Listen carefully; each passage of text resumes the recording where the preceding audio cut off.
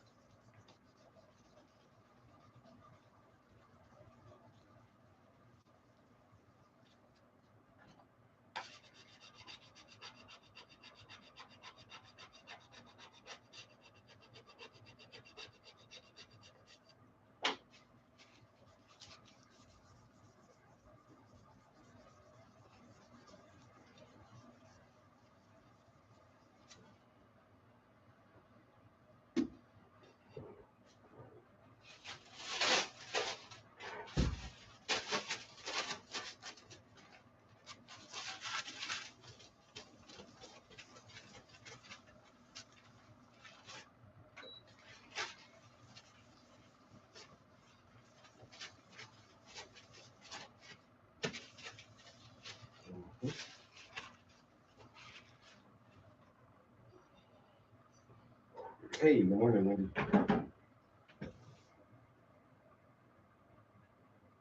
All right.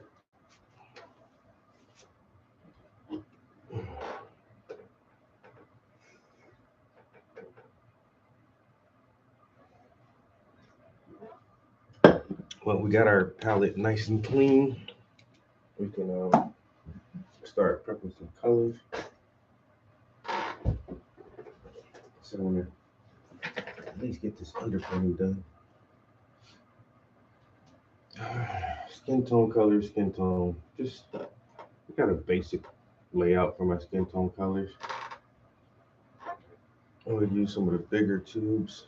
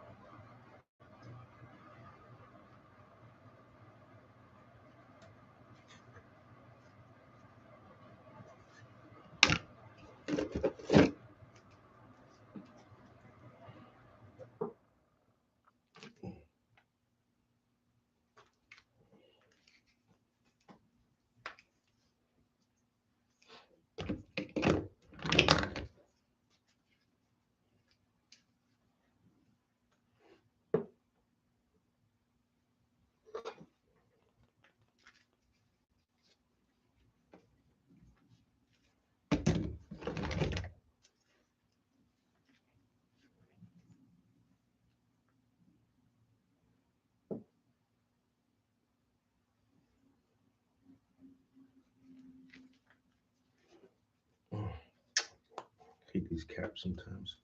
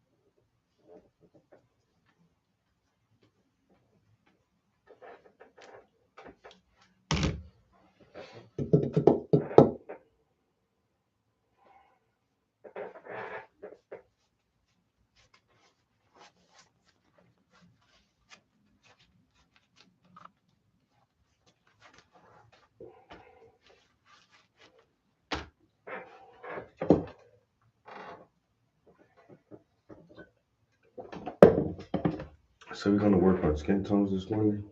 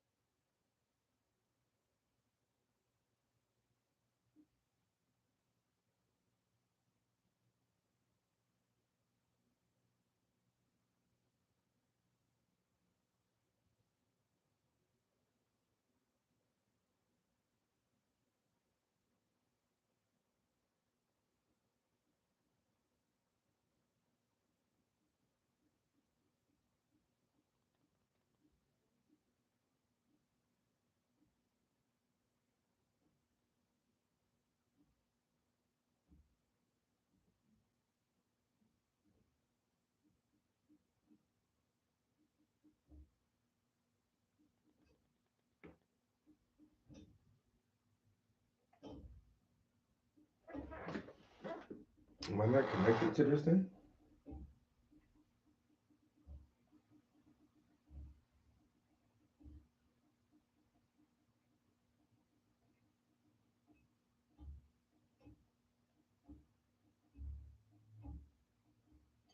They're taking almost half of every dollar earned in the United States. Most people don't realize it because the taxes are hidden in the so-called business taxes. You know, the politician stands up and yells, "Oh, let's save the little man, let's tax business," and everybody else hooray. But they haven't figured out that every tax on business is just a part of the cost of production, and the customer winds up paying it when he buys the product. It's a hidden sales tax. There's 116 of them in the suit of clothes that each one of us is wearing. We're going to have to raise corporate taxes, and we're going to have to make sure that the biggest corporations and owners pay their fair share. That's just it. It's about paying their fair share. I am not mad at anyone for achieving success, but everyone should pay their fair share. Today, they're taking almost half of every dollar earned in the United States. Most people don't realize it because the Поліція? Ні. А куди прийшли? Поліція? Я тут. Може, ви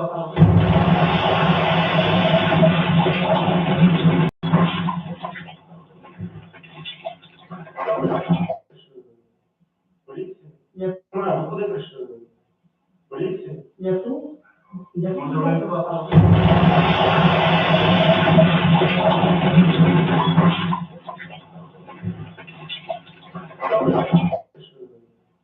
That's crazy. Let me get this straight. Vladimir Putin has wanted to make a deal the whole time. The whole time. what's his name? I always butcher his name. He's like Norwegian or something, but the head of NATO, Stoltenberg or something like that. He said, in his own words, he said that Vladimir Putin had told NATO that if you just put it in writing that Ukraine will never join NATO, he won't invade. And he bragged about how he said, no, we won't be bullied around by Vladimir Putin. So we said, screw you, we won't put it in writing. And then Vladimir Putin invaded. Okay? What the They rob you blind and you thank them for it. That's the trap.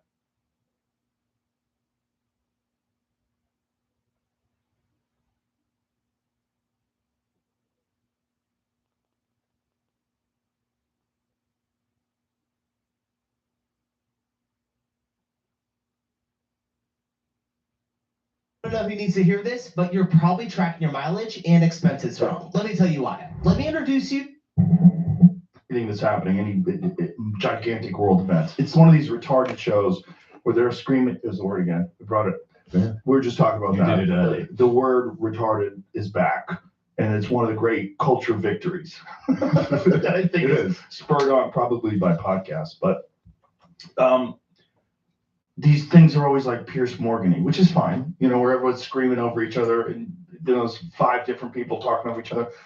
There's never just rational conversations where you discuss things. And I respect both of you. I think both of you are brilliant. And I thought, I bet you agree on a lot of things, and I bet you disagree on a lot of things. It'd be fascinating to see your perspectives on these things. So that's why you're here together. Okay. And Well, Douglas, can I ask you something? yes, sir. Since the war in Israel began, and since the war in Ukraine began, you've had quite a lot of people who are very against both in different ways. Yes. Do you think you've had enough people on who are supportive of either war? I don't know that word enough, if that's a good word. Let's say enough people who are on the side of Israel instead of wild critics. Well, I've had a few. I mean, I believe God Sav is on the side of Israel. for sure. Jordan is on the side of Israel. Yeah, Mike Baker, Coleman yeah. Hughes. Yeah. I've had, Coleman did it for like 20 minutes, so it wasn't why he was here. no, I mean, none of them, and none of them is why they're here. Oh. You know, it's a good question. Do you think you've tilted one way? Me personally, No, just with the guests you've the had. guess, yeah, probably more tilted towards the idea that perhaps the way they've done it is barbaric. Mhm. But why do you think that is? Just out of interest. I'm just because it's interested in your selection of guests because you're like the world's number one podcast. Yeah, it's not. I don't think about it that way. I just think I'd like to talk to this person. But can I just? Yeah, sorry, yeah, it's your sure. show. But Sure. If you're going to interview historians of the conflict or historians in general, Mm-hmm. why would you get somebody like Ian Carroll or? Yeah, but Ian Carroll, I didn't bring him on for that purpose. I brought him on because I want to find out, like, how does one get involved in the whole conspiracy theory business? Because his whole thing is just conspiracies. Sure. You know? But do you have any? I mean, there's been a tilt in the conversation, in both conversations, in the last couple of years, and it's largely to do with people who have appointed themselves experts who are not experts. You mean like Ian? I don't think he appoints himself an expert in anything. Who's that other dude who thinks he's an expert on Churchill? Oh, Daryl Cooper does not think he's an expert. In fact, I think it's everybody else is always calling him an expert, and he's like, I'm just a history. Have you ever absorbed any of his material? Have you ever consumed any of his podcasts or anything like I've that? tried. Yeah? It's pretty hard to listen to somebody who says, I don't know what I'm talking about, but now I'm going to talk. Or I don't know about this, or I'm not capable of debating this historian, but I'm going to just tell you what I think. Yeah, but that's not I think that's a exactly little that's bit not out of exactly what context. Daryl was saying. I mean, Daryl's point of view, however you feel about this, what Daryl's saying is he doesn't really like doing debates. He likes to do long format stuff where he can really explain But his position. if you throw a lot of shit out there, there's some point at which I'm just raising questions is not a valid thing. Mm-hmm. You're not raising questions. You're not asking questions. You're telling people something. Do you think Daryl's doing that? I think there's a whole bunch of guys doing that. I I think- think Dave is doing that, very obviously. Dave's a comedian, but he's now mainly talking about Israel. No, I don't know if I'm mainly no. talking about Israel. That's but all I see you I have on the internet opinions. doing. Yeah, but that's you Well, that just, might be what you've seen, It's but just I don't you think that's. So consuming that is also your shtick now, isn't it? Well, what do you mean by that's my shtick? Well, you're not a geopolitics guy in general, are you? I don't even know exactly what you're asking. I'm saying you've decided, being a comedian, you've decided now to become somebody who talks about Israel. This as a is not, conflict. I think you're incorrect. I don't think it's a decision. I just think you Well- have long form conversations, multiple of them. It's a huge event that's in the news, so it comes up. I don't I think know, it's a but- thing. I think if you're on the outside, you'd say, oh, look, they're trying to get attention by talking about this very polarizing issue Yeah. publicly. That's But not, you do get attention from that. If you'd spent the Sure. last year speaking about Myanmar, you would not be on my lips. yeah, but or a he lot of my does people. talk about Yemen constantly. He talks about a lot of things that aren't in the news. Well, I tend to talk about the conflicts that my government is directly involved in, which I think is reasonable to me. But I don't quite get, like, what's all the appeal to authority stuff? I mean, where you Well, have to be an expert? Or No, I what think exactly authority makes matters. you I an think expert? authority matters. And I think that if you just throw a lot of shit out there and then say, I'm not interested in the alternative views on this, and particularly when it's the counter narrative that is wildly off. And when you get people, look, I just feel we should get it out straight away. I feel you've opened the door to quite a lot of people who've now got a big platform, who have been throwing out counter historical stuff of a very dangerous kind. You mean Daryl? Are you talking about Daryl? Daryl, who's the other one? I don't think The- Daryl the- has, Derek. I don't think there's anything Derek, dangerous what's about the what other guy? Derek. Derek, what's his name? Cooper, is it? Which one is it? No, that's No, it's Daryl. Daryl Daryl Cooper. Cooper. And who's the other one? There was one I just checked on the way here. Daryl Cooper, and then, oh yeah, Daryl Cooper, Ian Carroll. Look, these guys are not historians. They're not knowledgeable. Oh, about and anything. no one's calling Ian Carroll. a No, but historian. then why listen to their views on Churchill? Daryl is Well, why incredibly listen- knowledgeable. He's not. It's just He's not. Yeah, He's he not. Why He's do you say wildly. Several reasons. One is when he was offered to debate the current greatest living biographer of Churchill, he said, I can't, because he knows much more than me, and I admire his work and I've learned from it, but I can't possibly debate him. That's Andrew Roberts. Right, but you don't have to be able to debate people to have opinions. No, on you things. don't have to debate people. If But it's not your But thing. if you, for instance, well, okay, but if you say, I've decided that Churchill is the bad guy in It's not what he World War said. II. It's not what he said. It's not what he said. Neither Carroll nor Cooper have said that. Well, listen, I don't know what Carroll said, but Daryl Cooper's not said that. What he said was he jokes with his friend Jocko, who's an Anglo-Saxon. He jokes with him, you know, I think that Churchill was the secret villain of World War II. And what he's saying is by Churchill's actions, the war escalated. He's not saying anything. He's not that- just asking questions, then, is he? No, but He's that's got a like point the of claim view. isn't that he's just asking questions. Yeah, he has a point of view. You can explain this better. He literally says Yes, he he's said joking. in the comment, he goes, listen, I'm being hyperbolic. And then he once again disclaimed, he goes, and I'm not claiming Churchill committed the most atrocities or was the worst part, but in many ways, I do view him as the chief villain, is my hyperbolic, provocative statement. But What's Douglas, the point of that? well, okay, but Pat Buchanan wrote an entire book on this. Is he not allowed? Is he not an expert? Is he not allowed to be He's certainly interviewed? not an expert. He can be interviewed. I've watched Pat Buchanan debate. I watched Pat Buchanan debate against Churchill historians, and he was absolutely leveled because he doesn't know what he's talking about. When did Pat Buchanan debate and get leveled? About 20 years ago. I'm just He curious. I debated haven't seen against Andrew Roberts and several other historians at Intelligence Squared in London. I was there. He didn't know what he was talking about. He had a contrary view, and it was interesting and stimulating to hear. But if you only get the contrary view, which is, isn't it fun if we all pretend Churchill was the bad guy of the 20th century? At some point, you're going to lead people down a path where they think that's the view. And that's horse shit of the most profound kind. I don't think that's what he's trying to I do. think that's exactly what they're doing. And the problem is that because your own platform has come about because you're a very successful comedian and much more, and you do ask questions and you are interested. But there are a lot of people who have come along, partly I think because they've come on this show, who have come along and they've decided, I can play this double game. On the one hand, I'm going to push really edgy and frankly sometimes horrific opinions.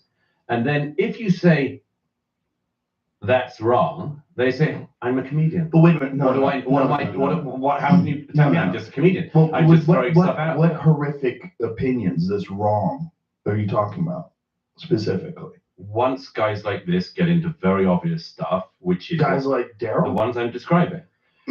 You Very need to clear. listen to Daryl to really understand what he's saying. If you take Daryl's words out of context, Daryl has some of the most nuanced, balanced, and charitable views on all the figures in history. Well, particularly Hitler, it seems. No, That's you're not wrong. You're wrong. He doesn't.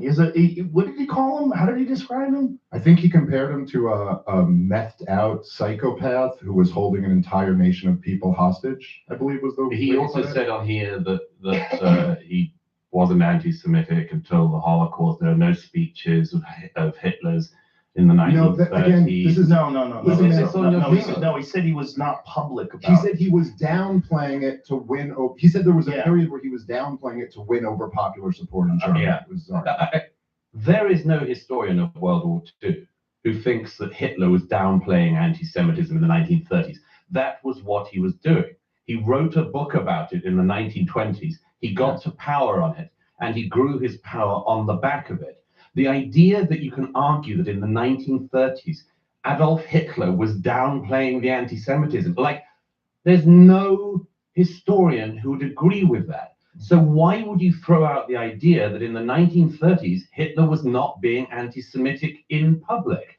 That was what he was doing in public. He announces to the German parliament what he wants to do.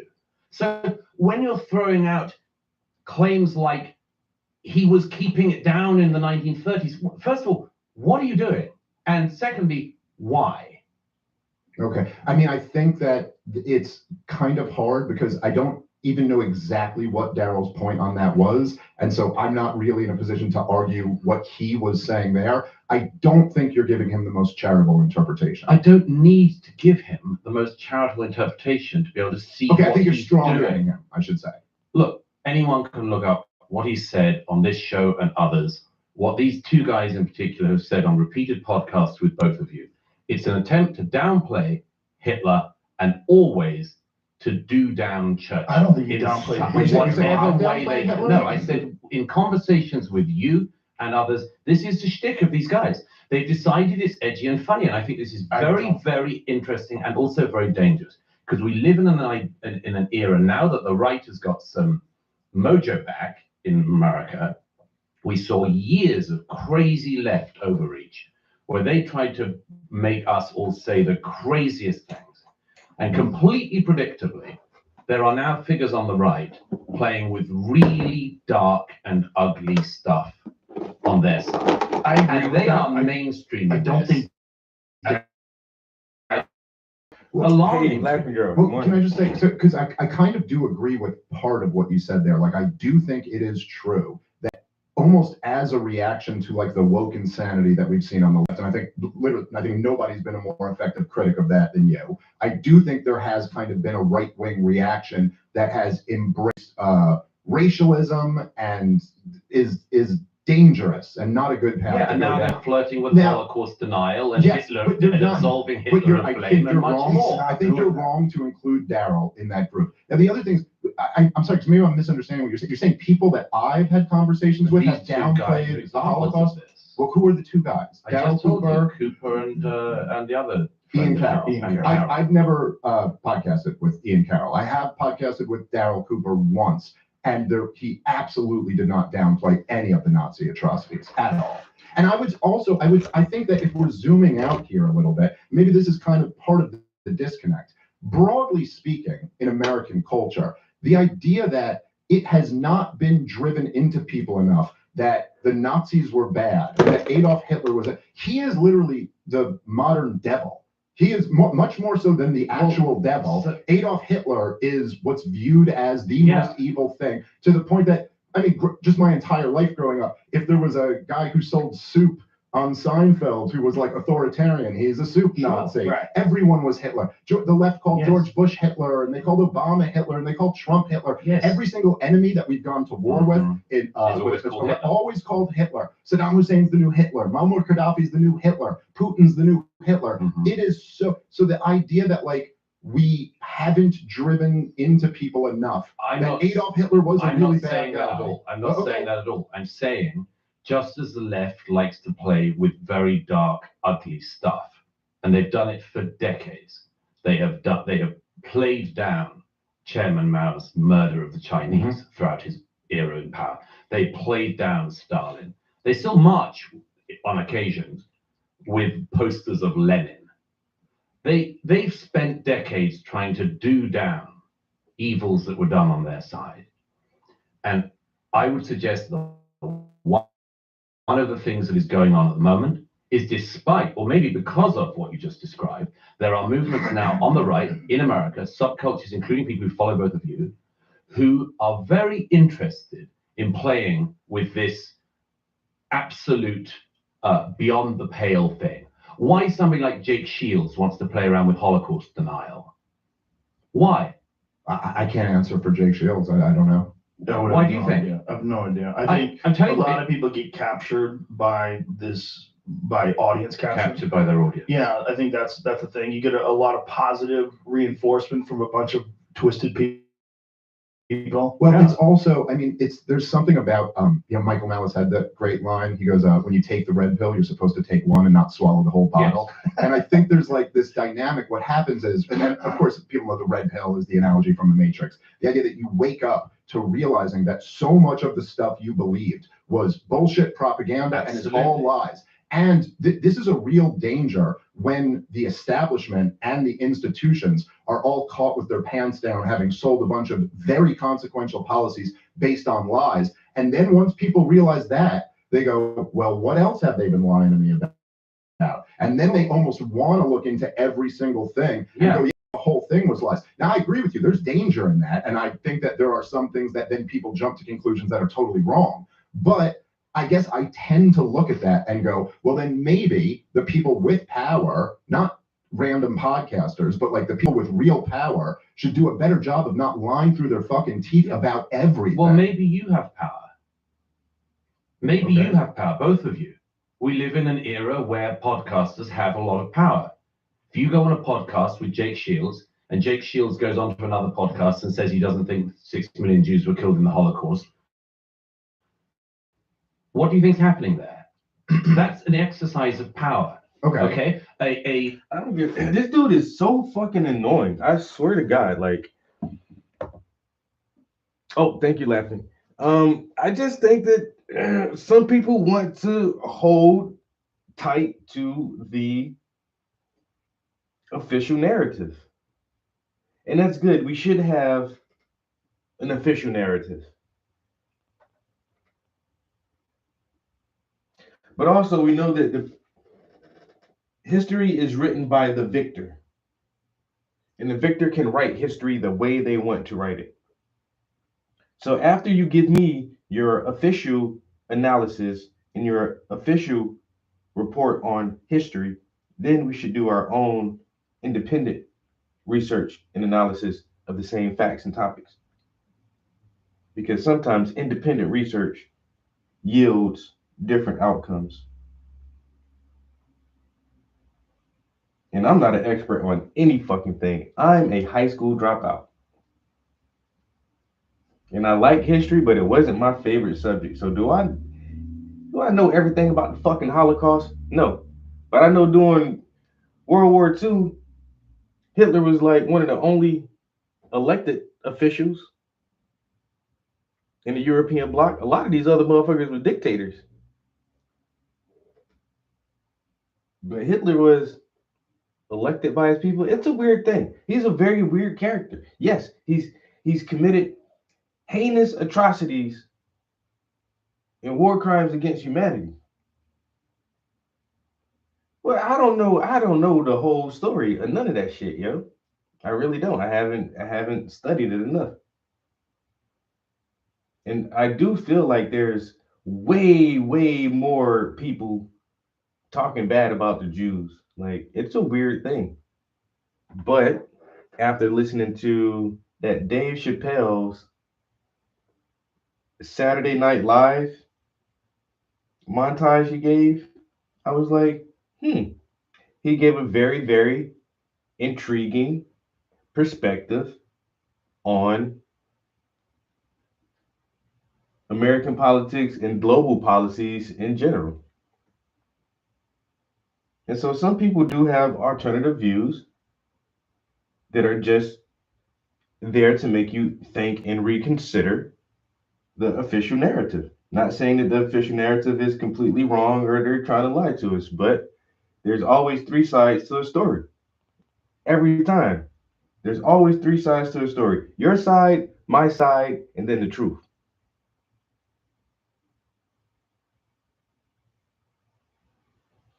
Your side of the story, my side of the story, and then there's the truth somewhere in the middle of all of that.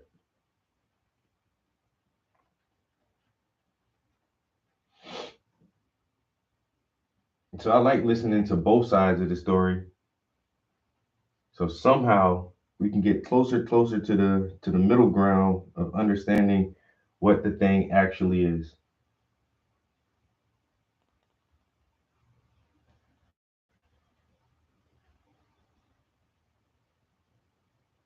But this guy right here, he's just like, I think he definitely has an agenda. He got invited to Joe Rogan and he immediately comes out attacking the host of the show and the other guests saying, you guys are wrong and you're having conversations with people who don't know what they're talking about and this is dangerous and you guys need to stop doing that because you're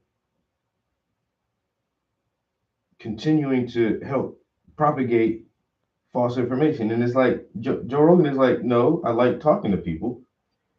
And some of my guests who may have different interests or, different expertise in different subjects, I may not talk with them exactly about that. We may have a conversation about something else. So don't tell me to, bring a historian on and talk about XYZ when that wasn't the basis for our conversation during that interview.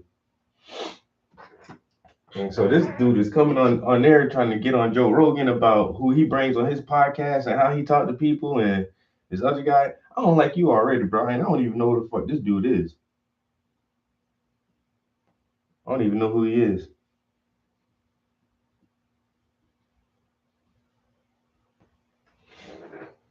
What?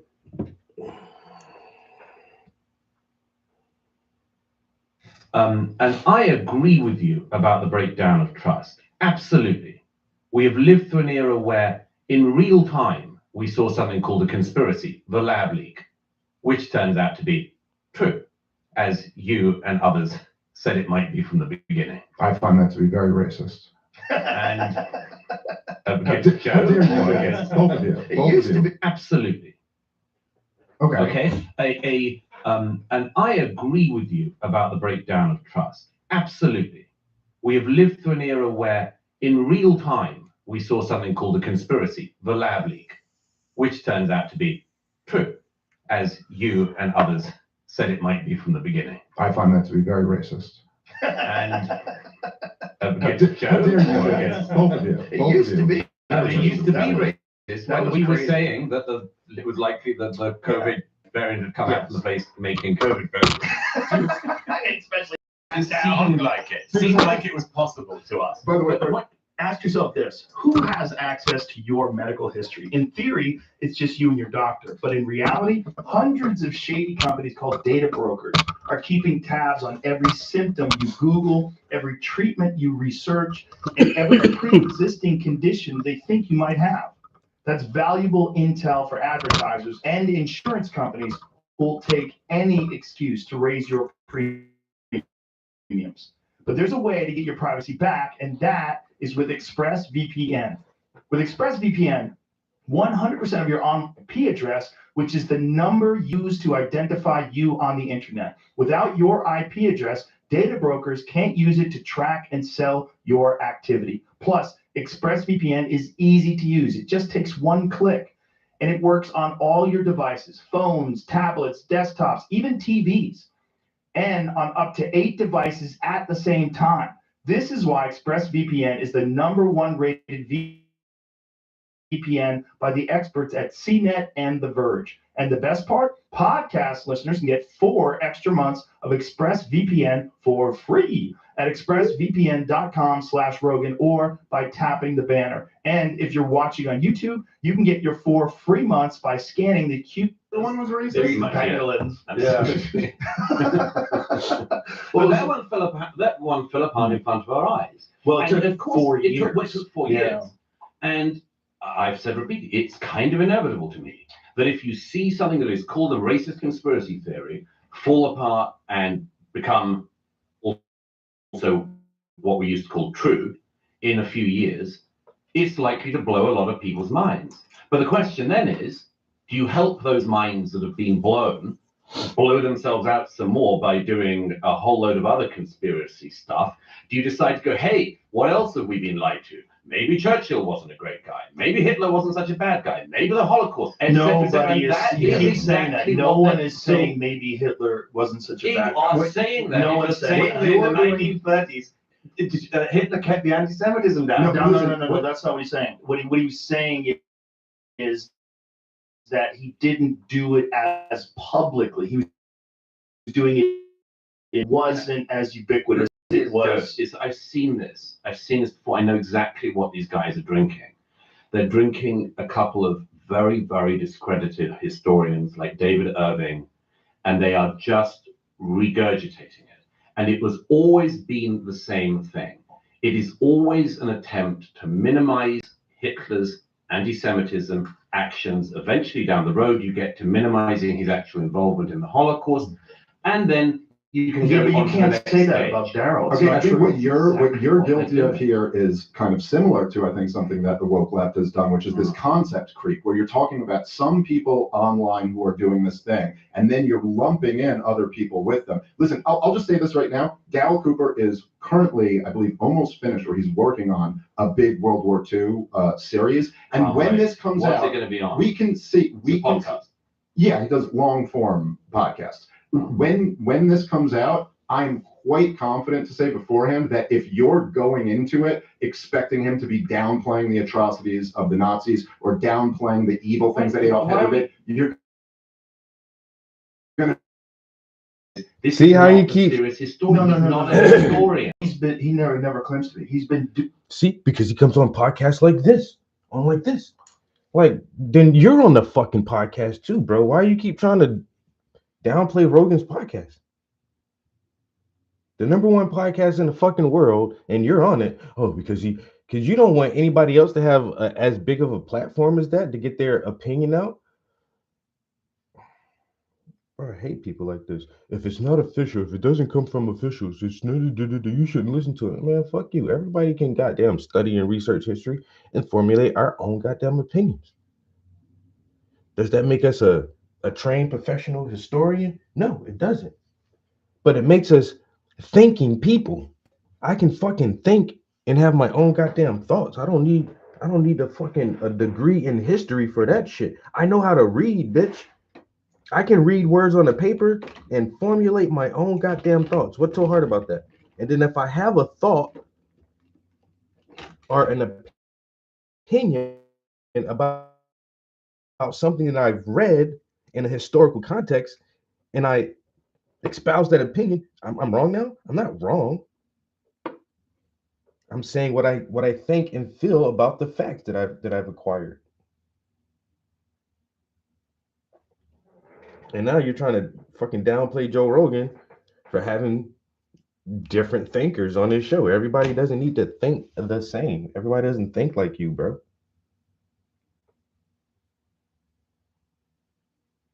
This dude is weird. I'm happy Rogan and the other guests is giving them like a lot of pushback though. These long form podcasts on these subjects for over a decade. And if you go back to 2015 and listen to Fear and Loathing in the New Jerusalem, it's a incredible piece. And it's Excellent. how many hours long? 30 something. And it literally starts from the persecution of the Jews when they're being driven out of Europe. It's like this horrific account of what happens to these people. It's what he's trying to do is paint a picture of how the world goes mad and how the world goes sideways. And he's doing it from the perspective initially of these Jewish people that are living in Europe, that all of a sudden their neighbors are turning on them and they're being attacked. It's incredibly charitable. But what he's trying to do is show what happens to human beings when they're confronted with unbelievable atrocities and how things go so incredibly sideways. Lots of people have written and spoken about that. So why is he not allowed to? He is allowed to. So he is allowed to. I'm saying that there's a weird way in which figures like him, whose ideas are not being countered when they are raised, are given platform after platform to spread their views. They are welcome to those platforms. I'm not saying they shouldn't be platformed. I'm saying these are very, very fringe figures who are pushing ideas that are either debunked now, have been debunked before, or they will not stand up against somebody who disagrees with them. Oh, okay. I would just say maybe this is the disconnect here. When you say there's like not pushback, Daryl's one line on Tucker Carlson, this one line where he himself said he was being hyperbolic and kind of says this to prod at his buddy, got more pushback than any one line I've ever heard on a podcast. There were numerous articles written by historians, numerous shows that covered it. People went through their Twitter threads about it. So I don't exactly get your point. Like, there was lots of pushback. If you're saying he should go and debate somebody who's giving him pushback on that, okay, maybe. I also think it's reasonable for him to say, I don't really do debates. Yeah, I think it's weird to mainstream very fringe views constantly and not give another side. I think that's weird.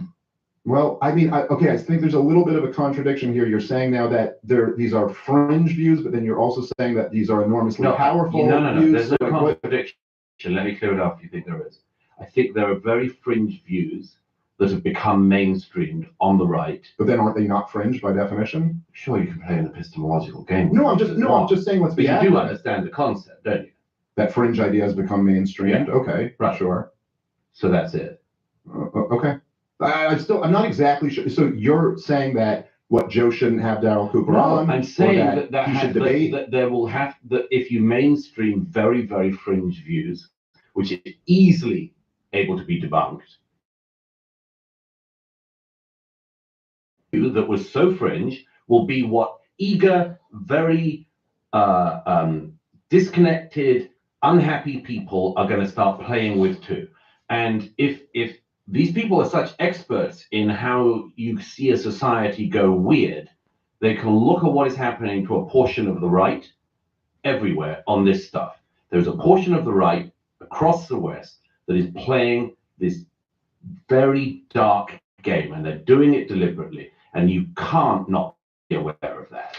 I agree with that. I don't think Daryl Cooper is doing that, but I do agree with your characterization. No, but I think it's a pretty important distinction there. You're just taking this one statement and then this where he's trying to joke around with his buddy, this Churchill statement. And this is the basis. He and these other guys are all doing the anti-Churchill stuff now. But he's not doing an anti-Churchill stuff. Okay. He and the other Churchill in the orbit. Churchill was the author of this whole Operation Unthinkable, right? Where they wanted to use the Nazis to invade Russia. Wasn't that Churchill? Is that not true? We're going to have to get into the weeds on Churchill. There's always going to be a corner which you can get me on a bit of Churchill. But that's you'd the have point. To, you'd have to but say that's what the you're, point, which is bit to you're have talking a about. comprehensive view. Yeah, Churchill was never working with the Germans to invade Russia. No. This is a plan that was drawn up. Do you know about Operation Unthinkable? Pull it up, Jim. Operation Unthinkable was at the end of the war. I believe Churchill was concerned about the rise of Russia in the rise of the Soviet Union, and the idea was, and we'll find out what the historical facts are about this. Operation Unthinkable, the name given to two related possible future war plans developed by the British Chiefs of Staff Committee against the Soviet Union during 1945. The plans were never implemented. The creation of the plans was ordered by the British Prime Minister Winston Churchill on May 1945 and developed by the British Armed Forces Joint Planning Staff in May 1945, the end of World War II in Europe. One plan assumed a surprise attack on the Soviet forces stationed in Germany to oppose the will of the United States, the will of the United States and the British Empire upon Russia. Right. The will was qualified as a square deal for Poland, but added that does not necessarily limit the military commitment. The assessment signed by the Chief of Army Staff on 9 June 1945 concluded it would be beyond our power to win a quick but limited success, and we would be committed to a protracted war against heavy odds. The code was, This is okay. First of all, I never do Wikipedia. Okay, but we don't have that's to do okay. Wikipedia. No, that's okay. It's okay. This is But just what this is Jamie the- pulled up. Okay, but first of all, yes, at the end of the war, a plan requested that wasn't seen through suggests that after the defeat of Nazism, communism of the Soviet form is also going to be a threat to Europe, was simply evidence that, I mean, it's obvious. True. It's what Churchill worried about throughout the 40s. He worried about it in Yalta. He worried about it everywhere. I'm sorry, I have to return to this point that this man manages to do one of the most heroic things in human history in standing alone against evil in its most concentrated form. And he does about as much as any human being can do to save the civilized world. If you just park that and you go on to a plan in 1945 to try to counter Soviet domination of Europe, do you see what I'm saying? This is not doing something in the round. Yeah, it's also, look, I mean, I'm not even like I'm not all the expert on World War II. And I'm not like gonna debate with you about World War II, but I would say that like there's a lot of room for nuance and disagreement with what you just said. You know, in the 20th century, we had 2 world wars. They're the worst thing, objectively speaking, the worst thing that's ever happened in the history of the world. And the Second World War is the biggest bloodbath in human history. And it ended with handing the man who you just mentioned, Joseph Stalin, half of Europe. So listen, if you want to argue, I'm Jewish and like of German descent, so like I'm not against the argument that it was the Nazis had to be defeated and that was the most important thing, but there still is just the basic facts that it almost couldn't have gone worse. It was like just a nightmare for civilization. And if people want to look back at that and go, man, was there any other way this could have been handled? Was there any other way? Were there blunders that were made here? Now, personally, what I feel much more comfortable arguing would be that I try to blame everything I can on Woodrow Wilson as much as I can, because also he created the income tax and the Federal Reserve and did so much to damage my country. But I think American entry into World War I was really a disaster. And imposing the Treaty of Versailles on Germany was a disaster. I also think that's kind of fairly mainstream history. Like that's not a particularly controversial view that like imposing the Treaty of Versailles on Germany ended up in disaster.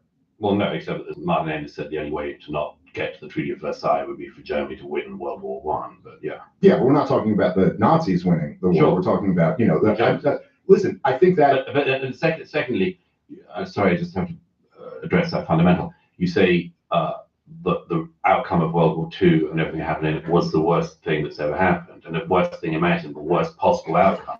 You said. No. Just about. You said worst possible outcome. Let me give you a much worse possible outcome. Hitler wins.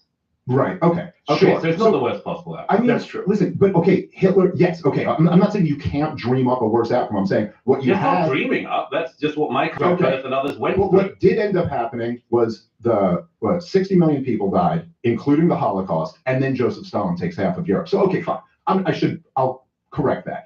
There is a worse outcome. Right. But that's not a great one. No, nobody said it was. This is like there's a very weird argument that you now hear about this.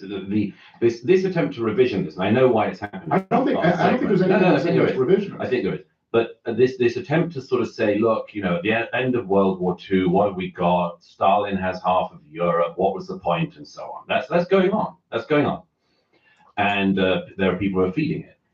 That argument is very similar. This particular school of, as it were, history is doing something that I've seen happen with American history as well, particularly with Lincoln. Lincoln's an interesting comparison to make with Churchill on this.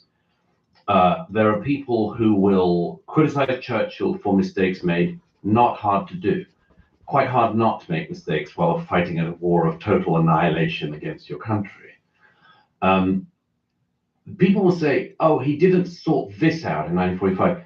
You know, it's rather like Lincoln. He didn't solve every problem in the world for all time, but he solved a hell of a big problem for his time. And that requires some kind of generosity of spirit and understanding in hindsight, as opposed to, I will find something that he did that I wouldn't have done, because if I'd have been running the British Empire in 1939, I'd have known exactly how to do it. And I'd have known how to hold the whole thing together. And I'd have kept Stalin back, and he'd have been great at Yalta. And this is... But I don't think anybody's saying that. Yeah, I agree with you. I think there's a tendency of like woke left kids to do this, but I don't think that's what certainly not what I'm saying, and I don't think what Daryl's saying. I do also think that one of the bigger kind of the bigger picture dynamics to all of this is that we have at least since 9/11 been in a state of perpetual war, and all of these wars have been disasters. They have been so many lies involved in selling all of them. I mean, the whole Iraq war, the whole war in Afghanistan, just lying the whole way through. I mean, I remember literally having conversations with Green Berets in the middle of the war in Afghanistan, and they're like, George W. Bush is telling you that the army we're building up there is really successful. This thing's going to fall in a week without us. And then all through the Obama administration, it's just like lie after lie after lie with disastrous wars. And so this does create a fertile ground for people to say, I wonder if they were lying about all these wars. Sure. Again, I'm not really trying to argue about World War II. I'd rather argue about these wars today. I think the interesting question is whether you're busy watering it. Well, should you not talk about mistakes that were made You should. overall? Absolutely. Okay, you should. Absolutely. Right. All for going So- back and looking at mistakes. So what is your argument then? It's a very weird thing to go back, zone in on a man, say this one thing is a mistake and should characterize him, and you ignore everything You're else. taking him It's out of like context wild, when you're talking weird about thing. Daryl, who's done, what was it, 30 plus hours? So what? 30 plus hours of But you podcasting. take- You do that in a week. UFC 314 is headed to South Beach, and it won't be all glitz and glamour, but the stars will be out. Don't miss any of the action at DraftKings Sportsbook, the official sport to win when you bet. And says 21 and over, age. Consume endless versions of a revisionist history. I understand. But it's I know where not this comes revisionist from. history. If you listen to his work, it's not revisionist history. He's basing it on historical But work. yeah, I know. But, okay, so this is my point about Jelly. It's a shape-shifting thing. Comedian or historian? He's not a comedian. Historian or podcast? Would-be historian or actual historian? You say he doesn't claim to be a historian, but he's pumping out tens of hours of But neither does history. Dan Carlin.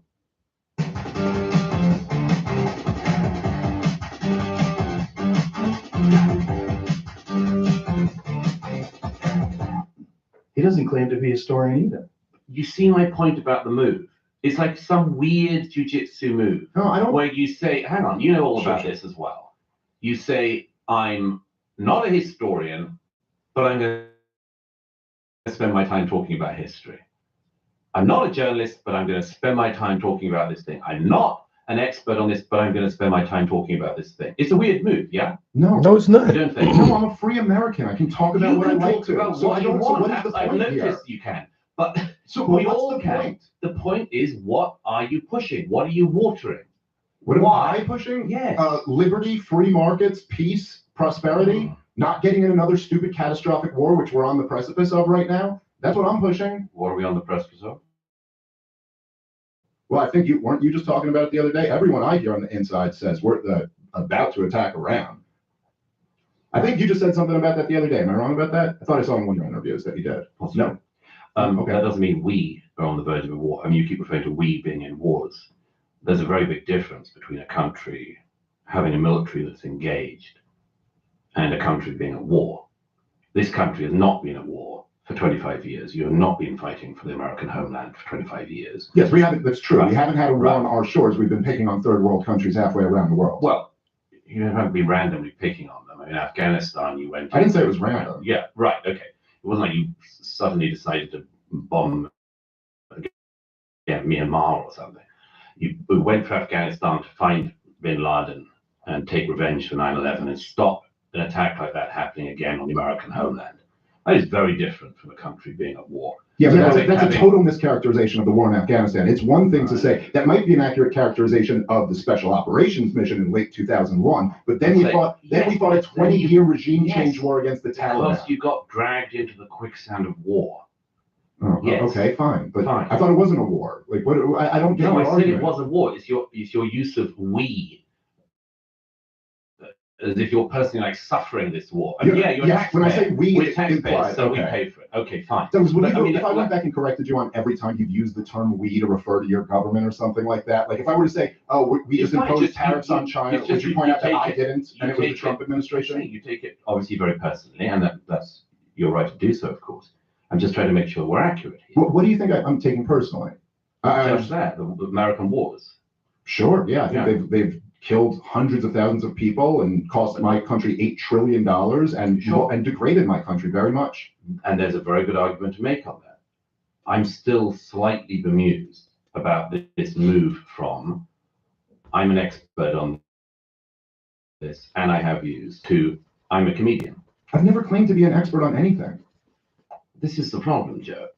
I mean, if somebody Wait a minute, says you have to claim to be an expert on something to have an opinion on no, something? you don't have to be. You don't have to be. But So it what's is the like issue? I'm not a historian, but I'm pumping out history. But wait a minute, I'm what not about an expert, just- but I'm talking all the time about But this you're not thing. even talking about specifically on what he just said. No, I'm saying this is my point about this. You say I'm not an expert. So what's the solution? To not talk about it? No, it's to have more experts around. No, the expert class hasn't done a great job. I know. Man. This is follow the science. Absolutely, Yeah, but you know what? absolutely, I Okay, so agree fine, with so that. during- I just said to you, I agree with that. I know, But so one of Douglas, the problems during is, all of Fire away.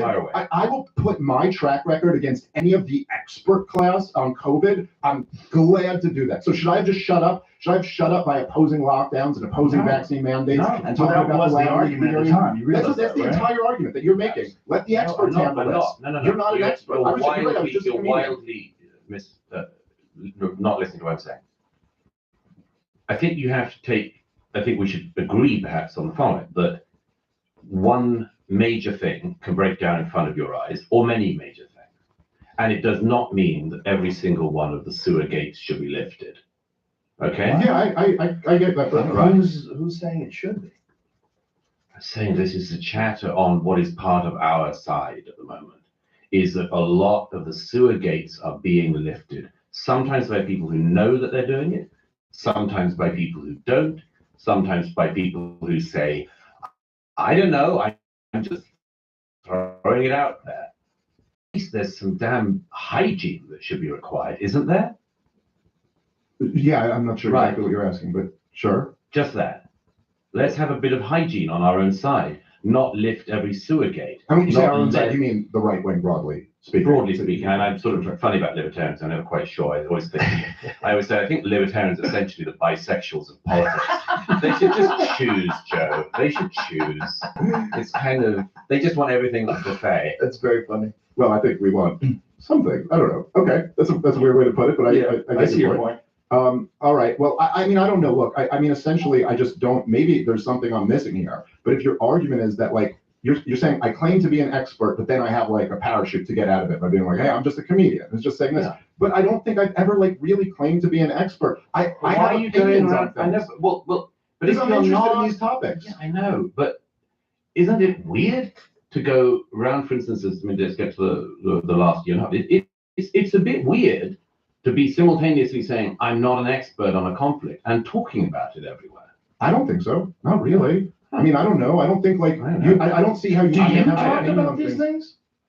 Which things? All these things that we're talking about. Some of them, yeah. Are you an expert I am on some, yes. on some? But Or you you're talk not? about something that you're not Some an are expert not. on. You'll Right, notice so that what I should you didn't do? just, you'll What notice, should you do if those subjects get Is it- breached? well, I think that you educate yourself as much as you Shouldn't can. you say I'm not an expert and then give your opinion if you're in the middle of a I think conversation? it's, as I say, I think that it's a weird move to say, I'm not an expert on this, but I'm going to talk about it nonstop.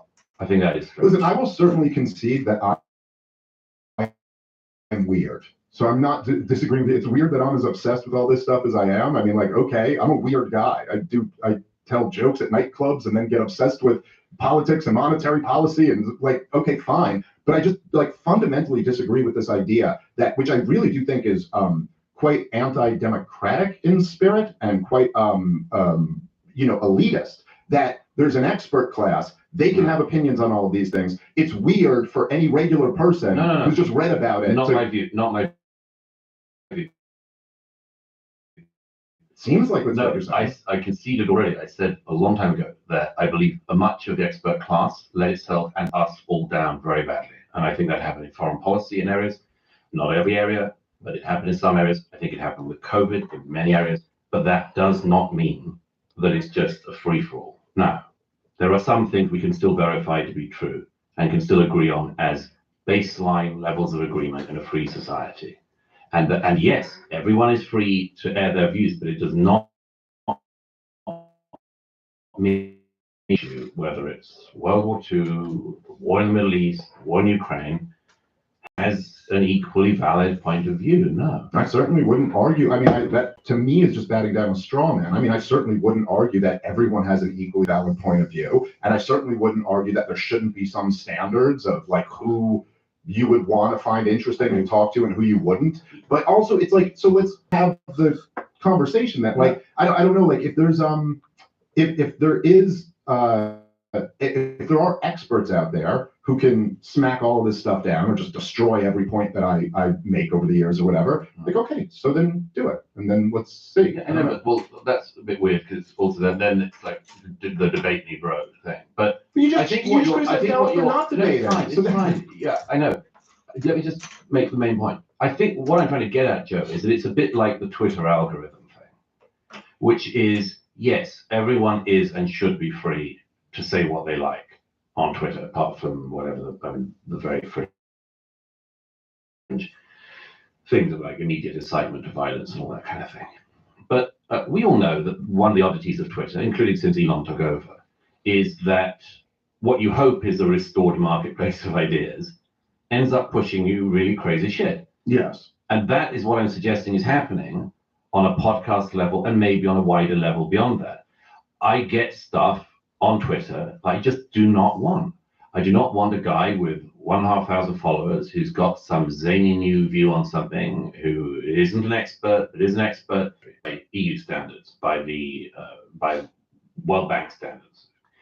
And it's been a problem, as it is in the woods. And it's understandable that if the US is one of the countries putting money and arms into Ukraine, then it's going to be a subject of legitimate interest to the American people and others, the European taxpayers. Nevertheless, you end up in this, and I know this because it's the same thing in the old media. You end up on like the new bit of the story, and there's always a risk that you will lose sight of the beginning of the story. For instance, I mean, Putin's corruption is legendary, gargantuan, and not as interesting, it seems to me. The algorithm doesn't push that. And I think that's, to a greater extent, the case with the Israel-Hamas war as well. Well, isn't there a little bit of a concern? Like, I would say a couple things here. Number one, I'm not denying, I don't know how the algorithm works or what it's pushing. And it's an interesting thing that we probably should all know more about. But I think there's a danger when you're to just classify everything as, well, the algorithm pushes this and doesn't push this. It's like, it could also be that some ideas are just resonating more and some ideas are more popular than other ideas. And there's probably both of those things are at work in that dynamic. Sure. But I also think that something like the reason why, say, talking about Ukrainian corruption is more interesting in a lot of ways than talking about Russian corruption is obviously because, like, well, one of these countries is an enemy and the other one is one that we're sending tens of billions of dollars to. And so, yes, debating on between Zelensky and the weapons companies, I don't know. He says he only got $70 billion of it, but we've spent closer to 170, so whatever. But the point is that obviously, if there is a country that we are propping up, funding, arming, and they're corrupt, I would say my starting point would always be to be more concerned with that corruption than an enemy country, which is almost kind of a given, is a corrupt country. Like, I don't know. I'm sure there are fringes of the right who might say, like, Vladimir Putin's some great guy or something like that. But that is, I really do not think that is the argument that most people who are critical of this, of Biden's policy, are making. Sure. I mean, I think one of the interesting things that happens in this is the old cliche of losing the wood for the trees. Mhm. It just happens an awful lot, and it's the nature of the old news cycle, let alone the current one, the social media era. Actually, I remember that. Sorry, I don't want to go back to World War II. Let me just very quickly. I remember this debate with Pat Buchanan when he was debating much more learned historians on the subject of the origins of World War II. And the whole thing got lost in all of this sort of mad puzzle of views about iron ore production in the Bavarian forest and this sort of thing. And I remember that everyone was all over the place, and the moderator turned to the historian Andrew Roberts and said, Andrew Roberts, why did World War II begin? And he said, World War II began because Hitler invaded Poland. And those moments come along quite often at the moment, which is, yes, there's an awful lot of very interesting things. There's a lot of very interesting things going on, which we should all be able to talk about and do talk about. But sometimes you have to remember the origin causes of things as well, and you have to stick to keeping that in mind. Yeah, well, I think that a lot of people are pretty bad at the moment of keeping that in mind. Like you can concede Ukrainian corruption, you can concede all sorts of things, and still not lose sight of the thing of if Russia rolls tanks into neighboring countries, yeah, it can't be allowed. Oh, well, listen, okay, so on that, I think we have an area of agreement. And I do think, like, even while I much prefer the path that Donald Trump is pursuing to the path that Joe Biden pursued when it comes to the war in Ukraine, and of course, this is, Donald Trump's thing, is once you piss him off, he's going to call you every bad nickname that there is. But when he said, when you don't piss him off, well, sure. But when he said, Bidens come to mind. I believe he said that Zelensky started the war, yes, or something like that, which is like, okay, all right, that's a little bit ridiculous. He said Zelensky started the war and Zelensky was the dictator. Yes. Okay. All right. So Trump said that? Yeah. Yes. But it was his love him or hate him, for better or for worse. Donald Trump, it's like if he feels that you disrespected him or came at him, he's going to be 10 times more vicious to you. By the way, this happened 2 weeks before the disastrous Oval Office meeting. Yeah. And I wrote the next day the cover in the New York Post, which was Vladimir Putin with the headline, "This is a dictator." Just again, as I say, not to lose track in all of melee, not to lose track of the basic facts. Well, look, I will say this as somebody who is, I'm very anti-war, broadly speaking, and I do agree with you that it should, like, we should be able to have conversations about all the things that led up to the war and all the different, like, blunders that were made, and also still recognize that Vladimir Putin invaded a country and is responsible for, at least hundreds of thousands of people dying. And, my Scott Horton, who I always try to promote on here, he just wrote this book called Provoked. I think it's the best book that's been written on the history leading up to the war it basically takes you from the collapse of the Soviet Union up to the war in Ukraine. And even in that book, the book is called Provoked. And the argument is that Western policy was very provocative toward Vladimir Putin, and there were a lot of off-ramps that could have been explored, should have been explored. But he has an entire chapter in the book where he is saying, like, look, Putin had a lot of other options. He didn't have to do this. It's not as if any of that justifies his invasion. And so I do agree with you that whenever we're talking about a war, particularly a war of aggression, that should always be in the front of people's minds. I mean, you can criticize, I would say, I think I'm consistent on this across the board. You can criticize lots of things about the insurgency in Iraq, certainly.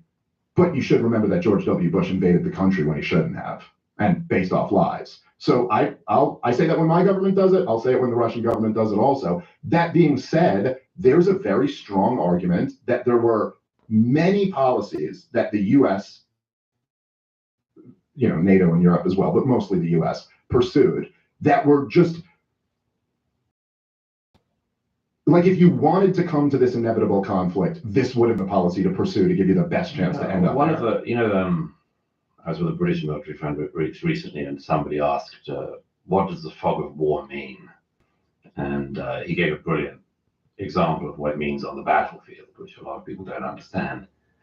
There's a version of the fog of war in history as well. The great Czech writer. On the bad things that everybody else does and act like our policies have no impact on this. So very specifically, You know, with I don't know the, why I Russian keep losing invasion of connection. Ukraine, I'll I'm just sorry, give guys. two, like, bullet points on this. I'm sure that the iPads don't have Wi-Fi on. The TV is no longer in here, so that's not connected to Wi-Fi. I don't know. Well, let me check the weather because it does look kind of cloudy, and we've been getting so much rain here lately. And it was, yeah, really, it's 40 and cloudy as hell. I swear, just like, yo, when it's cloudy in this area, on rainy days, I have the worst Wi-Fi up here. The worst.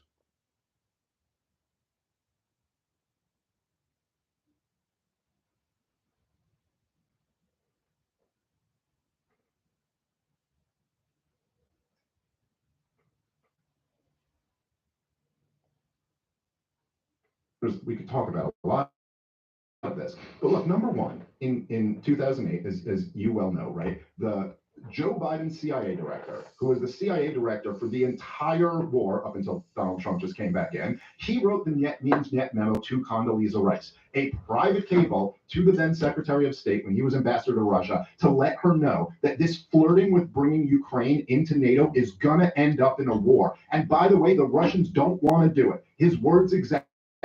If you keep pushing with this, the Russians are going to have to make a decision that they don't want to make, which is whether they intervene or not. And number two, Stoltenberg, I might be butchering that again, but that the head of NATO, he himself said that Vladimir Putin sent him a draft treaty in late 2021 and said, look, if you just put into writing that you will not bring Ukraine into NATO, I won't invade. Now, if you want to argue that I admire your appeal to authority to the head of the CIA. It's not an appeal to authority. Well, how is that an appeal to authority? You regard the view of the CIA director on that occasion as being useful for your argument. But secondly,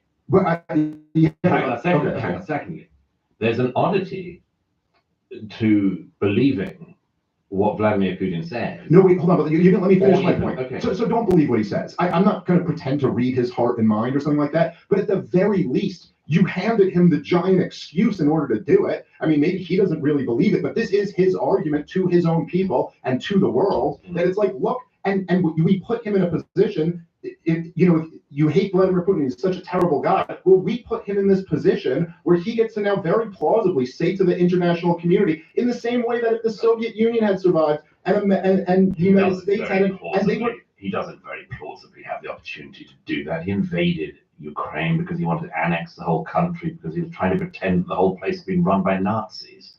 Well, I mean, okay, the whole place wasn't run by Nazis. There's certainly worse Nazis there. This is what he told the Russian people. He also brought up, listen, when he you can announced, lie an awful lot when you're a dictator, and you have the ability not just to run all of the media, but to kill your political opponents. I mean, you can do an awful lot. Sure. None of this. I just got back from Ukraine again the other week, and it's so weird. I saw the Oval Office meeting as it happened from a trench in the front line between the Russian and Ukrainian positions in the east of the country. And it was so weird seeing the way in which this country's territory was being talked about by outsiders, and particularly by America, because there's so many oddities about it. But the people who are fighting there, the soldiers on the front lines, like the ones I was with, they're not fighting against Putin forces because of NATO expansion or anything. They're fighting because he lied to his own army, he lied to his own people, he lies to the world, and he decided he wanted to gobble up Ukraine because he wants to reconstitute the Soviet Union. And as a result, these young men are in dugouts in the middle of winter, fighting Russian soldiers because the Ukrainians' homes are 13 kilometers behind them. And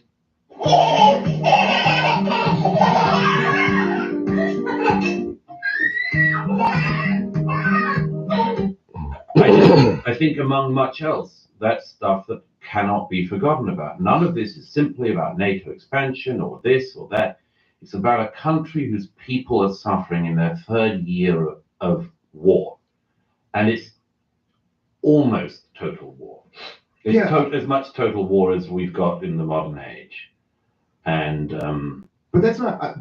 I'm not disagreeing with any of that. I'm not saying the Ukrainian people were fighting because they wanted to keep their country. People don't very much like being invaded by foreign countries. I understand that completely, and I've also always said throughout this whole thing that is their right. They have a right to do that. We as Americans have a right to, have an opinion on whether our government ought to be funding and arming the thing. But all I'm saying is that I'm not making an appeal to authority here. I'm just saying that you have the top people in the Russian government all unanimously saying, like, this is our red line. You keep flirting with NATO expansion into Ukraine. And then you have all the people at the top of NATO and at the top of the US government admitting it too. Well, and going like, yeah, this is the whole beef. So why is it like these two things aren't mutually exclusive? No, they are. But I mean, they weren't going to expand NATO to Ukraine. Well, they kept flirting with it, and you know this. That the Ukrainians wanted membership. And it was very unwise whenever anyone from the rest of the West even flirted with it. Didn't Kamala Harris openly say that NATO was going to join? Yeah, shortly before the Ukraine war. was going to join NATO.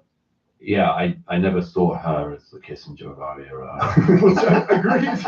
Now there's some area of agreement. That's Tim Walz. He's the guy for that. Well, obviously, that guy's the future. But okay, but it is still the Vice President of the United States of America, and it's But it's again, not just. that's not why Putin invaded. But Well, you can he assert invaded. that. He invaded because of the thing he's dreamt of since he falling down in the Soviet Union. Do you know how he dreams? We know a lot from what he's said and what he's done since the fall of the Soviet Union and his statements. Certainly, very early on in his presidency. Right, but if he does have a red line and you violate that red line, is that because he's following his dreams, or it's because his dream is, as he's said many times, is the reconstitution of the Soviet Union's territory. I don't think that's exactly what he said. He's alluded many times to like how great the Soviet Union was and what a tragedy it is that it collapsed and things like that. But regardless, Something we can agree is what a fiction on his part. I mean, I think the Soviet Union collapsing is one of the greatest things that's ever happened in the history of the world. One of the most evil regimes, if not the most evil regime. Result of American action. Sure, there were a lot of factors in there, but yes. Throw in some pro-American views. I will at us luring them into Afghanistan played a huge role in weakening the Soviet Union. It came with the minor little price tag of 9/11. But okay, that's that's the Soviet Union did not fall just because of Afghanistan. No, I didn't say. I said it played a role. I didn't say it was just because of Afghanistan. No, they were stationing of European well, troops. Right? Also because communism as an economic model just doesn't work. It was a disaster and it was destined to collapse. We can Like agree on that. all centrally planned, totally socialist economies are destined to Except bad results. I don't like the word destined in that because, I mean, in my experience, things that don't work can go on an awfully long time. Well, look, the Soviet Union went on an awfully long time. I mean, it was. I thought when I went to North Korea some years ago, that couldn't go on for much longer, and on it goes. Yeah, no, okay, so fair point there, but certainly it's going to be, it's a much different dynamic for a communist country like North Korea, who is a relatively small and not expansionist, whereas the Soviet Union was trying to maintain an empire, which is a much tougher thing to do. Look, the United States of America is going broke trying to do it, so it was pretty tough for them to do. All I'm saying here is that, like, if the dynamic, again, it's not just that, like, first off, in 2008 at the Bucharest summit, we announced we were doing it. And we didn't give them a map plan, but we announced they are coming into NATO over and over, not just the Kamala Harris comment, over and over and over again through the years. People at the highest level of the US government asserted that this is going to happen, that it's a matter of time. And then the 2014, this was a major provocation toward the Russians, that we backed this street protest against the democratically elected government there. And that's again, it's tricky because the Maidan protests were genuine students in the center of the city who were uprising against a corrupt government. I'm not even arguing that. Ukraine's a corrupt, and that again, it's like it's the people of Ukraine, like other countries, when they do have agency beyond what Washington. Yeah, I'm not claiming any of those people don't have agency. I'm just claiming that Washington poured $100 million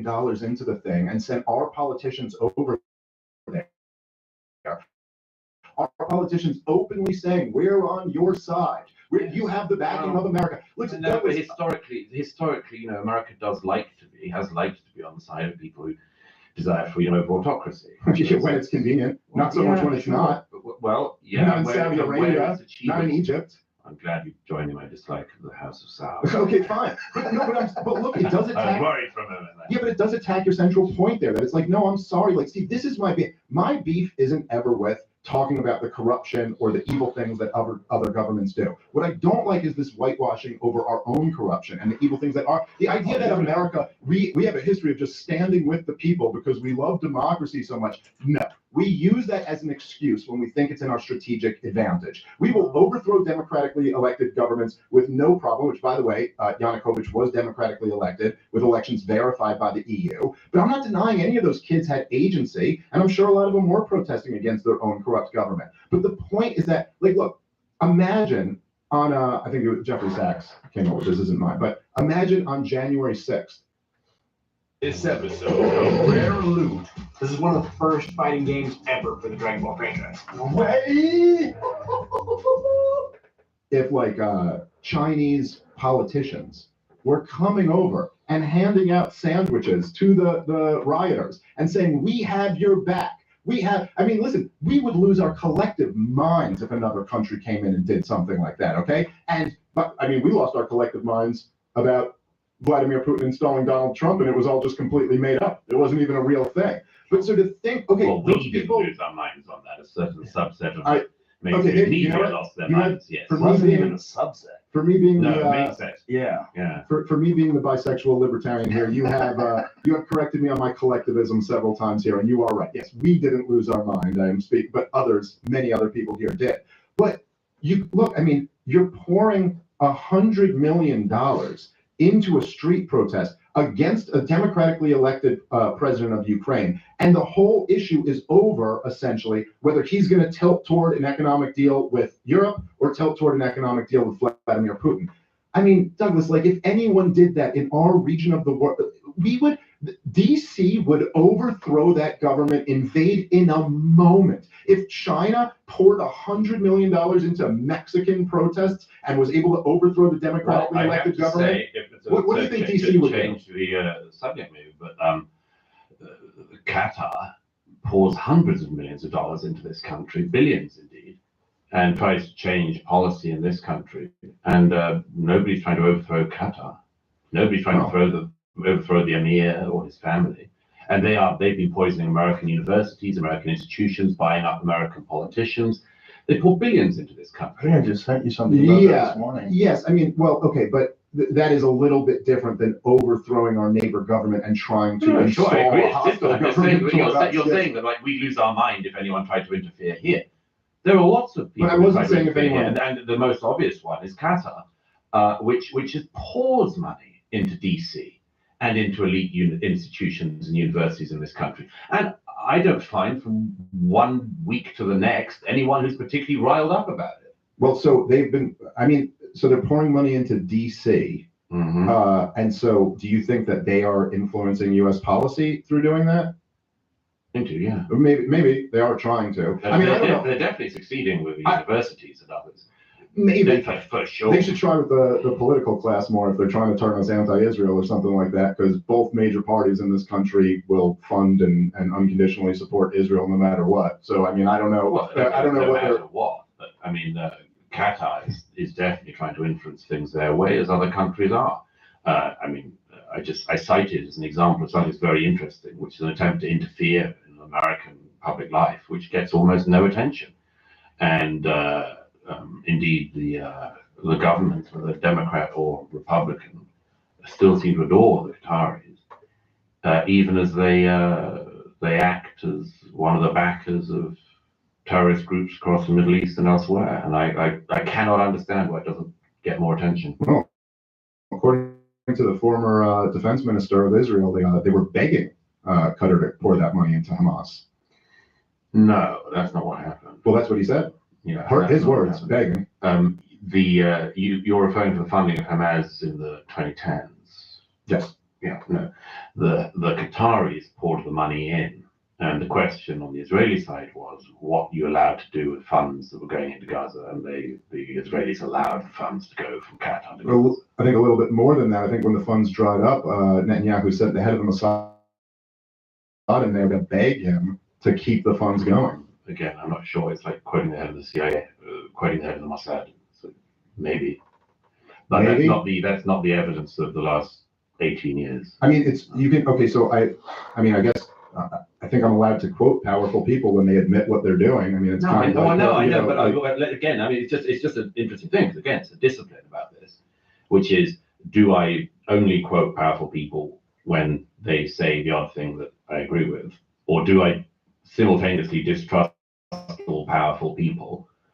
It's just an interesting rhetorical. Well, no, I mean, I think that obviously, like, I don't blindly trust anyone in the political class or the media class for that matter either. But when they admit things that are like very against their interest to admit and kind of give away the whole game that now they're pretending doesn't Are you sure? matter, Are you sure worth whether it's the acknowledging. CIA or Mossad that it isn't just if they say something that you happen to want to be the case? Well, this is kind of like saying if I were to end on trial and I were to, like, I'm the prosecution and I'd enter into evidence a written confession by the defendant, and you go, well, are you only entering this in because this kind of goes along with your case? Like, I suppose we're all guilty of having these incentives to some degree, but I do think it's a relevant detail that the former defense secretary admitted this. And by the way, Netanyahu's admitted this, Ehud Barak has admitted this. They admitted that they allowed funds to go from Qatar to Hamas because Hamas was governing the Gaza. For the reason of preventing the establishment of a Palestinian state.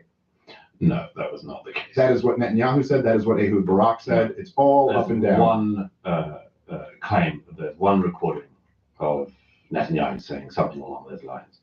But look, I mean, we should get on. We should get onto it. I could read you the quotes from Ehud Barak as well. No, I know. It's all of them have talked about it. The situation. Let's get onto it.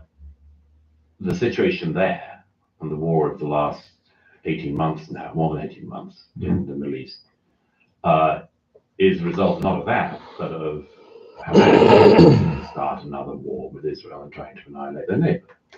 Tee up. Damn, dude, you're jacked. You still play. Hang on, you're not trying to make a comeback, are you? Comeback? I'm just trying to keep up. What are you talking about? I'm 50, man. A little progress, bro.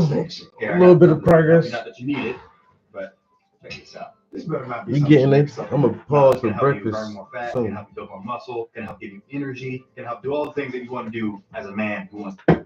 But you don't think if they were being propped up by Israel, that has nothing to They do were with not being propped up by Israel. The reason why Hamas were in power, as you know, much against the interests of the Israelis, was that they were voted into power. Right? Another American states folk insisted that the Palestinians should have elections straight after the Israeli withdrawal. They had elections, perhaps unwisely, and Hamas won. And then caused in turn the destruction of the place that they were meant to be governing. It's the whole thing is a great tragedy, and all of it is at the feet of Hamas. I certainly agree with you that it's a great tragedy, and I do, I think it's when you accuse me of using the quotes that kind of back up what I believe, I think it's very convenient here to remove all responsibility from the Israelis. Like, even if I'm telling you that you have these quotes, I mean, I'm not talking about fringe figures. We could read through the list of people who have admitted what the strategy was with them funding Hamas and propping them up. But hold on, let me say. So if you're going to tell me Israel props up this terrorist organization in order to kill the peace process, in order to make sure that the international community gives them no one. By the way, Smotrich, right? The finance minister, okay, he's on record. It's on record saying, look, Hamas is an asset. The Palestinian Authority, they're the liability. Hamas is an asset because we can tell the international community, well, look, what do you want us to do? There's a terrorist organization here. We can't do business with them. And then even Ehud Barak admitted, like, this was also so that liberal Israelis if it was a Palestinian Authority, they'd be like, hey, we should make a deal with them, but since it's Hamas, they can't. Okay, so if Israel props up this terrorist organization, and then as a response to them committing a horrific act of terrorism, decides to level the entire place and just slaughter women and children in large numbers. Do that, and it didn't do that. But yeah, it didn't level the place. Gaza's hasn't been Gaza is destroyed. pretty leveled by now. Yeah, they did not go in to level the place like that. No. Okay, they went in and leveled the place, but that wasn't their intention. Let's just go back to the beginning if we can, sure, because it's important. Since you're interested in the question of the Palestinian state, the Palestinians were given another state in 2005, when every single Jew was removed from Gaza by the IDF, and when even the graves of Israelis in Gaza were dug up and taken into the rest of Israel. Of all of the what-ifs of Palestinian Arab history, the era since 2005 should be one of the big what-ifs, which is, what if can taxpayers' money that was poured into Gaza, the European Union taxpayer money that was poured into Gaza, had been used by a government in Gaza to build a state that lived side by side with their Israeli neighbors and flourished. And it's not like the money wasn't there, it's not like there wasn't the international will. Ismail Haniyeh and the other leaders of Hamas used that money, as you know, to make themselves billionaires, themselves and their kids condos in Qatar, and to live extremely well, whilst withholding the money from the Palestinian people, whilst building their network of tunnels throughout Gaza, and building an infrastructure of terror. What they did with 18 years in Gaza. And of all of the what-ifs, just consider that one was in their hands. The Israelis did not make them vote in Hamas. The Israelis would not want a terrorist entity that wants to annihilate the state of Israel, that is there on their doorstep, constantly firing rockets, starting wars every few years. Why would the Israelis want a group there? That means that if you're living in towns like Sderot or Ashkelon or Ashdod, your children grow up all the time knowing that they might have to go to the bomb shelters. And that's during peacetime. Well, according to them, the reason they want it there is because then it kills the peace process. And then you have no one to negotiate with certificate. And then you can keep your eyes on building up settlements. There are, as now, many people to negotiate with. Mahmoud Abbas may be, I don't know as the joke goes, currently in something like his 20th year of his first 4-year term as head of the Palestinian Authority. But Mahmoud Abbas is there in Ramallah. The compounds of the Palestinian Authority, which I've been to many times in Ramallah, are there.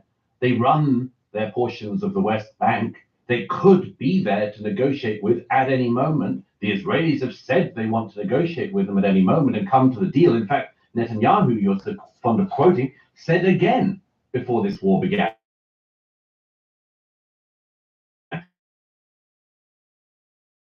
that he would begin with to start another negotiation. This is so crucial. I am so startled by the post-October 7th world, not just in Israel and Gaza and everywhere where I've spent most of the last 18 months, but in what's happening here in the United States of America. It blows my mind, much of the response here, and the desire to leap over the first victims of this and go on to all of the proximate causes, theoretical causes, what ifs, and so on. I was, as I described in the opening of this book, I was in New York on the 7th of October, and I woke up and started seeing what was happening, and discovered that later that day already there were plans to organize a protest in Times Square. And what was the protest in Times Square? Massive protest in support of Hamas, as the massacre was still going on. And one of the things I just cannot get out of my head is why in the last 18 months, when Hamas did what they did, have so many people made excuses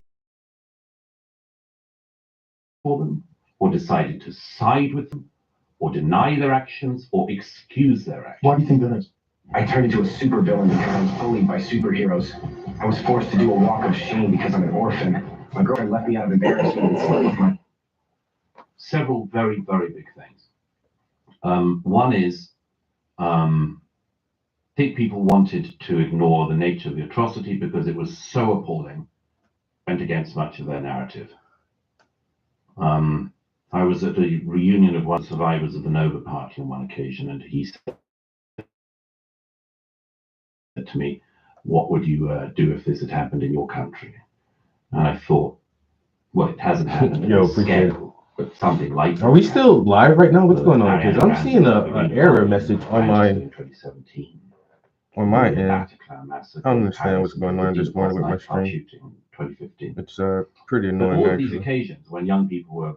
It's pretty annoying. No, I'm live, but yeah, I have a weird error message. Error. More than one ingestion is using the primary URL, send one stream to the primary ingestion URL and one stream to backup URL.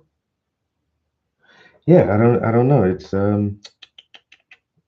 just I've never seen this message before ever.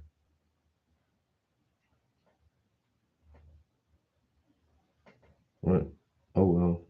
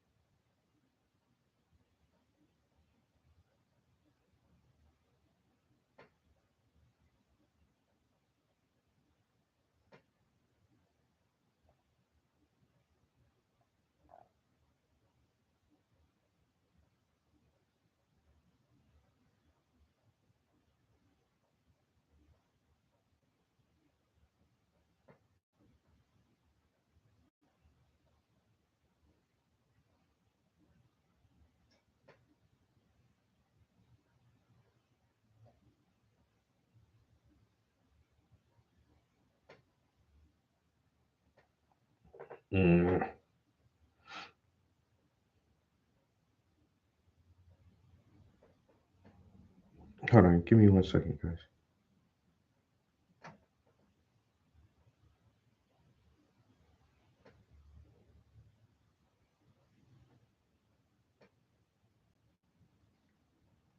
Well as the international mind. The aims of Hamas, the stated aims, include the annihilation of the Jewish people. And October the 7th, they had their best go at doing that. And the fact that in a decision between whether or not you're on the side of the people who want to dance and live in peace with their neighbors, or whether you're on the side of the people who want to rampage through it. Have you ever wondered why we are paid every 2 weeks when we work every day? With EarnIn, you can access your pay the same day that you work and get up to $100 per day with no interest. See, as soon as I put the phone down to get this. Okay, so this guy is trying to describe Hamas as completely unreasonable, inhumane individuals who only seek death, murder, and homicide. But my thing is any people truly like that, or do people have reasons to be that way? And once again, I'm not educated enough in the desert people's history. I just know these motherfuckers been fighting since the Bible. You know, where did the Bible take place? So-called Northern Africa, the Middle East, and all that shit. Man, these motherfuckers been going to war since then, man. And they not gonna. I don't think they gonna change anytime soon. Honestly, that's just my own humble opinion. These motherfuckers ain't changing no time soon. And they fighting over some Bible prophecies about the chosen people and the promised land and all this shit, man. That shit don't make no damn sense to me. But I just be wondering, like, y'all just think Hamas is just unprovoked, just killing these Jews for no reason? I ain't trying to sound anti-Semitic because I ain't. I hate everybody equally. You know, crackers, niggas, Jews, spicks, chinks, wetbacks, and everybody else. a goddamn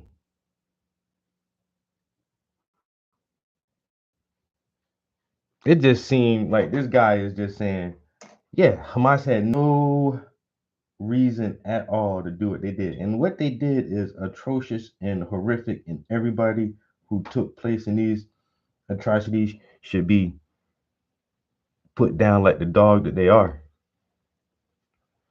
Because there's always diplomatic ways and civilized ways to try to come to an agreement. And if you can't do that, then and you commit war crimes against humanity, I don't got no sympathy for you. I just want to know, like, what do they feel is their reason for doing that? I know they got to have some kind of catalyst, and they're saying to themselves, "We did this because." I just want to know what that is. Like, what is that? Why? Why would these people do such a thing? Why do they feel the need to do such a thing? But this guy is just saying, this guy is making it sound like there is no reason. There is no reason at all. There was no provocation for what they did. None. And I don't know. I just, even if it's the dumbest thing that doesn't make any sense or doesn't validate what they did, I don't think anything can validate what happened, honestly. But motherfucker, you gotta have a reason. There gotta be a reason other than we just hate people. Really? I don't know. Once again, I'm so ignorant to this.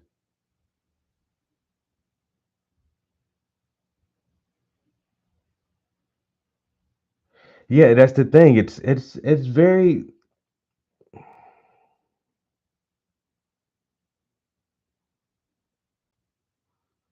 it's a very nuanced conversation.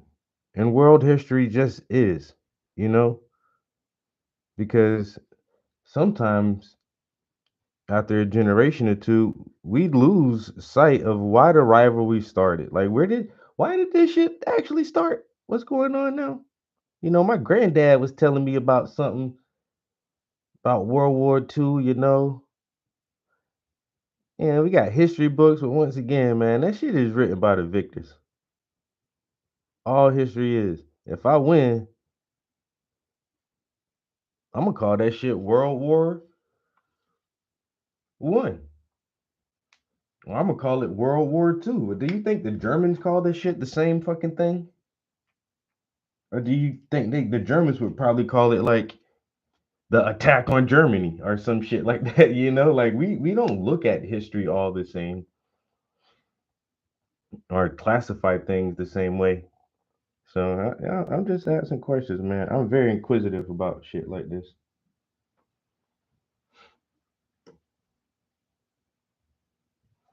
The same old on all sides, exactly. And this guy, the one guy who's toting the line, he's just like, yeah, and this is how it should always be forever. And it's like, no, bro, because we do have the internet, and more people have access to a lot more information than we had before, because we didn't have to travel to the library, look through the card catalog index, and find the 3 or 4 books and do it that way, where we can fucking zip through a lot of this stuff online and have access to real people first-hand accounts, and then we can make our own opinions way easier now. And some shit just don't seem right sometimes.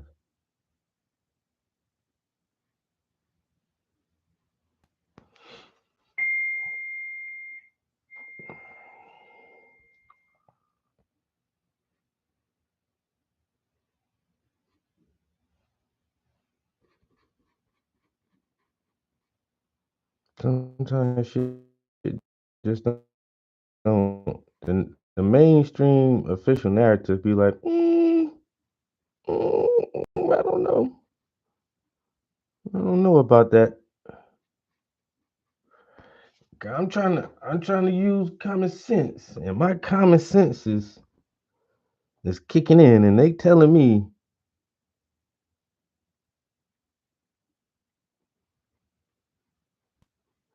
something ain't completely right. You know, something I don't know exactly what it is I'm missing, but I feel like I'm missing something.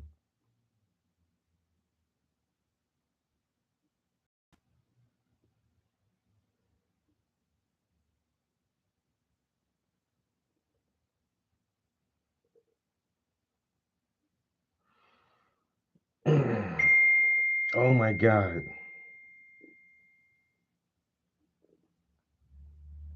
Bar in the early morning, macheting at people. I find it amazing that there are so many people who don't know which side they're on. But there are a lot of them. There are a lot of reasons for that. But one of the foremost reasons is that Israel has been uniquely libeled, has been uniquely lied about. Its history has been uniquely lied about. It has been uniquely put under an international spotlight and then misrepresented in a way which I cannot think of many other countries in the world that have been treated that way. And there are deep reasons for it and shallow reasons for it. The deep reasons include some of the most ancient bigotries of the human heart, and the shallow reasons are people who don't know what the hell they're talking about. Okay, I think that look, I'm not going to speak for what every person out there believes. I don't exactly agree with like the characterization that there was no outpouring of like feeling after October 7th. And certainly like everybody I know was just like, oh my God, this is like a horrific atrocity. And like what an unprecedented terrorist attack from Hamas, the worst terrorist attack in Israeli history against Israelis. And it was horrible. I think what a lot of I'm not arguing that there are no people who are actually pro-Hamas, or there are no people who are actually like hate Jews or something like that. I do think that what happens is that a lot of people get put in that category who do not belong there. Much like we've seen this over the last year and a half, where a lot of people, you have John Podhoretz calling Thomas Massie anti-Semitic scum because he said, we're dead broke. We can't afford to fund everybody else's war here.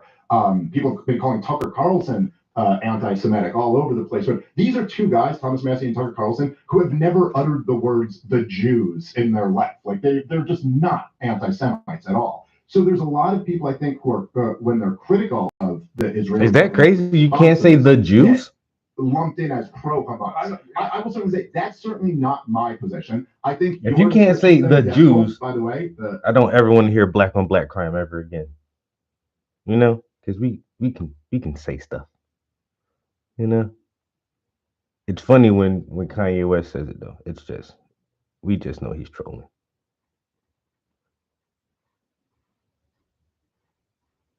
I didn't know that was a thing. If you say the and Jews back to back.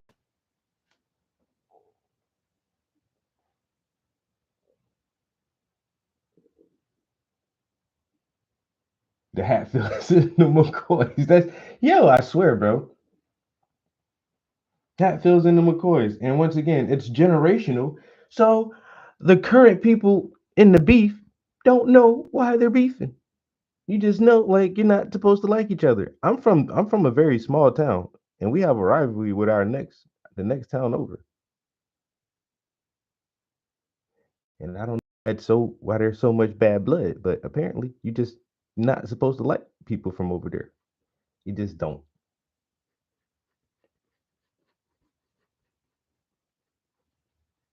Why? Because they're the other. They're different than us. And it's like,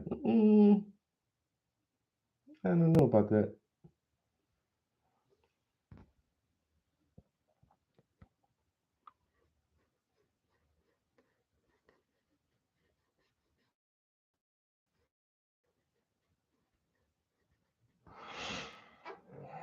You got a Hatfields and the McCoys.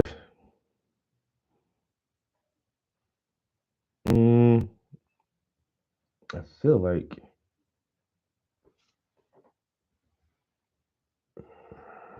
like these are off a little bit, motherfucker. I'm gonna have to scoot this over some.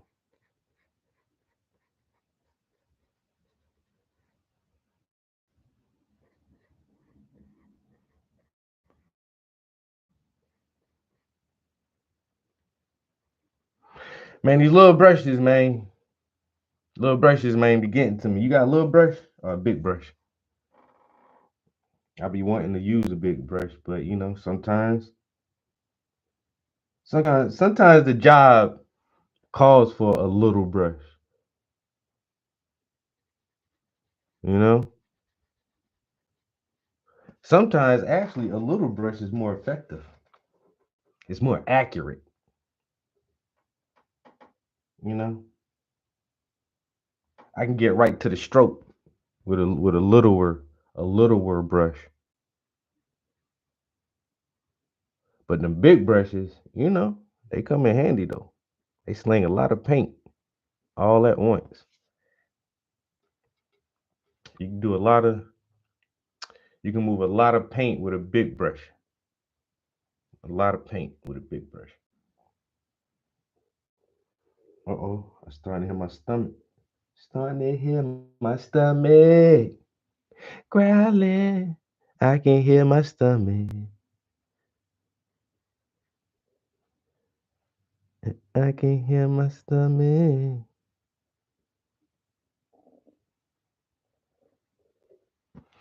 Oh yeah, we're gonna have to eat something momentarily. We're gonna have to find some kind of sustenance to sustain our existence. You know?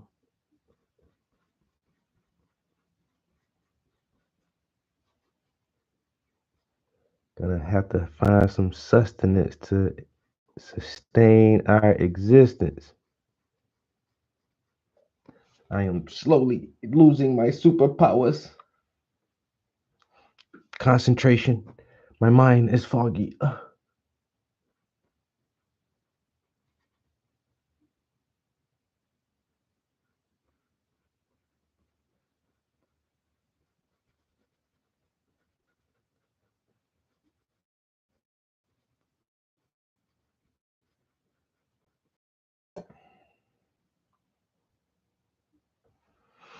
All right. We're working on a new underpainting today. Why? Because the game don't stop. I said I was gonna take a break and not even paint today. If I finish that other canvas, I was like, man, you know what? Take a day off from this shit. But I woke up this morning and I was like, hey, it's another day to create some art. It's a beautiful day just to create. Grab me some paint and a brush and I won't be late.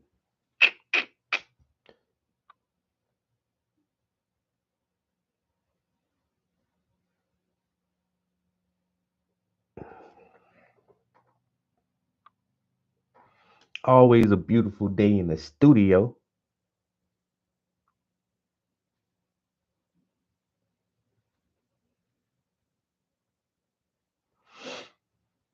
You know what I mean? You know what I mean, man? You know what I mean, man? Always a beautiful day in the studio.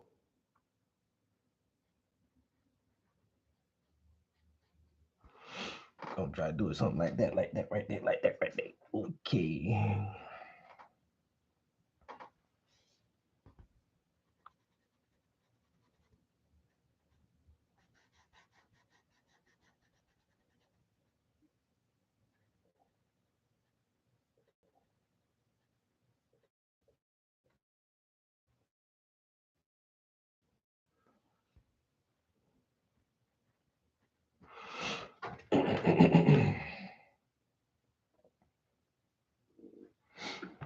Now what? Now we're gonna have to put a little hit him with the.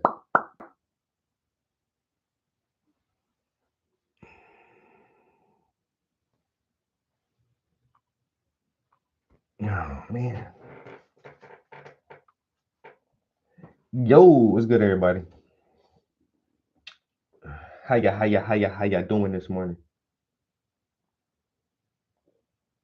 Hope everybody's day is off to a good start. This beautiful Sunday, we in here making some goddamn art. You know what I'm saying? Trying to be creative with it. Welcome to the stream. If you ain't never been here before, hit the like and subscribe button. Holla at your boy. We do this on a daily basis. see just what I mean when I'm on your team. You don't mind me, cause my team on hot lane and a live dream. We grind in and shine in. We so fresh like a dry clean and a light green is my eyes lean. Meditation, medication, light and inspiration. Now my thoughts are really nice and grab a portion. Now we banging, bang, singing. I'm saying peace, banging. And we do a studio session like each day. Go so hard when I'm creating. I should have been famous like East Bay. Art and education, decades of dedication. The paintings are amazing and the rhymes are always flames. We always original, no need for imitation. We came from the basement, now look how far we made it. Art and education, decades of dedication. The paintings are amazing and the rhymes are always flames. We always original, no need for imitation. We came from the basement, now look how far we made it. When you ain't motivated, just show some consistency. Every step gon' add up. Look how far the distance be. It ain't no real mystery like Mr. Beast. Grinding hard and elbow crease, that's the key. Practice, patience, passion, and persistence. That's the princess for these principles. Hold these when you say goals. Promotes peace, but still let them know your whole heat. Don't I'm saying peace, banging. And we do a studio session like each day. Go so hard when I'm creating. I should have been famous like East Bay. East Bay, hey. Art and education, decades of dedication. The paintings are amazing. And the rhymes are always flames. We always original, no need for imitation. I know Wendy over there jamming. Now look how far we made it. Art and education, decades of dedication. The paintings are amazing. And the rhymes are always flames. We always original. The invitation, we came from the basement. Now look how far we made it. Hey, hey, hey, hey. Jay Cozy, Shaman for 20. Thanks for the media support. Art and education.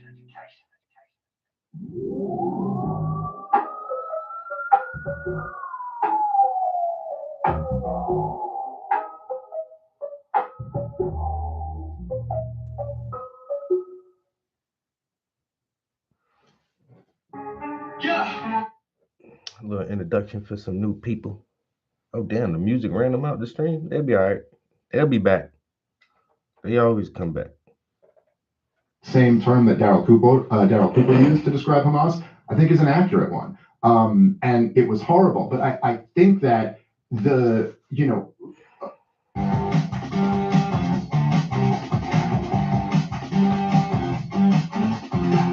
I think that your characterization, first of all, that they gave the Palestinians a state in 2005 is just wrong. And I just think that is not at all an accurate way to describe the disengagement, which we could get into more if you want to. But first of all, I would just point out that if the two-state solution was achieved, I assume you're arguing it was taken away after that. You're not still arguing that the Palestinians have a state, or are you saying they have had a state since 2005? They were given a state in the Gaza. And when was it taken away? Well, they kind of on the 7th of October. So you're saying from 2005 all the way till October 7th, there was a two-state solution. It had been achieved. Well, it's another state, yeah. Okay, but that would be two states. Then. No, it was another state. It was different from the PA. Okay, right. But I'm saying a Palestinian state. Yeah. Okay. So what's interesting about that is that this is not how any of the leaders really describe it. I mean, when Netanyahu himself is not claiming that they had already achieved a two-state solution, why are you talking about this? What happened in 2005 in the disengagement was that essentially Israel went from occupying the place to surrounding the place. And they've had it under a brutal blockade since 2007. And yes, you were right. Why do you, I don't agree that blockade was brutal by any means. You don't think the blockade of Gaza was brutal? I mean, how brutal do you think the Egyptians are? Pretty brutal. Yeah. They allowed stuff in. Okay. I mean, some stuff has gotten in. Yes, that's true. More than some stuff. Okay. More than some stuff. Okay. I'll say this, right? Because there's been different levels of blockade, even before 2007, going back. I know in 1996, they had like a pretty strong blockade that year. According to the World Bank, it contracted 40% of the GDP of Gaza. So just for reference, The Great Depression was a 30% contraction. This was in 1996. For 1 year, they gave them something worse than our Great Depression. That was just 1 year. From 2007 on, there's been a blockade of that country. You don't think that's left the country poor? Why do you think there's a blockade of any kind? Why is there a blockade? Well, I mean, the argument from Israel would be. No, why do you think? I would say, okay, I think that the disengagement, I think Smotrich was correct when he said that, I'm sorry, my mistake there. I think which another quote that I'm sure you're familiar with, but Doug Weissklaff, who was the senior advisor to Sharon, was the prime minister at the time. He essentially said the reason we're doing the disengagement, the reason we're doing this is so that we can put the peace process in formaldehyde. This is the reason we're not answering my question. Yes, I'm getting there. Right-wing Israeli politicians. But what do you I'm think getting is there. the reason? I'm getting there. I'm saying, so I think they disengaged in order to kill the peace process. I think they put the full blockade around the country for the reason that they've always kind of done there, that they don't want too much stuff getting in. They want to keep them, as they put it, on a diet, and they don't want rockets to fly into Israel. The second one is a kind of important one, isn't it? The final Yeah, one. it is. If the Palestinian leadership in Gaza after 2005 had not from the get-go decided to use Gaza as a stockpiling place for rockets to fire into Israel, all of it would be different. If they had just resisted the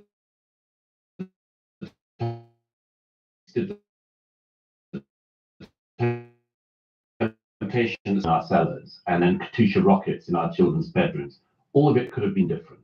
If that desire to live in peace beside your neighbors had superseded the desire to stockpile rockets, it would all be different. Yeah, or if Israel just hadn't occupied as, them for 60 years, it would all be different too. They I mean, weren't why is it always on them? Well, you believe in self-determination, I'm sure. Yes. I believe in individual rights, yeah, sure. Okay, individual rights. And that includes the right to make bad decisions. Yes. The Palestinians in Gaza, when they voted in Hamas, made a very bad decision. Yeah, of course. And in the years, hang on. And in the years after that, they made bad decision after bad decision. It was a very bad decision to continually fire thousands of rockets into Israel. It was a very bad decision to use what boats came in early on and to use the smuggling networks from Egypt, not to bring in supplies you could actually build a thriving society with, but to bring in rockets. It was a very bad idea. No, there was not starvation in Gaza after 2005. No, there was no deficit of goods coming in. I've been plenty of times. There's no deficit? No, there are no plenty goods were kept out. There are plenty. Have you been to the crossing points? No. When were you last there at all? I've never been. You've never been? Texas was taxing. Now Texas is relaxing. When you file for free. I can file for free? No, you can't. Turn up. Well, okay, I can't take it anymore. I gotta eat something. I'm fucking famished. Oh. But hey, we're making some pretty decent progress on the underpainting. Oh, whoa, Nelly. All right. I'm gonna have me some fruit. This banana's so small. That's the teeniest banana. With my fruit, I think I'm. Hold up. Do I feel like walking downstairs? I don't, but I gotta go get something.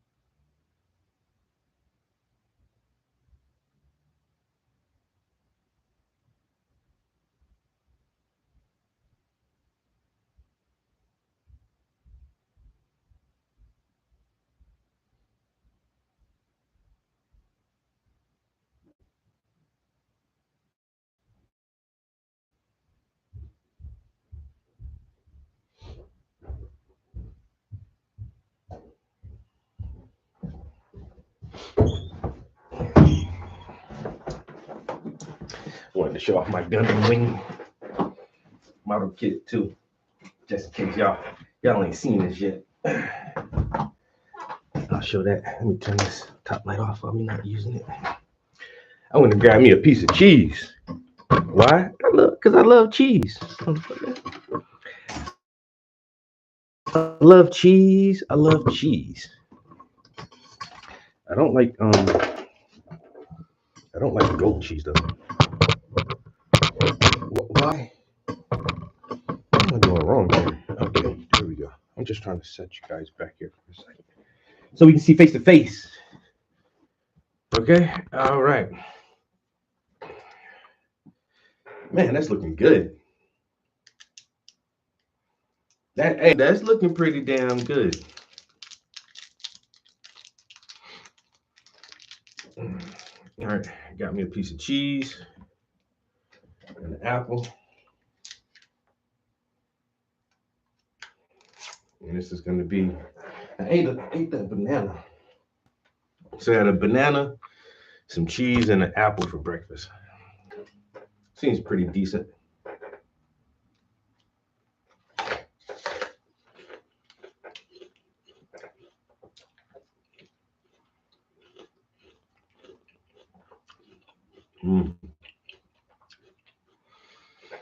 So good. This is horseradish cheese. It's really strong too. I love it.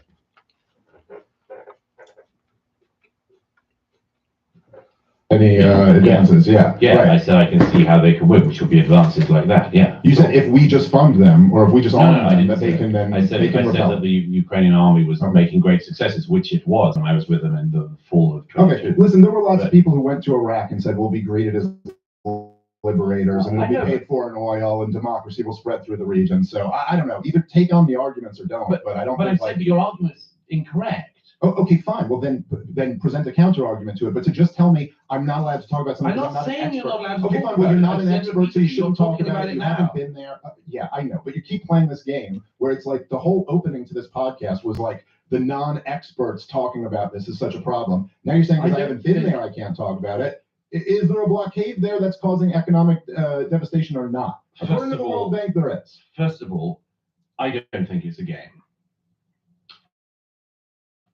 I don't think it's a game at all. Me neither. I'm not playing a game. Okay, Okay? but this is semantics. No, but this is important. Mhm. I've seen plenty of this up close. I've seen plenty of this with my own eyes, because I do believe that one of the things you should do if you're talking about something is to see it. Yeah, you've established that. Okay. Is there a blockade? The blockade that existed, to the extent it existed, was a blockade to try to make sure that the Israelis and the Egyptians knew what materials were going in and out of Gaza after the first rocket fires, when Hamas, in fact, before Hamas was elected. The Israelis and the Egyptians didn't do a very good job of it, were meant to be trying to make sure that the materials that went into Gaza were not materials that could be used to build up the Gaza and Hamas war machine. The reason why trucks get searched is not because the Israelis want to search through grain or flour. It's because they wanted to stop the trucks containing the arms and the munitions that the Gazan, Hamas, and Islamic Jihad fighters were going to use to fire against Israel. And so it just makes the most obvious strategic sense. As the late great Joan Rivers once said, if as an appeal to authority. That one I like. That one I like. She also said it, Michelle Obama's a man. Yeah, I know, she did that. No, I'm saying she That got seems everything a bit right. funny. So continue. Go ahead. But as Joan Rivers said, if New York was being rocketed from New Jersey, we would level New Jersey. I don't think you need to level it, by the way. But you would at least try to make sure that rockets weren't being imported in larger quantities into New Jersey. Of course. Okay, that's all the Israelis were doing. And they haven't turned All away that they any were food or doing. aid. They haven't No. They haven't said you can't bring potato chips in. I You give- can't have cookies because I they have dual use. No, Isn't this their whole argument that No. there's anything that could be used to build a rocket has to be excluded? Anything that could be used to build a rocket. Yeah. Carpal tunnel syndrome usually happens with excessive motion and grasping and Yeah, but that's a good reason. Almost daily. You gotta have some fruit, like At least every other day. The old saying, an apple a day keeps the doctor away. There's something to that shit. Again, not to build rockets and fire them at your neighbors. It's almost Yeah, like I there's agree. a cost to play. It's almost like there's a cost to pay for, instead of living in peace with your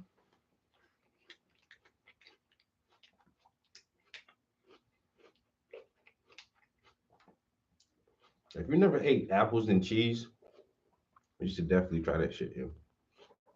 neighbor, constantly trying to wipe them out. And that is what Hamas did for 18 years. 18 years. This is why I think it's so unbelievable taking agency away from the Palestinians of Gaza, is that the Hamas had 18 years, and 18 years is obviously the time from the birth of a child to the end of their formal education. They literally had the opportunity to create a generation in Gaza that wanted to live beside their Israeli neighbors. And from everything I've seen since the 7th of October in the region, and from all of the dead and the survivors and the family members I've seen, so many of them, particularly the people in the south who were attacked on the morning of the 7th, were literally people who dreamed of living in peace with their Palestinian neighbors.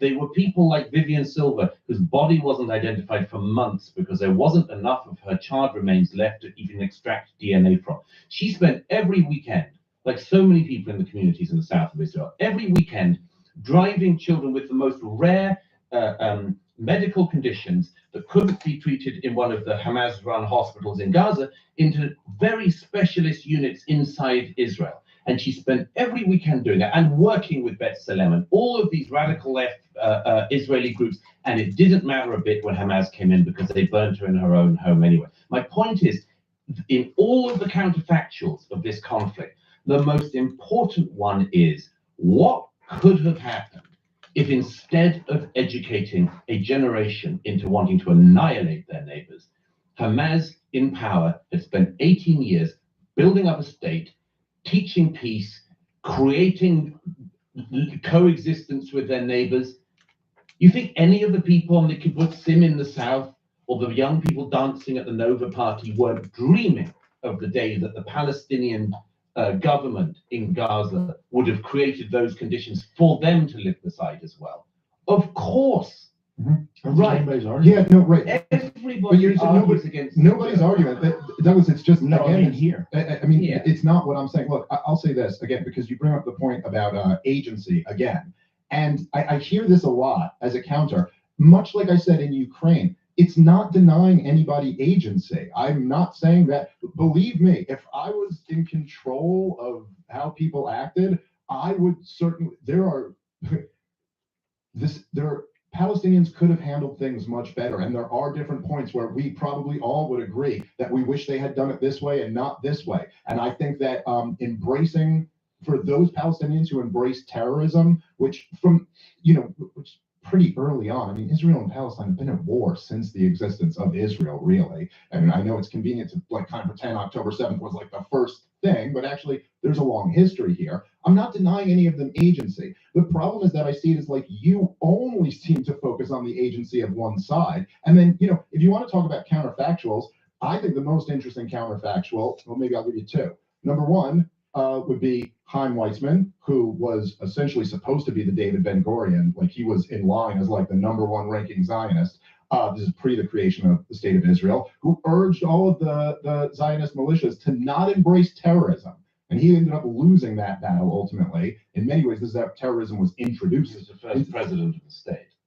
David Ben-Gurion was. I was saying Chaim Weizmann. Yes. And he basically ended up losing his position to David Ben-Gurion because they just wanted to be more hardcore. And by the way, the Ergon and the Lehigh and the Haganah, they openly embraced terrorism to drive out an occupying force. This is literally the story of the creation of the State of Israel.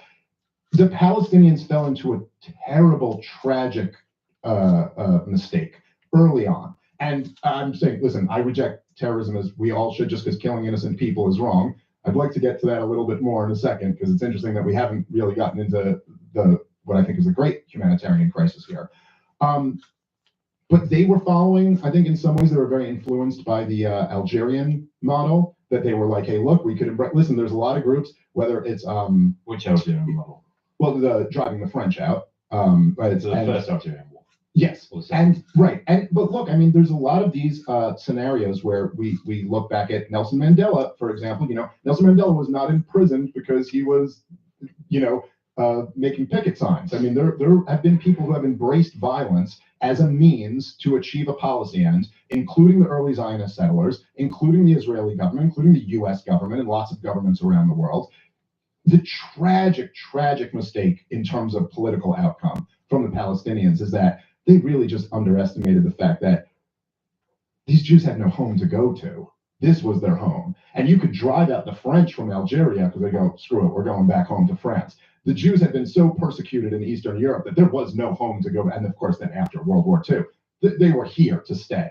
And so, of course, it's been a tragedy. And of course, a lot of Palestinian actions I wish would be different. I wish Hamas didn't exist. It should be pointed out, by the way, that in 2005, you did mention that it was really part of the Bush administration's exporting democracy around the world that put pressure on them to have these elections. It should also be mentioned that Hamas did not win a majority in one single precinct.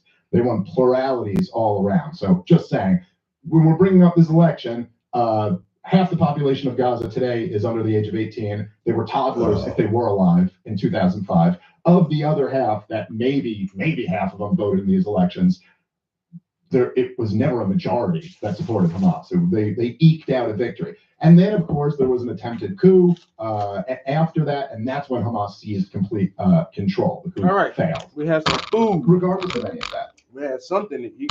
I agree with you that, the Palestinians have agency, and I wish some of them had made better decisions. Now, many of them have made better decisions, and it still resulted in nothing better happening for them and their people. And so I do find it kind of hard to lecture a group of people who are going through so much. Like the level of human suffering that's being inflicted on the people of Gaza right now cannot be overstated.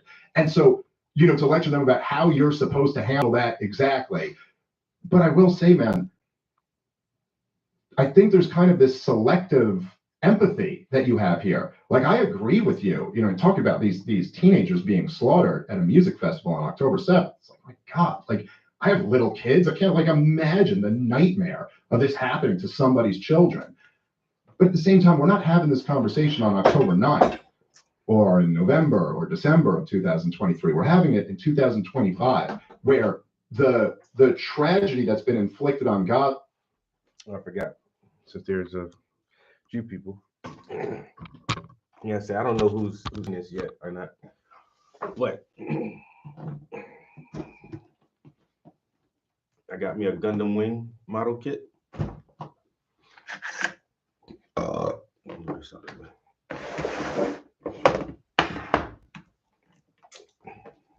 And I'm actually waiting to open it until after Tuesday. I want to show it to my STEM students because I'm always trying to get them to do construction and design projects where we're building stuff. Legos is a really good teaching tool because it's conceptual design, it's engineering, it's building, it's play, it's hand-eye coordination. It's a lot of Legos. They're just a very, very good educational toy, believe it or not. And it's free creativity. I love Legos. And so I try to do a lot of things where we're building and putting stuff together so we can understand core mechanics and the core concepts of basic machines and stuff. And like I say, the last project we did, we were building different types of bridges using this new Connect type system, like Legos, but not really like Legos. But it was fun still. But yeah. So I want to show my STEM students this, just to show them I do shit like this in my free time because I think it's cool as hell. And I tell them all the time, the projects that I bring in for them to do is all the shit I wish I had when I was a goddamn kid. I ain't had none of this stuff when I was fucking little. Y'all got all the good stuff, yo.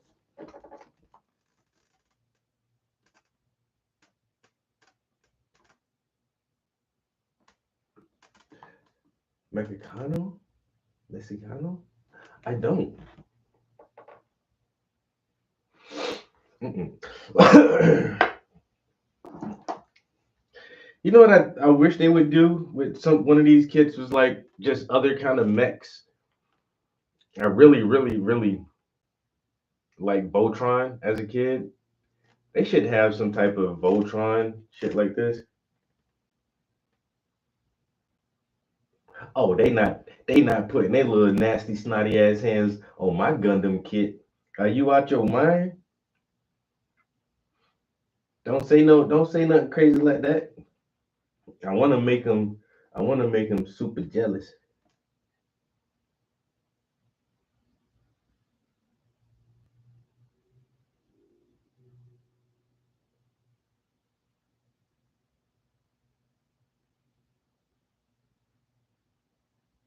No, I don't. Oh, this is pretty good. Meccano? Why this shit $500 though? Hello Robot STEM building kit. Girl, you just put me up on some new shit.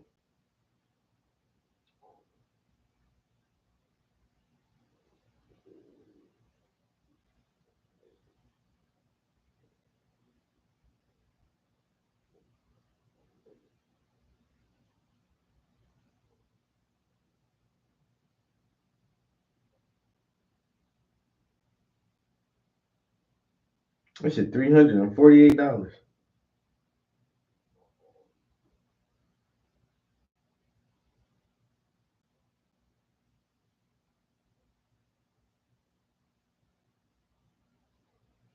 This might be too advanced for my students, huh? This is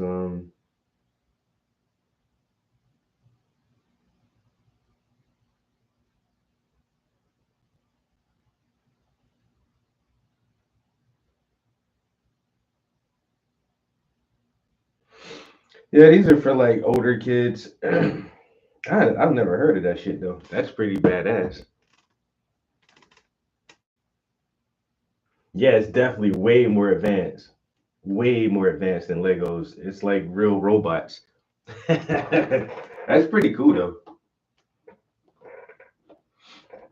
Yeah, but after I show them this on Tuesday, I don't know if since Tuesday will be my long day, I don't know if I'll start putting it together on Tuesday, but maybe Wednesday, after the stream, after we paint for an hour or so, maybe instead of having video game time, we can start assembling our Gundam kit.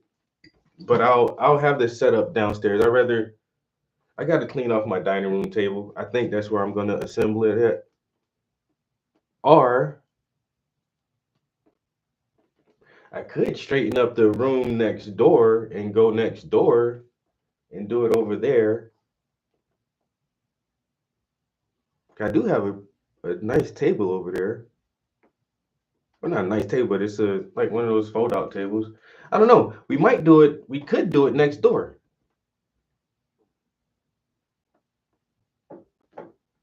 The assemble stream. Oh, we definitely gonna stream this, bro.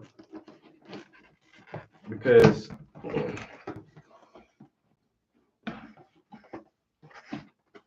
dude.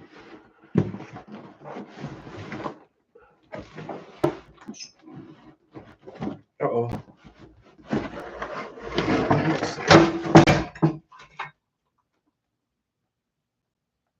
Good thing I drank all that coffee.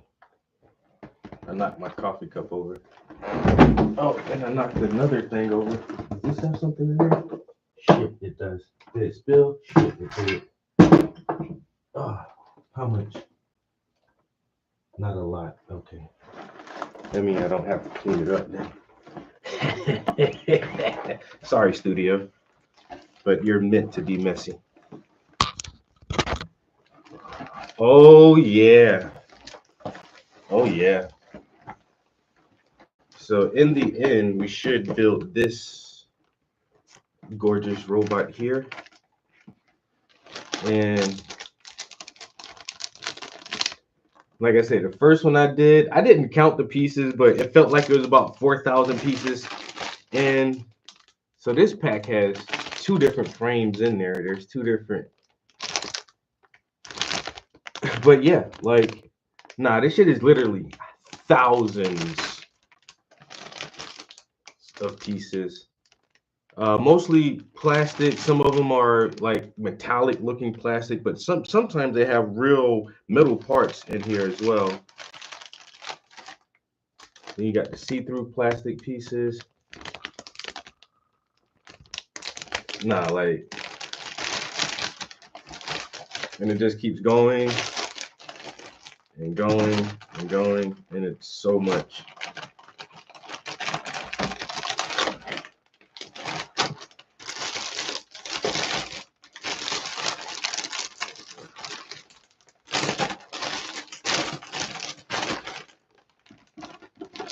This thing is already put together though. This is a sword, and it looks pretty badass. Very long sword here. And then on this side, I keep peeking in here, but I haven't, like, because it's separated for a reason. So these packs are separated from these packs. For whatever reason, they did it like that. But there's like a whole different set of stuff in here. That looks like the hand assembly. Yep, those are the fingers.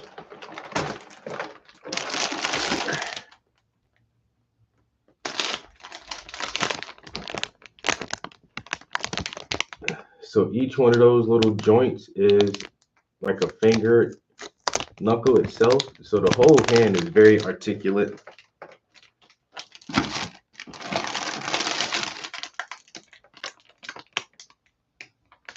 This looks like some of the outer armor pieces. All right.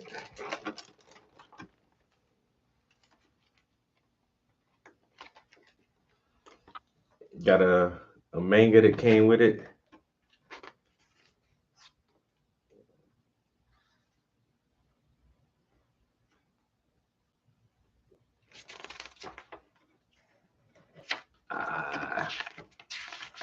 That's pretty badass. So it's all in Japanese, but it does have, at the bottom, it does have like an English translation for each panel. So that's panel 7.7. And then you can just go down to 7.7 and read it. Like that panel right there is 6.5 and 6.3. So you can just go to the bottom of the page and still read the story. So you got that. Bum, bum, bum.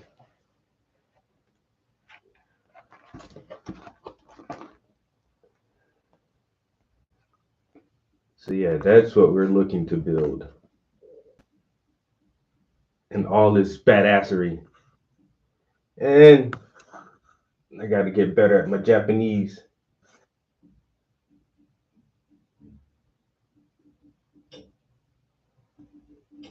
Comparison of rare body plugs. I wonder if, I mean, Americans, we're the dumbest people. So, like, I can imagine a Japanese person getting this, and they can read the English just as well as I can. Oh, his endo is red? That's going to be wild. I thought those were parts of the EXO, but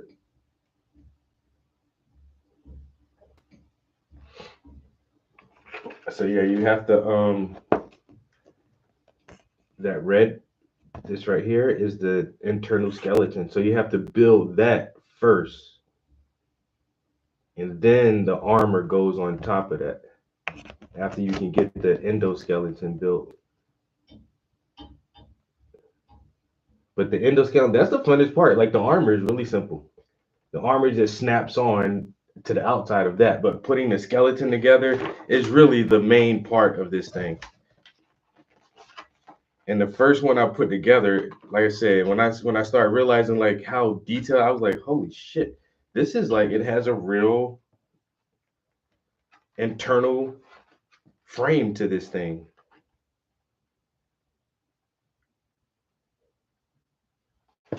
Okay, so cool. So this is an instruction manual.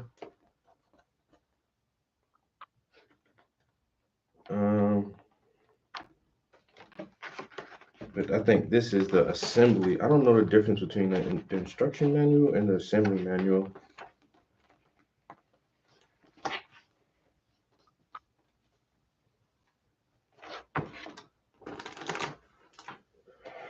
So I think this is, yeah, this is actually how we put it together here. The blueprints.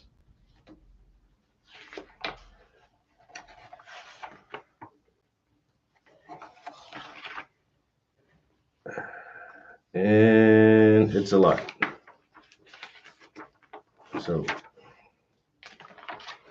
I say we'll be doing this for a couple months at least. I say we're gonna have to sacrifice a lot of game time to get this done, but hey, that's all good. But yeah, I have the Gundam Wing ashtray model kit, perfect grade, and this will be one of our projects coming up to keep us occupied. People are like, I'm bored, and you should never be bored. If you are bored, then you are a boring person. Uh-oh. Yeah, if you're bored, it's because you're boring. Find something to do. There's always something you can do. Go read a book. Go make a painting. Go for a hike. Put a model kit together. Write a song. Hey, you ain't got to be bored. There's stuff you can be doing. Hey, man, everybody can do something. Oh yeah, there's a pilot in there too. The pilot normally sits in the chest rig, like close to the top. It has a pilot.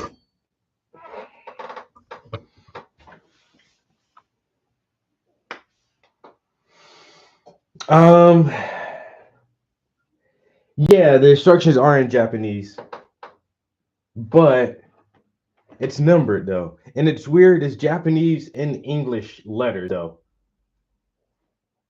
So you gotta picture read most of it because it'll say J14 snaps into R7. And so you can just do it like that. And just kind of picture read it more so than not. Ooh. Just got a notification that this tablet up here is dying because I haven't had it on the charge for 3 hours. That's all I get out of your iPad is a 3 hour. Are you charging now? It's still not charging. I don't know what's wrong with that one charger. It doesn't seem to be working for these iPads. It'll charge my phone, but it won't charge the pads for some reason. Okay, now it's charging, but I still may lose this because it's only at 4%, so it might not be able to charge faster than I'm actually using it. Damn, I don't know why I didn't put that on the charger earlier.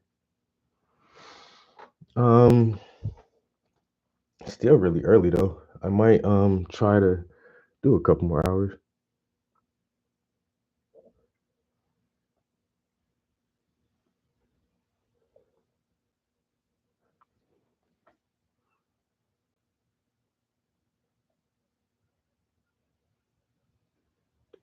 Romanji.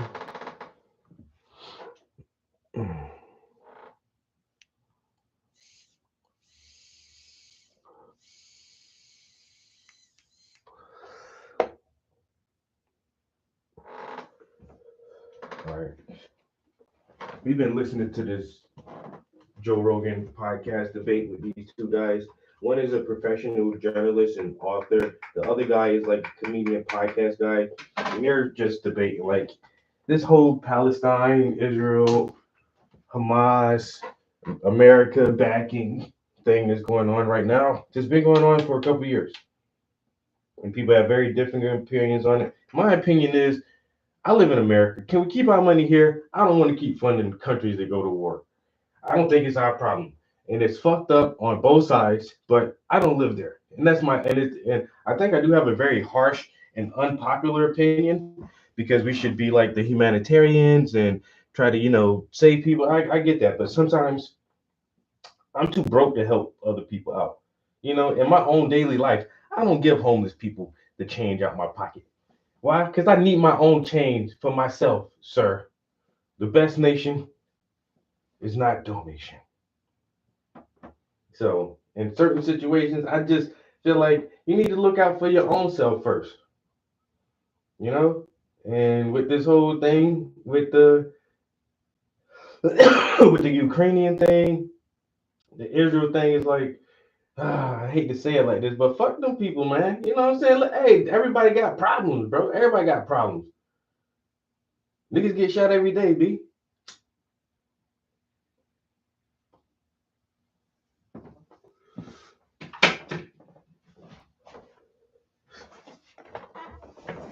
And homie, you know, I don't mean fuck them like, you know, everybody should just like it's just like, nah, I got my own shit I'm dealing with right now, broski. And if you can't understand that, well, fuck you.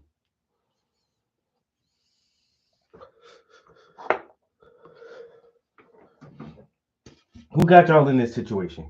Yourselves? Oh, damn. You put yourself in these weird ass situations, and then now what? You want me to, man? Look, bro, I can't be helping y'all every time, man. Every time some shit be fucked up all around the whole world, globally, man, our pockets ain't that fucking deep, bro. Our pockets ain't that deep. I can just always help fund every goddamn war, every country who claims to be democratic. You a part of NATO, all this book, man. Look, I'm good, man. Yeah, but they slaughtering us. But fight back, nigga. Fight harder. We don't got the funds. Hey, redirect some of your funds because we don't got the funds neither. $370 billion. We didn't get y'all motherfuckers. But we in debt. But come on now. Somebody make it make sense, man. Like I say, is it wrong? Is it wrong what they doing? Hell yeah, it's wrong what Hamas doing. It's wrong what Israel doing. They wrong. Hey, two wrongs don't make a right. I swear, two wrongs do not make a right. But hey, man, fuck them people. Unhoused people got standing. Fuck them homeless people, man. And I'll try to tell you now.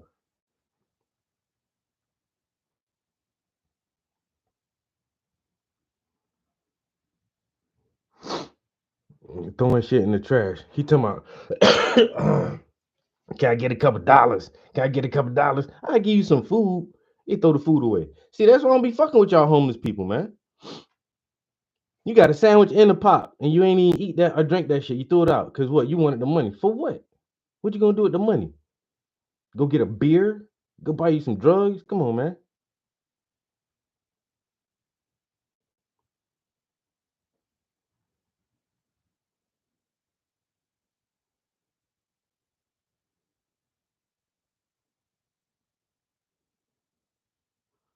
Okay, can we keep my money, please? I can't, man. I can't. And I understand that certain situations and hardships may drive a completely normal person into being unhoused or homeless. You know, like right now, one of our local cities is proposing a 33% tax hike in property taxes. Now, if you're retired and living off of your fixed income, whether it's your pension or social security or whatever it is, but you're on a fixed income and you're barely making it now, and you're barely making it. If they raise taxes 33%, then that's going above the means of your fixed income. You have no other income to subsidize a 33% tax hike. And if you can't pay your property taxes, then they take your home from you. And then what? Then you're fucking homeless. So I can see how by no real means of being irresponsible with finances or anything else, people can still find themselves homeless. And that fucking sucks. And that's a fucking shame. But I can't give you money though. I can't. I just can't. I don't. I can't feel right in my spirit giving you money, man. I can help out another way. I can guide you to a local shelter, a local food bank, um, government resources that may help with temporary housing, such as hotel or room rentals. I can do some shit like that. I ain't about to give you my money. You got spare change? No, no spare change. I can't spare the change. Uh-oh.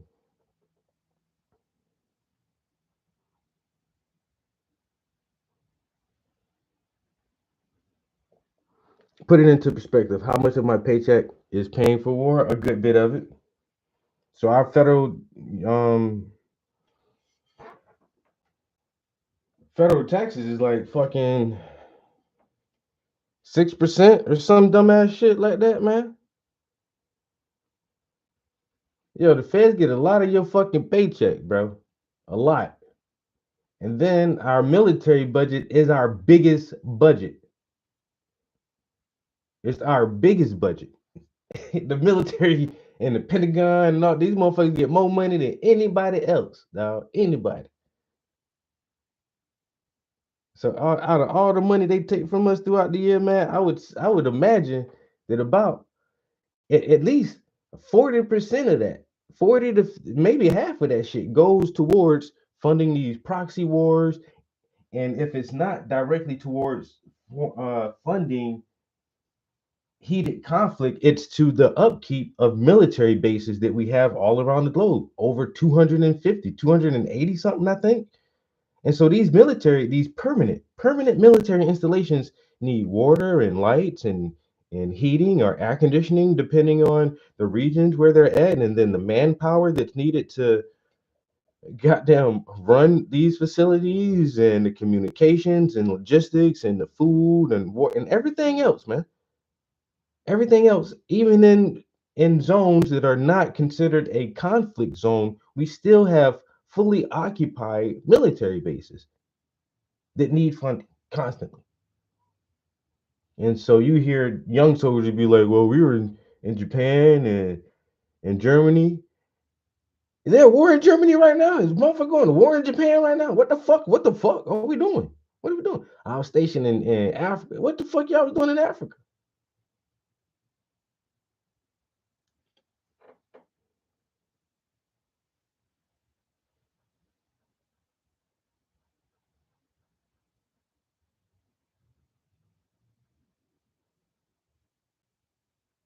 He said, just kid. I gave him a single picket. Hey man. And then on top of that, some people like the people that do need help and assistance fall through the cracks sometimes, because there's a lot of mental issues in society lately. Um, a lot of mental health issues, and those could lead to homelessness where someone is like maybe high or severely autistic or something, and they were the only child, and parents passed away, and somehow the system and programs they were in aren't functioning as well, and as an adult they can kind of fall through the cracks. Drug addiction is another mental health issue, and sometimes they can be a cofactor of other things that can lead towards homelessness, because the inability to keep a job, you know if you're battling schizophrenia and addiction, you can't really work. But then for people like that who have like real issues, we just kind of throw them away. And I don't know how to solve this shit my damn self, but I know homelessness is a challenging thing, and it can befall a lot of people from all kind of backgrounds. Whether you serve this country as a soldier in one of their militaries, or if you were um, a fucking manager at a major bank branch, or actor in Hollywood, and you can see some of these issues. Our famous rappers like Keith Murray. I seen a video of somebody Keith Murray's like drug addiction, and so homelessness can stem from several different reasons, not just because you're lazy and stupid and you didn't want to pay your fucking rent, or you didn't get a good education, or whatever. So I do I do feel for homeless people, but I ain't gonna give you no money neither. I'm just not. We're not about to do that. I understand the situation. I understand how different people can get in that situation. I can help you, lead you to resources. I can lead you to a resource that's not my wallet.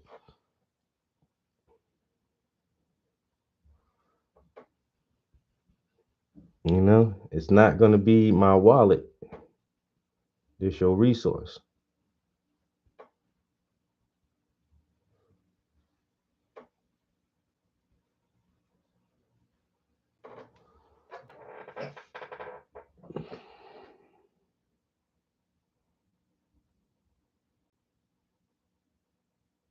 There you go. Because they seem to be able to. If you can, I give it to a management agency. I help donate. Donate here and there, or volunteer at the soup kitchen or whatever, or at at the fucking shelter or whatever, and that's how I can help out, man. It seems like they'll manage the resources better than you can. So I'm gonna go to where the resources is at and help there. You can come join me at the resource place, whether it's your local employment center, something like a career link or similar, or at a an adult education class where you can maybe, if you don't have a GED, or start taking some kind of nursing aid classes. Hey man, we can do some different things now. We got options. It's always some ways to maneuver away from my pocket.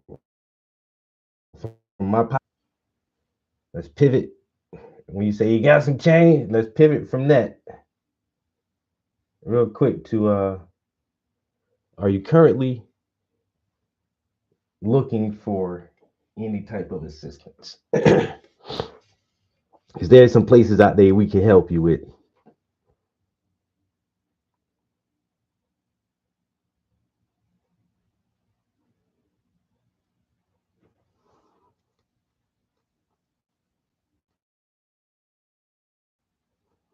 Yeah, he's not doing good, yo. And there's a couple of Hollywood actors and people, just hey, they just not doing well, you know. And it was a shame. Whoever had him on video, man, was just like, I don't know, it's kind of a little disrespectful, a little disrespectful how they was doing that, man. And anyway, it can happen to anybody. Because you're the most beautifulest thing in this world. It's just like that. I get it. Yeah, the most beautifulest thing in this world, and you can just go from having like all of that prestige and limelight to living at a motel.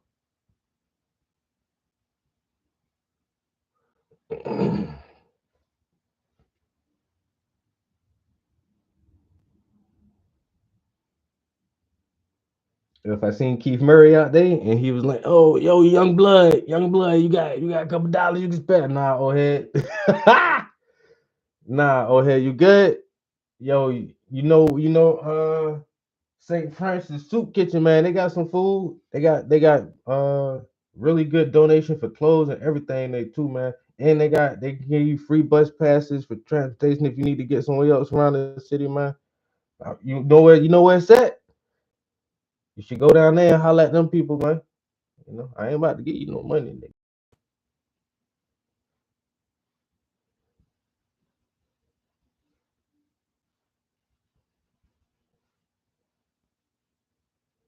And then super honestly, yo, nowadays, fewer and fewer people actually carry cash.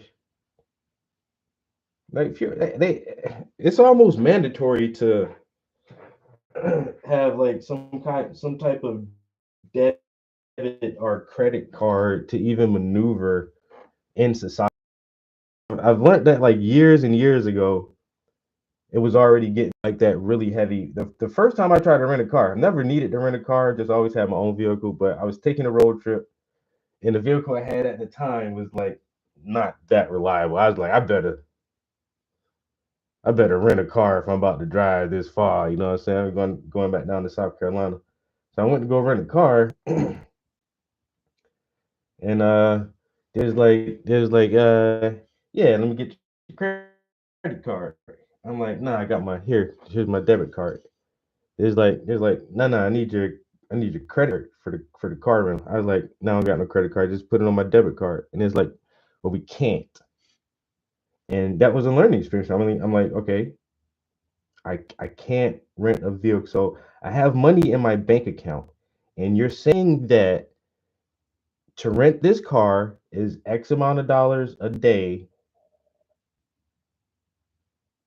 And I'm telling you how many days I'm going to have the vehicle. And so we can do a calculation as to how much this will cost. And I can pay you now from my debit card, which is connected to my bank account. And they're like, yeah, but no, we don't. We only take credit cards for car rentals. And I'm like, huh? Just like, yeah, that's the only way you can rent a car here. So I was like, oh, there is a system in play that absolutely forces you to have a credit card. And I was like, that's a little strange to me. That's wow. I didn't have a bank account until my 30s, so I was still like, that's odd. And so I didn't want a credit card. I don't want to have a credit card on me. So I was like, I don't know what to do about this. So then I talked to my bank and I have a secured credit card that's still connected to my bank account. And so I use that to rent a car. And it's just like,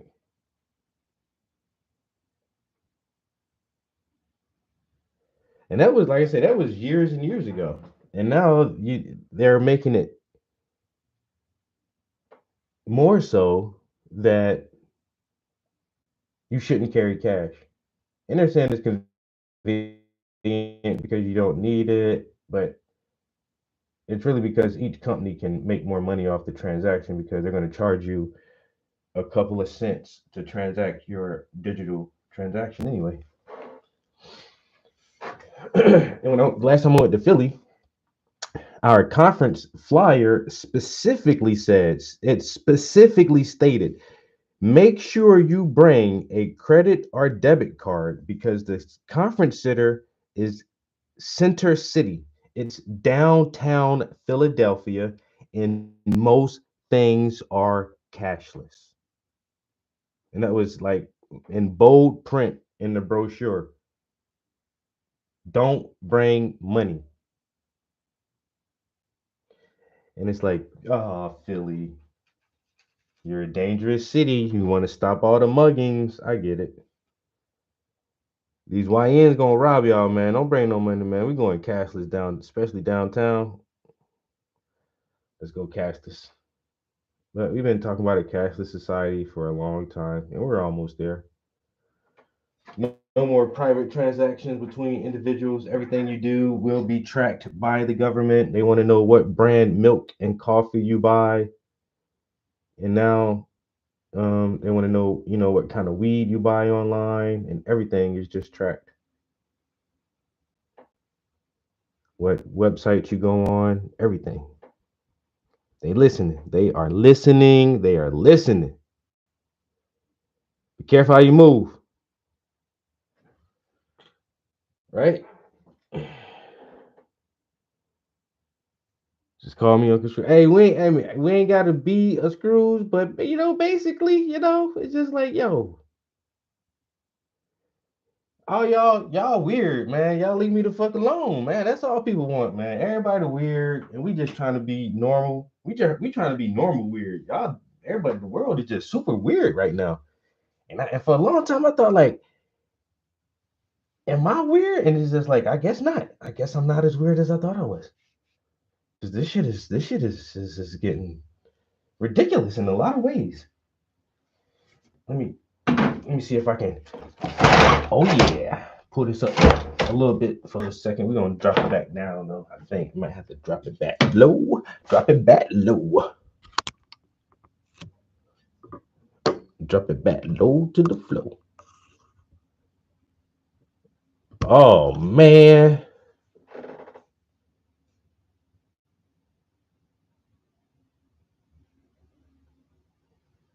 And put my life on automatic. Hey man, look, don't send me shit in the mail. And no, after I sign up for this shit, don't send me no more emails neither. Other than your bill has been paid. Thank you. That's all I need. Everything automatic. My internet bill, water bill, gas bill, all that shit. Just go ahead to the credit card, nigga. Don't be sending that shit in the mail no more. I don't want to see it. That's one of the best things about automatic, man. Auto draft. Everything's so convenient. I ain't gonna lie. Everything's so convenient. And like I say, if it's that convenient, why do I need cash now? Mr. Homeless Man, how long you been homeless? You've been homeless for a while, must be, because I guess you don't realize people don't really carry money no more, man. How long you been out here in these streets? Damn, since the 90s? And you still homeless?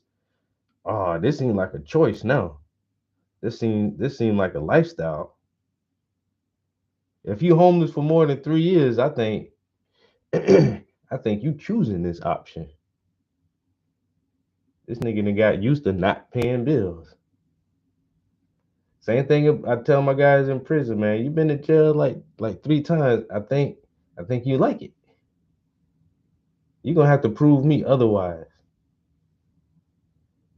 If I go to Disneyland 3 times, somebody gonna be like, that motherfucker really like going to Disneyland. If I go to Las Vegas, Nevada 3 times, if I go on the African safari 3 times, they gonna be like, damn, that man really like going on them African safaris. You know?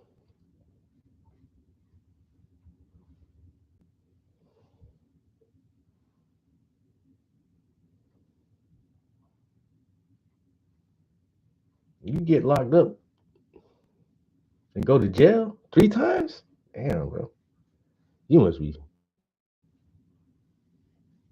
like this shit. I'll just, all right, Elvis, explain to me why I'm wrong about that analysis.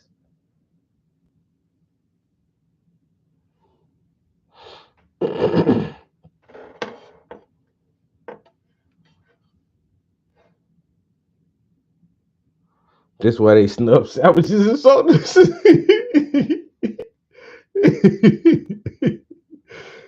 A lifestyle choice. If I wanted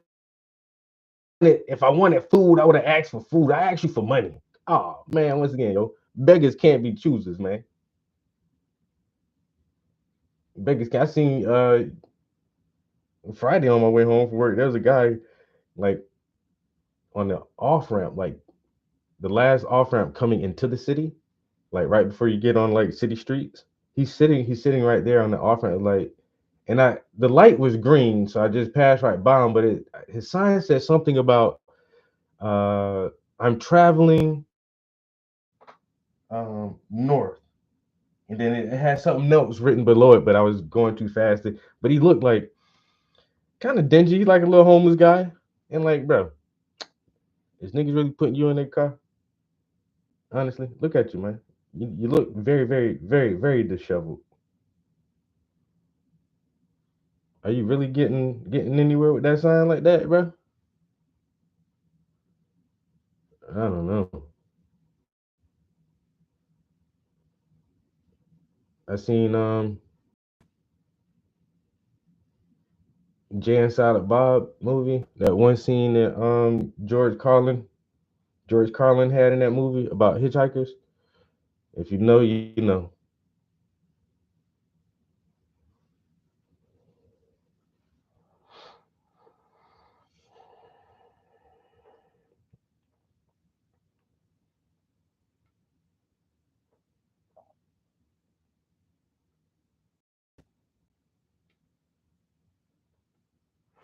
Got to get them out of here. This not the hangout spot, man.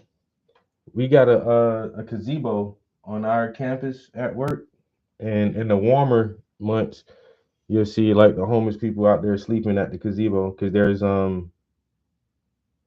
it's just a nice area out there, and it's covered, and there's like a post with a power plug in it, so if they do have like a phone or something, they can charge their phone. And there's like the gazebo has like a bench that goes all the way around it, so you can like lay down on the bench and have a little roof over your head, charge your electronics. And we're constantly running people off from over there. One lady done pull her shopping cart up, she done pull her mattress out, her sleeping bag. And the thing is like we do a lot of children programming, so there's always kids in our building all the time. Like even if you don't work in one of the children programming, you got to have child clearance at our job because you're gonna be around kids, even if you're just passing them in the hallway. Like there's no way around it. And so when families have to walk through our parking lot with children, like we don't want homeless people on our property. Sorry, people. I know you don't have a lot of places to go, but you can't be here. And I done had to kick motherfuckers out a couple of times. My damn self, like, yo, it's in the morning. Like, cause I get to work at 6:30, 7 o'clock. So some mornings I get there, especially in the winter months, I get there before daylight. So if I see people out there like, yo, y'all need to go ahead and clear out now. I'm the first or second person here, but in a minute, other people are gonna be pull up into the office and we don't need to see y'all out here, bro. And I'm telling you to leave now because if you don't, I guarantee you somebody gonna call the fucking cops. And they will. Our company will call it. If you do not leave after we ask you a couple of times, we will call the fucking cops. Once again, we got too many kids around here. We not about to play this shit around these kids. Period.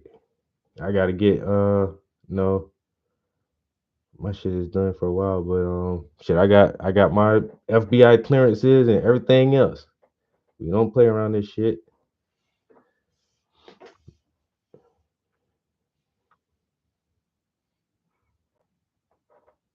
Oh yeah, definitely, man.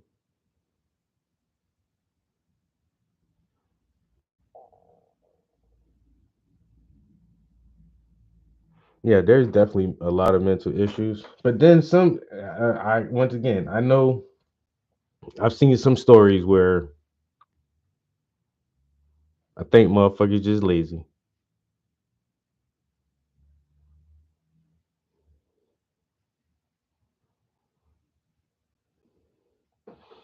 Motherfuckers just like operating in survival mode. Ain't no way in hell you gonna tell me that you can't get sober. But if you really, really try, I know addiction is one of the hardest things ever. But if that's the only reason you can't maintain a job and keep a good hygiene, And emotional intelligence is because you rather stay high all the time. Like my mom OD'd, and when she passed, she was living with my nephew. Like she never had her own place, and if she didn't have a family member to stay with or some gentleman suitor, she's on the streets, pillar to post, homeless shelters, women's shelters, and it's just like, yo, you're just always homeless, perpetually unhoused. Why? Because you give into your addiction every time, without fail. And after a while, some people just prefer that lifestyle. You just prefer to live that way. You rather operate in this fucking survival mode all the time. This fight or flight scarcity mentality. And I don't get it for some people, but then that's a part of that mental illness thing too. So that's what I say, man. I've seen this shit up close, firsthand. I done had an uncle OD and my mom. And my mom been an addict my entire life. I was in foster care at 5 years old. She gave up early. I mean, she tried for a little while. I said at least she kept us until I was 5. My sister 2 years older than me, so she was 7. So she had kids for about 7 years. Then after that, she was like, "Fuck it, I'm good." The state gonna take your kids, man. Fuck them kids. The state can keep them. I'm gonna go out here and smoke this crack, nigga. Ma'am, you gonna do drugs instead of raising your kids? I sure am. You ever smoked crack before? You know how good this crack is? Fuck them kids. They in foster care. They be alright. Somebody take care of them.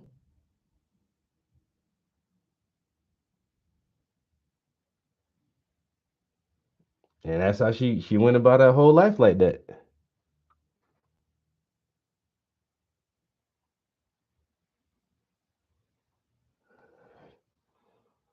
So I get it. I understand to a certain extent. You know what I'm saying? I can understand people's situations.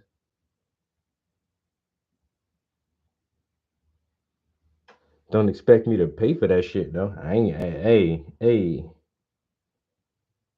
fight, motherfucker, fight through that shit. Don't expect me to pay for it though. You want some help? I can. I ain't no professional, but I know where some professionals are at.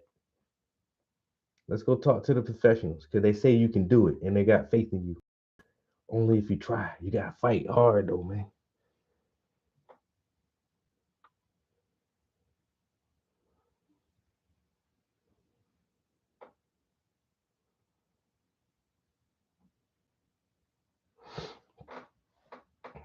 Peace out, Wendy.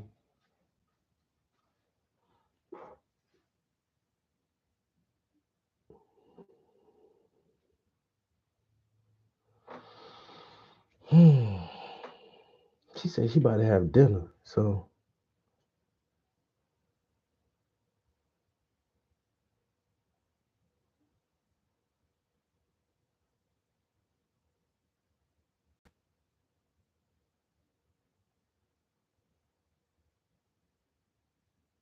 damn, not the rats.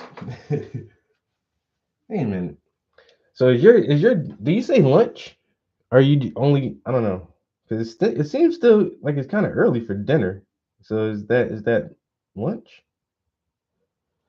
What is she saying, Omizu? She about to go eat dinner or she about to have lunch right now? Cause I can cause there is supper. Cause some people say dinner and supper.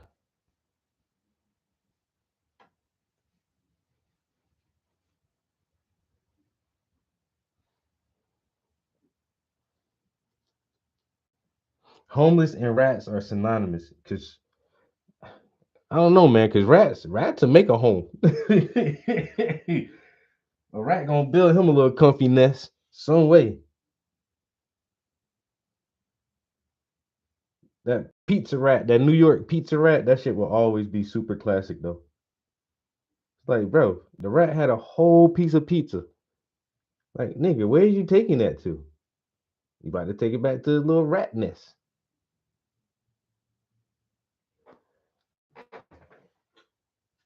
Take it right back to his little rat nest. I say, look at this nigga.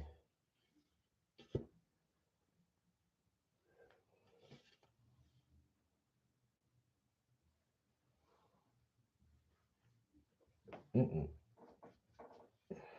All right, is it another bathroom break time already? All right, I gotta drop this back down a little bit. Let me drop it low, drop it low. Oh, drop it low, drop it low. Let's drop it low. Maybe right there. Let me do the bathroom thing one more again, and I'll be right back. And we're gonna keep going on with this thing right here. We probably do it about 10 o'clock, maybe. Is orders of magnitudes greater than October 7th. There are just every day people are inundated with images of just dead women and children. This is like one of the most brutal wars. And by several metrics that really, like personally matter to me, like the number of dead kids, I mean, that's a pretty good one. It's more children have died than in any recent war. I mean, this is like, it does, I do think there's almost like a fundamental framing bias that you get into when people have these debates, and I've had several of them, as you have also. But it seems to me that there's almost an implicit difference in the value that you place on Israeli life that we place on Palestinians' life. And to even we've gone this far into the conversation, I haven't even talked about the fact that Israel has. If you want to argue, I haven't been there. Stuff does get through the blockade. Okay, fine. This is a captive people, that Israel has dominated since at least 1967. Many of them are there because of the creation of the state of Israel, who used to live in what is now called Israel. And they are just, the amount of human suffering that's being inflicted on them, when, even as you kind of acknowledged with the George W. Bush exporting democracy, Hamas in many ways was forced on these people. In fact, we saw protests against Hamas just recently.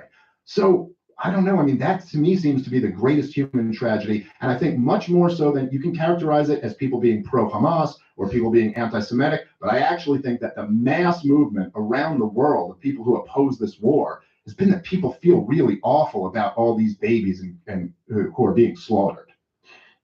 Okay, quite a few things. First of all, let's just get one term correct, because you said you do think it's a concentration camp. I said it shares many, Right. And you also say that there's a disproportionately heavy youth population in Gaza. Yes. Do you think that's not accurate? I think the second one is accurate. Right. But it's a very strange thing to say that there's a population boom in a concentration camp. In Auschwitz in the 1940s, there was not a doubling of the population. No, he didn't say it was a concentration camp. He said it shares many of the characteristics. Auschwitz was a concentration camp. It was ultimately a death camp, no? Yes, it started as a concentration camp. Yes, correct. You'll notice that people were not doubling in size their number because of the children they could have in Auschwitz. Yeah, but nobody's calling it. Either you think the place is a concentration camp, or you think it's not a concentration camp, and I don't think it can be a concentration camp or any such. Hold on, I just seen this one reel. This guy says, "I'm playing the illegal melody on my college campus." I don't know what the illegal melody is. Hold on, let me see this real quick.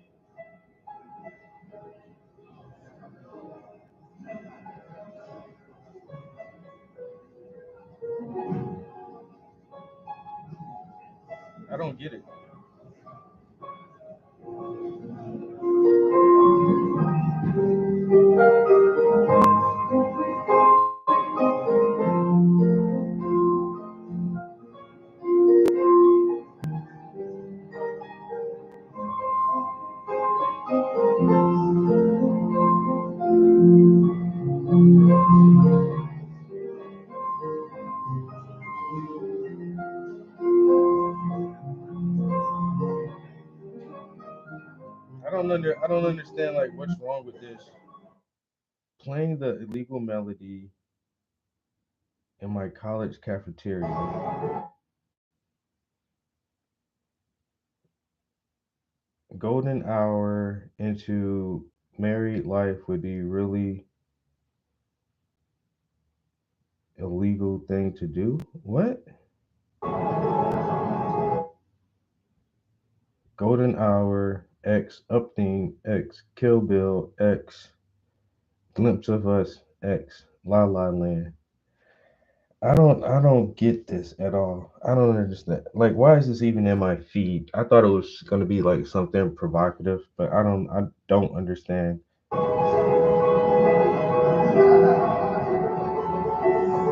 Why is that so?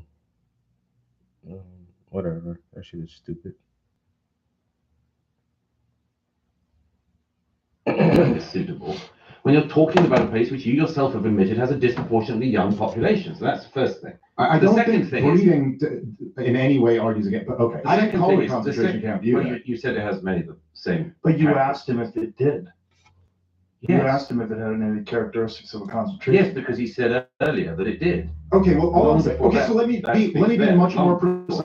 precise. Let me be much more precise, okay? So I'm not claiming that it is a concentration camp or that it is akin to Auschwitz. I'm saying that it's been under full blockade since 2007. Israel rules the seas, the airs, they control electricity that goes in. They're not allowed to have an airport, they're not allowed to have a seaport. They don't have the freedom to leave without permission from the Israeli government. They don't have the freedom to trade with the world. They don't have a freedom to vote over the government that rules them. I don't know, call it whatever you want to. That's the situation. All of which is the result of the election of Hamas. None of it's Israel's fault. Israel's not responsible for one of the babies that have died of the bombs that they're dropping. Let's get on to that then, because you say it's one of the most brutal wars. It's a very brutal war. It's a very brutal war. It's certainly not even, sadly, among the standards of our time, by any means, the most brutal. We don't need to get into the rather statistician, ugly debate about whether or not you follow the Hamas government in Gaza's figures for the death counts, which most of the world media rely on, and which I don't think are reliable to this extent. But you don't need to rely on that to say that. Invest in tax rates. This is exactly what the wealthiest 1% are doing to passively multiply their money, and what I've done to build my own 8-figure. Even by the standards of the conflict in neighboring Syria, the highest Hamas death count inside Gaza for the appalling last year and a half is less than an average year has been for the last decade in Syria during the civil war. So the whole I mean, total far more people died in Syria. I'm not arguing that, but you're saying it's less than any year? I think there were years that were pretty. 600,000 to 800,000 people in Syria during the civil war there. And there are far too many examples of wars in the region and in the wider world to go to. But I think we get once again back to the issue of language on this. It's one of the most brutal wars. It's simply obvious that it's an appalling war, but it is not by any numerical or other standards the most appalling war of our time. It's a war that Hamas started because they shouldn't have invaded their neighbor and they shouldn't have tried to genocide their neighbor. Now, if the war can be prosecuted, could be prosecuted, it was always for two reasons. Always for two reasons.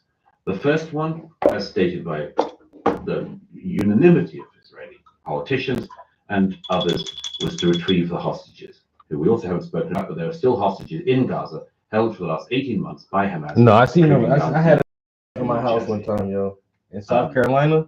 If Hamas hostages, they call them. It's. I don't know if I'm even gonna say it.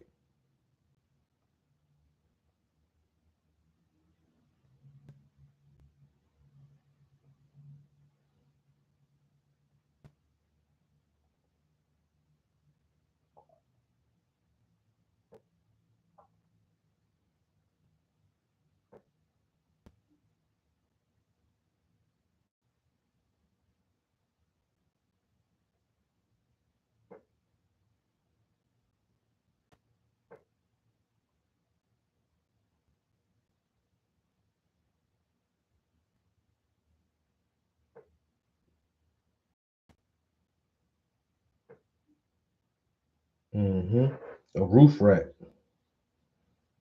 Yo, I had a roof rat in my house in South Carolina, yo. And I don't know if this motherfucker was solo by himself, but I only ever caught the fucking one. But this motherfucker he was somehow, so the access to the attic was in my kitchen pantry. And this motherfucker was coming from the attic into the pantry, like eating. I noticed he ate my bread the first time, yo, but like I had a whole loaf of bread, like a whole brand new loaf of bread. But goddamn, bro, that motherfucker ate damn near half that shit. I'm not even exaggerating. And then when I seen that shit, I was like, oh, we got a rat. But I'm looking like it must be a lot of rats, because how the fuck they eat a whole half a loaf of bread in one night? Like, I was like, oh hell no. So that's the first indication. Like when I saw that shit the first time, I was like, oh, there are rodent in here, or rodents. And then that's when I really noticed. I started hearing this motherfucker in the ceiling, bro. So I put some poison out and shit, man. Bro, this motherfucker would not eat the poison though. And then, but we started I made sure like there was no food or nothing that this motherfucker could get into. But he wouldn't eat the fucking poison. So now this motherfucker's starving. I could remember, it was, did I have a homie at the crib? Yeah, I think my homie was at the crib too. No. Matter of fact, I think my homie was actually staying with me at the time. Or was he just day? He might have been staying with me at the time. Cause his dog was day. And that's how we caught that motherfucker. So we in the damn house chilling. This like in the daytime. And we in the living room and goddamn, I think we playing the game or something. And then out the corner of my eye, I see some shit. Like run across the room. And it was like, I mean, so quick and like I barely saw it. So at first I thought I was tripping. And I was, I'm bugging out. I ain't see shit. And then like we hear something in the living room with us. It's like, nah, nigga, I'm not tripping. I was like, bro, there's something in here, yo. I was like, yo, I think that rat in here. And my homie was like, what? So he ran outside and got the dog, yo. He ran outside and brought the dog in the house. So now it's me and my homie. I ain't gonna lie, yo. I had like a katana set. So it's me and my homie, right? He got the dog on the chain, and I got a sword in my hand. And so so he's like, yo, I think this motherfucker behind the couch, yo. So he moved the couch. And the motherfucker wasn't behind the couch no way. So he's looking around, but the dog smelled this motherfucker, yo. And the dog is like, yo, he trying to get in the couch. Yo, the rat that goddamn chewed like the fabric underneath the couch. This motherfucker done went in the fucking couch, bro. This motherfucker is in the couch. So now I got the sword. I'm cutting down couch open from the bottom. Yeah, I'm poking this shit and slashing this shit, yo. Next thing you know, motherfucking rat jump out, bro. On everything I love, bro. On everything I love. When it first came out, when it jumped out the couch, I thought that shit was a possum. It was so goddamn big. I was like, in my mind, I was like, a baby possum. Then it ran, and the dog pounced on that shit and bit that motherfucker down, killed that bitch in one swift move. But then you look, I was like, nah, that's a fucking rat. Yo, that shit was like, I ain't even trying to exaggerate, man. It was like a 2-pound rat, yo. That motherfucker had to weigh about 2 pounds, yo. That shit was big. I mean, That shit was like a big ass fucking rat, yo. With the tail was long as fuck. Yo, I ain't never seen no shit like that.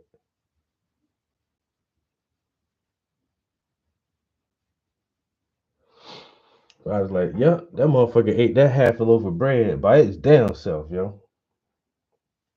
That motherfucker ain't need no help eating that shit. Big ass fucking rodent.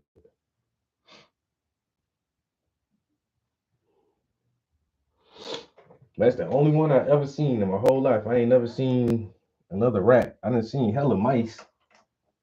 I had a mice infestation here one time. Like, I don't know how it happened really. Now the only thing I can think of is that neighbors had exterminators or something, and fucking rodents fled and came here. But it was after a vacation, yo. I went to South Carolina. Went to South Carolina one year. I forgot. This had to be like maybe about 3 years ago, 4 years ago now. I went to South Carolina for a week, came back home, goddamn whole house full of like rat shit everywhere, or mouse shit everywhere, all on the counter and everything. I'm like, what the fuck is going on in this bitch? I don't know how they got in here, man, but it took forever to get them bitches out. It took like months. I ain't want to call no professional exterminator and charge me fucking thousands of dollars for that shit. Once again, just I don't know if I left food out, because that's my first thing. I was like, yo, ain't nothing out with these motherfuckers. Just like, I don't know. It was weird. Like I said, I always try to be super clean, especially in the kitchen when I'm cooking and shit.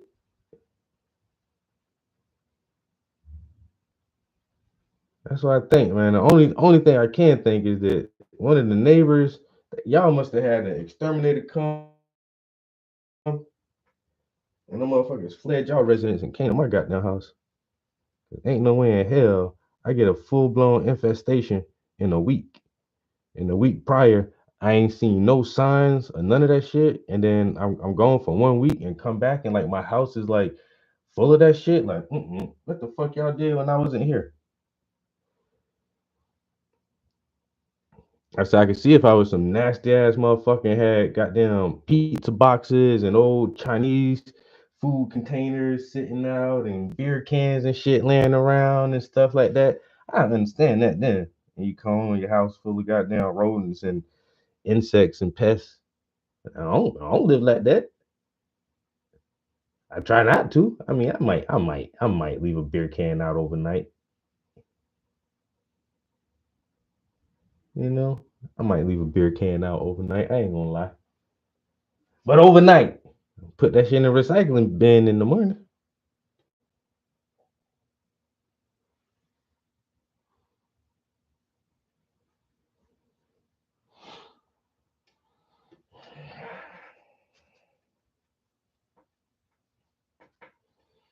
Yeah, damn these mice. Y'all got to go. I mean, y'all don't pay no rent here. Motherfucker act like they own this damn place. Mr. Mouse, we're not about to play these games. Not at this residence. This is not how we run things here, sirs and ma'ams. Y'all got to go. Every last one of you. I'm killing your kids and everything. I'm just telling you now. Not to come here and goddamn infect my house. Dropping your feces all everywhere in my damn kitchen. Hidden them in their tunnels and hidden them in civilian homes, this war would have all been different. If they had have given them back, and they could give them back tomorrow, it would all be different.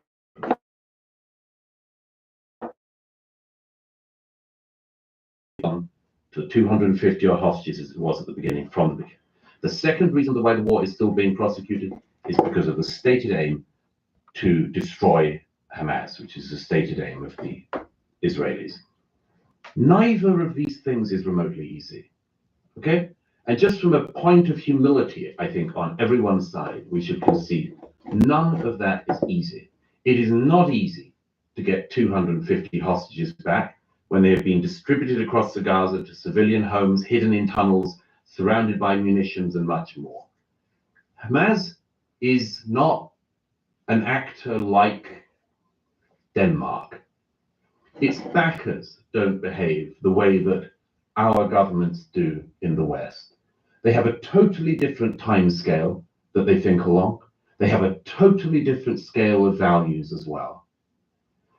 The taunts of Hezbollah's leadership, of Hamas's leadership, of Iran, are annihilationist to their core.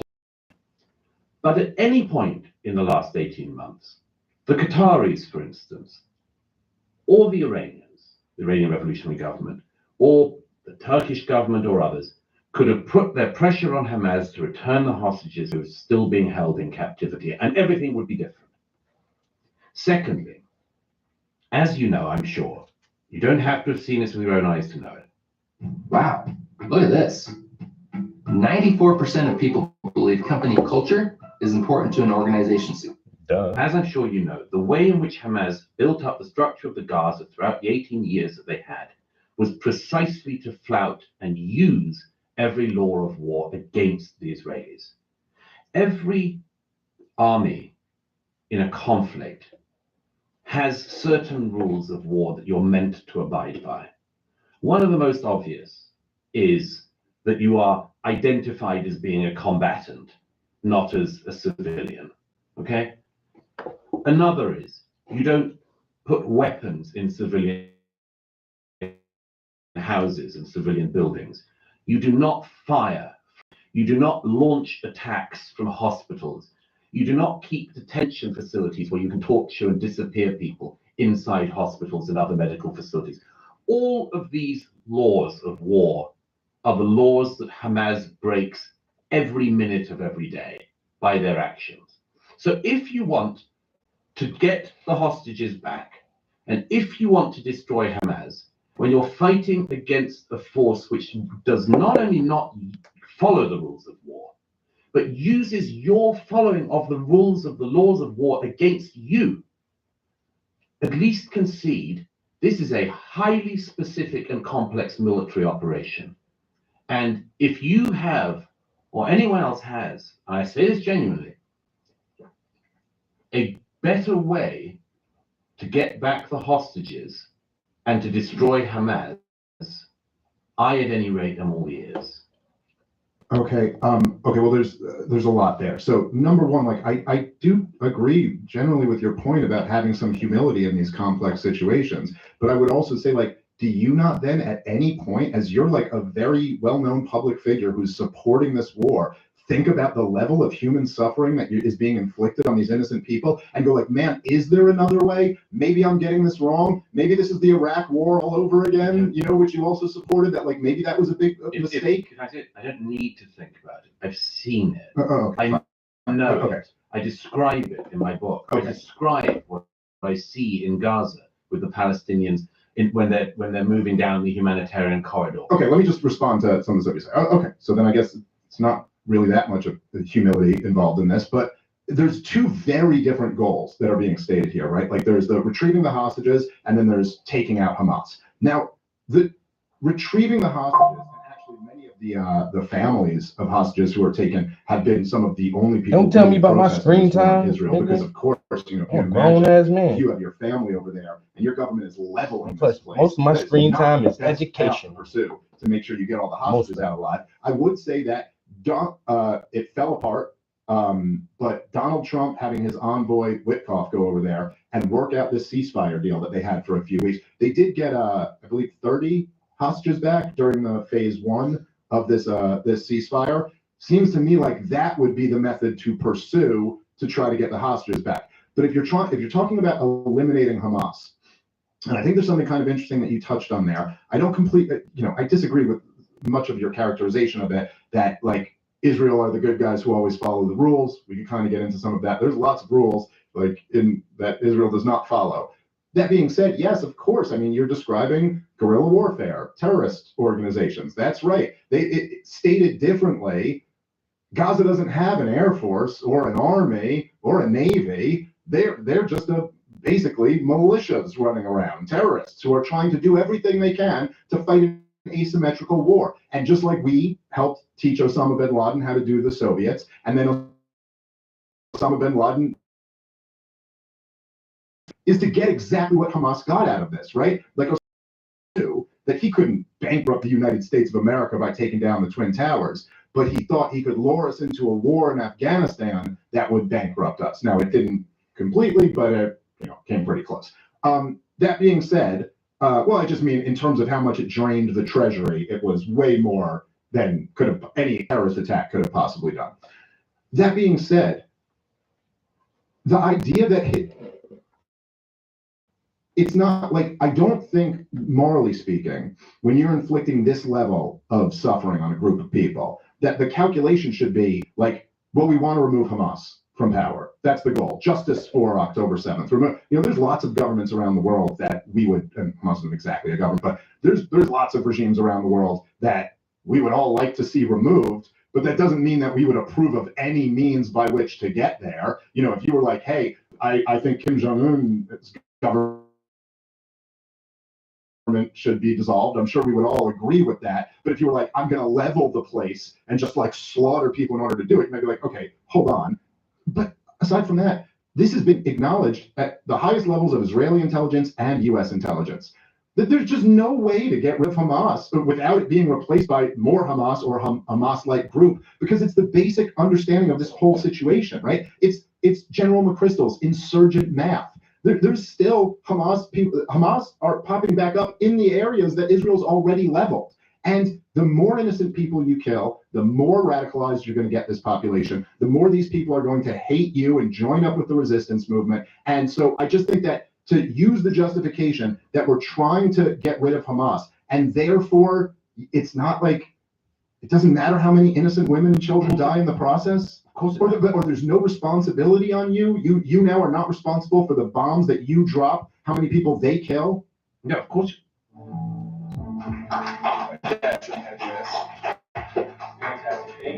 Gwen, you're up next.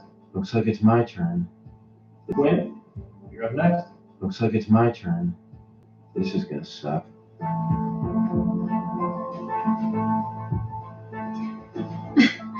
What the hell was that, Quinn? Do you even have special ability? No, but my parents responsible. So Israel's responsible then? They're responsible for the means of their retaliation and their war aims. Yes, of course. But Okay. first of all, let me just say, I totally disagree with your characterization of Osama bin Laden and what he wanted to do, and I don't think that Osama bin Laden's stated public utterances were along those lines. But anyway, the reason why the hostages have been released, the numbers that have, is because of kinetic force by the IDF. Hamas does not come to the table and ever hand over hostages out of goodwill. It doesn't do it out of the goodness of their own heart. It does it because of the constant kinetic force of the IDF in Gaza. And if it weren't for that, all 250 hostages would still be there. Second thing is, when it comes to Hamas itself, I totally disagree with the presumption that if you tackle a terrorist entity, you will create more terrorists. Ergo, you should not attack the terrorist entity. That's not the argument that I'm making, but okay. It's a commonly held argument that if you respond to terrorism, you create terrorism. And of course, the only thing in that case is you just have to sit back and say. The argument that I'm making is that when you slaughter innocent people, yes, those. In an Israeli prison, by the way, for having strangled Palestinians to death in the 2000s. But anyway, the reason why Sinwar cropped late last year is because there was nowhere else for him to run because of the actions of the IDF to pursue the leadership of Hamas that was responsible for the 7th. Now, can all of Hamas be destroyed? Probably not.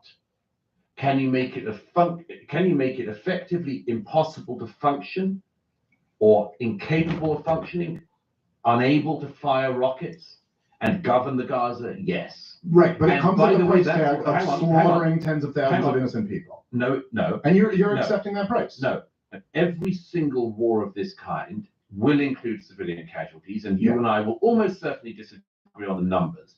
I'm not claiming that the health ministry's there will numbers be, are but there perfect, will yeah. be almost the best case analysis is that one innocent Gazan has been killed for every one terrorist.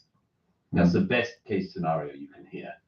But that would be almost unparalleled in the laws of war, and it's not how the American or British militaries operate in terms of casualties to terrorist ratios. But when we had the campaign against ISIS a decade ago, after ISIS's fighters had gone and massacred people at the Bataclan Theatre in Paris and so on, we used Turkish fighters, brilliant, brave fighters from the Peshmerga militias, to work on the ground. And the French and American and British air forces bombed like hell from the air.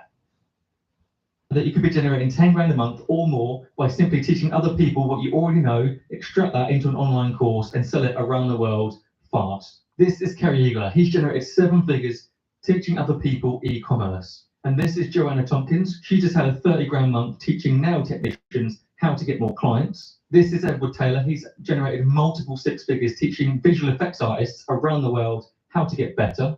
And this is Paul Martin. He just generated 30 grand inside 3 weeks by pre-selling his course made to magicians. And what do all these people have in common? Well, they simply decided to turn the expertise that they already had, put that down into an online course and sell it around the world. And from experience, it's the fastest way to generate a lot of revenue without having to do any one-on-one coaching, consulting, done for you agency services, any of that stuff. It's much more efficient. For that? Does it happen collectively? Certainly.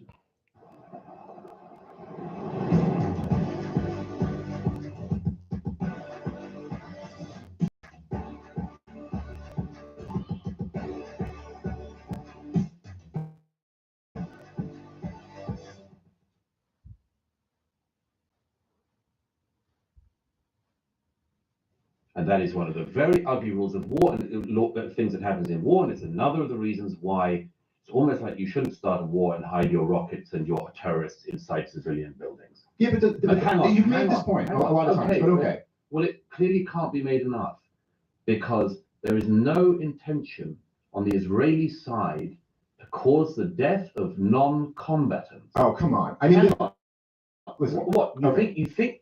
Why do you think the Israelis would want to go and kill children in Gaza? Listen, let me just, how about I say it like this, okay? And by the way, when I say it like this, I'm not claiming that disputes between nations are the same as handling dispute domestically. I'm just saying on the idea of intentionality or who wants to do this or whatever. Look, even if you had the right, let's say somebody broke onto your property and killed some of your family members and you want to go kill this guy, if he goes back to his apartment building and you know that there's women and children in that apartment building, and so your move is to blow up the building, what you would be charged with is murder in the first degree. Cold-blooded, premeditated, intentional murder. And you could sit there and tell the judge, I didn't want to kill all those people. Why would I want to kill all of those people? I just had to kill that one guy. But that's bullshit. That's not what counts. You did it intentionally. You dropped a bomb knowing that there were women and children in that building. You're taking an action knowing that these innocent people are going to die. Then that is by definition intentional. And you could sit here and talk about, and it is true, there have been documented cases of Hamas placing missiles in mosques and in schools and things like that. But when you look at the aerial footage of Gaza, that does not describe every single strike that Israel has launched. There have been tons of bombs dropped where it's simply, and we have very good reporting on this, where they literally just have information that they believe with some degree of certainty that a couple of Hamas militants are in this building, and so they blow up the building. That is intentionally murdering innocent people. And if you're going to advocate for this war, I don't see how you can do it without saying that, like, at least bite the bullet Ellen Albright did when she was asked, that we played this clip on the show before, when she's point blank asked about the sanctions on Iraq and our 500,000 children, is that price acceptable? And she said, yes, we believe that price is acceptable. You're saying if you're going to support this war, you know this is the price of it. So why can't you just say, yes, that price acceptable? Because then we could have a real conversation about why the other side is going to look at you like a monster. Because, first of all, I don't agree with any of the characterization you made. Any of it. Okay. you say that the Israelis get some information, as if this is like what, they're making it up, or you think the No, I didn't Israelis say want to drop a bomb, or no, they act on where the terrorists are, just like they act on information of where the hostages are. Secondly, when you talk about the destruction in the Gaza, something you probably haven't realized, but is one of the reasons why the destruction looks so bad and is so bad, is because when the IDF were clearing the areas that they'd asked the civilian population to leave and were going house to house, and it isn't just stories here or stories there, it's every second or third house in Gaza that has either munitions or tunnel entrances. Every second or third house. It is not the odd case. One of the things that everybody who has been there knows is that you go into a mosque and you know there will be either rockets and or tunnel entrances. You go into a hospital and you know that there will be grenades or tunnel entrances or dungeons or whatever. Just on a light note, early in the conflict, when the Shifa complex, which is used as a Hamas headquarters and has also been used as a hospital, but even in 2014, the BBC said this is where Hamas are operating from. When that was shown by the Israelis that we have massive weapons stored in the tunnels and cellars underneath it, they had grenades, RPGs, Kalashnikovs, and the BBC's chief Middle East correspondent was asked live on air, why would these things be in a hospital? And Jeremy Bowen said, well, it's perfectly possible because there's a lot of, guns in the Middle East. It's perfectly possible the security department of the hospital had the Kalashnikovs. I said, yeah, and did the grenades belong to the cardiologists? I mean, why? Why is this so normal that every civilian building like this and every second in Gaza is a weapon you enter the tunnels from? But the reason why the devastation, which it is, no, I love me a good underpaint, but also in Rafah and elsewhere, is what it is. All right, every time the IDF went into an area where they had told the civilians to leave, the Hamas 4.5 hours remained. I might try to do 30 more minutes. Choose to lean into it.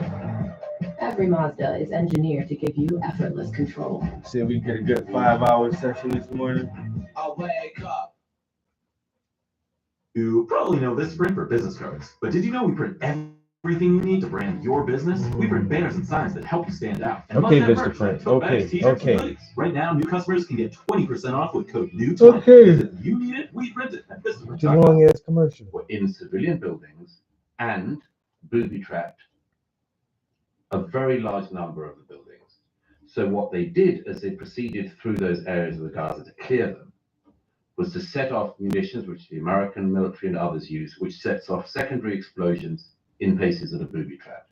And much of what you see in the photographs that you see and many other people have seen from Gaza is the result of that. It is the result of the IDF trying to clear an area which has been very carefully and well booby-trapped for years. Let me make one other very quick point about the bigger picture that you said, because I think it's important. We were talking about the Syrian, you mentioned the Syrian conflict and ISIS. I think, again, it's really important to keep this in mind, what I said earlier about let's not think we are the primary actors everywhere, or even that important. I remember the debate over the Syrian intervention issue. And at the time, despite being in many cases an interventionist, I said on that occasion that we didn't know what we were doing, clearly didn't know who we were going to back. If you remember, John McCain went to Syria to speak to some rebels, and one of them immediately turned out to be a kind of head-hacking jihadist. Yep. That wasn't great. And I said, I don't have any confidence that we know who to back. And despite many Syrian friends of mine imploring me otherwise, I said, I don't think it's something we can get involved in. However, if you look at the last 10 years or more, what is it now, 13 years of conflict in Syria, the US and the Western powers are not remotely significant actors in that conflict. The significant actors in that conflict always have been, the Russians, the Iranians. I mean, one of the things that blows my mind in the analysis of the region is the fact that the prime mover in the region the revolutionary Islamic government in Iran that has been oppressing the Iranian people since 1979 and has been holding a great civilization in captivity. That the Iranian revolutionary government in Tehran has literally been colonizing the region. I have this rule about, I took it from Vasily Grossman, the great Soviet Jewish writer, who had this great line about, tell me what you accuse the Jews of and I'll tell you what you're guilty of. This absolutely runs as well with the accusations against the Jewish state in the region. The Iranian revolutionary government is constantly accusing the Israelis of colonialism, of expansion. It is the Iranian revolutionary government that has been colonizing Iraq, colonizing Yemen, colonizing and destroying Lebanon, and colonizing Syria. And the amazing thing, when you look at the disaster that has happened in Syria in the last 13 years, and I don't see it getting especially better under the current jihadist, the disaster is not of our making primarily. We are bit players. America is a bit player in Syria. We are a bit. You mentioned Iraq in there too. I know. Well, what the great idiocy of that was that the Iraq notices our failings, our lack of staying power, our desire to get out as soon as possible, and much more, which is all understandable. No, hang on. And they moved in. Of course. But I was talking about Syria. In the Syrian theater, the main actors are not us. And one of the things I'm still interested in about this mindset that you have is, why does it always have to be us? It's other people who have actions in the world. The Russians, the revolutionary government in Iran, they are so busy. I think this is all about framing here, because I don't think I've ever once made this claim. You've made this point several times so far, but I've never once made the claim that everything is always us. I think you're the one who's downplaying the influence and impact that we have. We are, after all, when I'm saying we, I'm saying the United States of America's federal government is the largest, most powerful organization in the history of the world. It is the world empire. And to sit there and say Iran colonized Iraq, no, George W. Bush invaded the country on a bunch of lies in a war that you supported. He went in there and overthrew Saddam Hussein and installed democracy in the Shiite majority country. Of course, he handed the thing over to Iran, but to say that had no impact on Syria, or that the U.S. military funding and arming the anti-Assad rebels had no impact. I'm not claiming the entire thing is America. Bashar al-Assad was an actor. There were other forces there aside from the U.S. meddling there.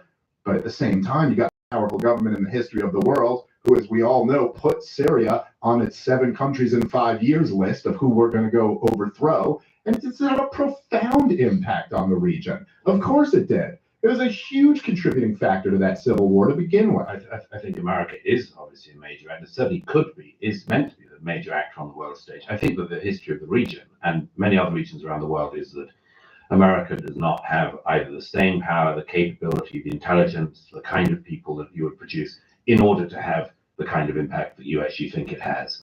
American weakness in the Middle East has been, I mean, I say this as somebody obviously from Britain, but when Britain was a dominant world power, she produced the type of person who... So your job expects you to be on time for work every day, but wants you to just wait 2 weeks for your paycheck? If you need $100 to make it through the day, you are not alone. There's this app I love. Who was keen to go and be a governor of, a stan somewhere and learn the local dialects and, run the civil service. You guys were better at empire than we are. The point is that they produced that sort of person because they wanted to stay.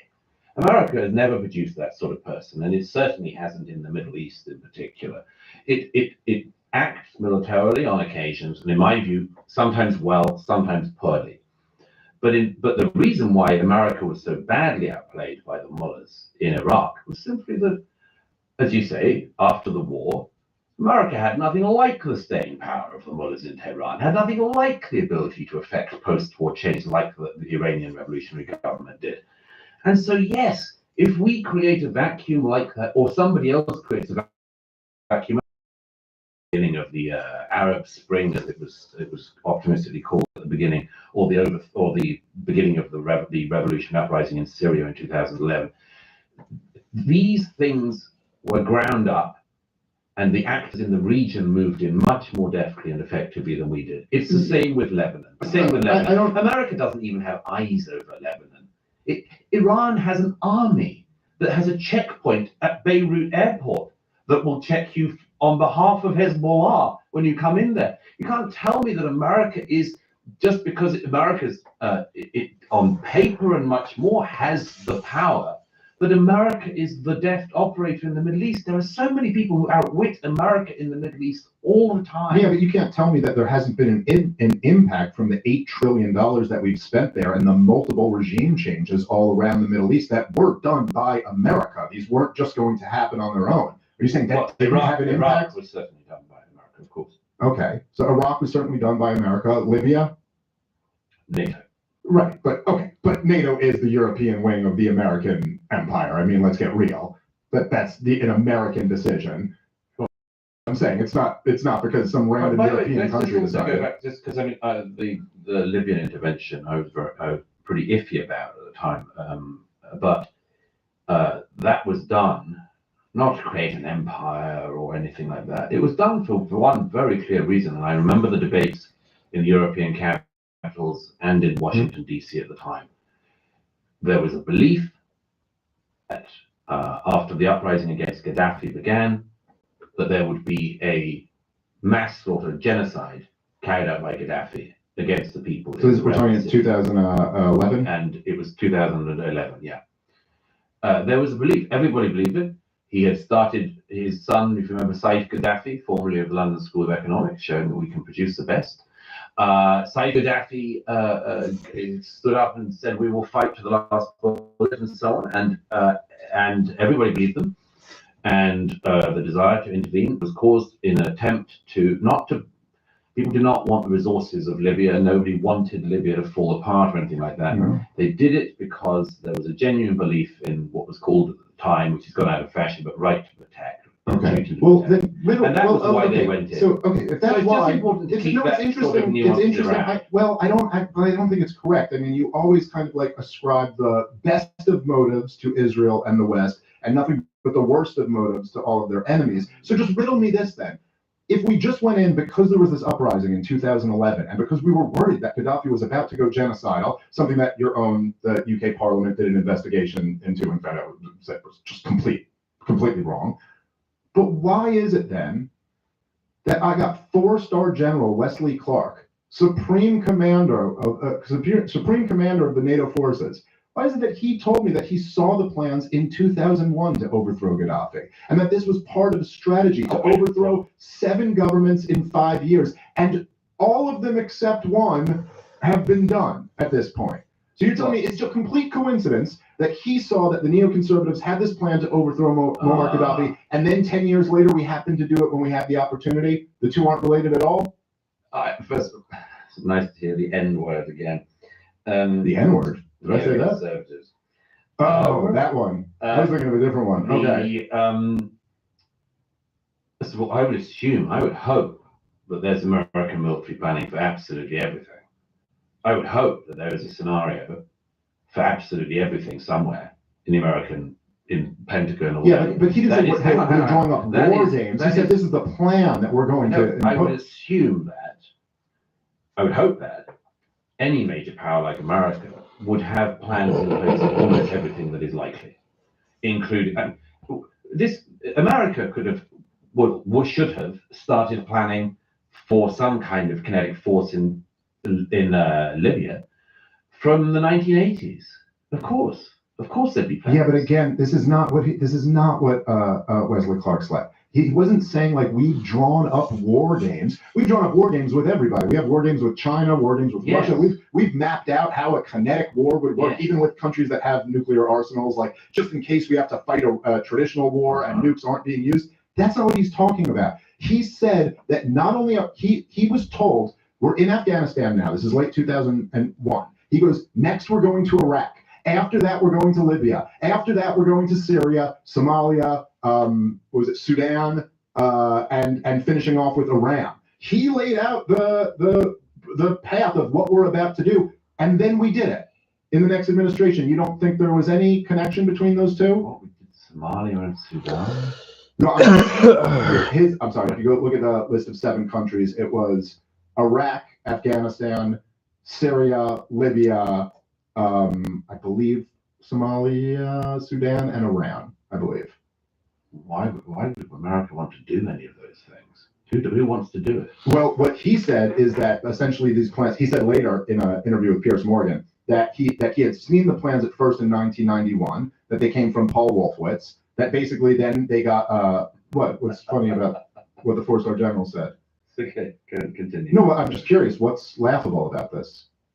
Paul Wolfowitz is a great figure for almost any deep conspiracy in this country because he was a Deputy Secretary of Defense at the highest in his. Wondering who qualifies as a dependent on your tax return? We've got the answers on this edition of Tax Tips by TurboTax. If you have a child that you can claim as a dependent on your 2024 tax return, you can get a tax credit worth up to $2,000. You might also be able to claim Almost credit there. of up to $500. Let's see. He is forever being 10 more minutes. You can Almost, do 10 more minutes. How much longer is left in this? Natural power. So there is 18 minutes left in this Joe Rogan podcast. We might try to finish this out and then we'll take a break. We've listened to most of it so far. Got to was Donald Rumsfeld's deputy, and it's a very strange thing always when Wolfowitz's name comes up because he was a relatively low-level person to whom almost everything can be ascribed. Well, I didn't describe, again, this is such a straw man. I didn't describe everything to him. I'm literally telling you what I'm telling you what the 4-star general said about him. And I wouldn't say Deputy Secretary of Defense is like a nothing position. It's a pretty consequential position. Not as important as Rumsfeld or Cheney, but yeah.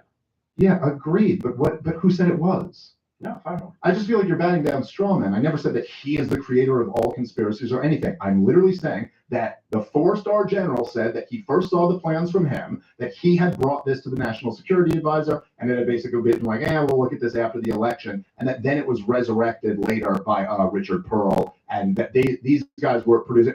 Again, not me saying this. This is 4-star General Wesley Clark. He said in a study paid for by the Israelis. And yeah, you can laugh at this all you want to, Douglas, but you can go read the clean break memo for yourself. This was the neoconservative strategy, along with their counterpart, the Likud in Israel, that they wanted to remake the region in a way, and I'm sure by their own justification, they believed that democracy would sweep the region and it would be better off for them. Nonetheless, they pursued this path that has ended in nothing but disaster. And I don't think that to say that in 2011, it was like a purely humanitarian mission to go overthrow Muammar Gaddafi. I do not think is right. Well, first of all, before I get to the substance of it, why would they want the current situation in Libya?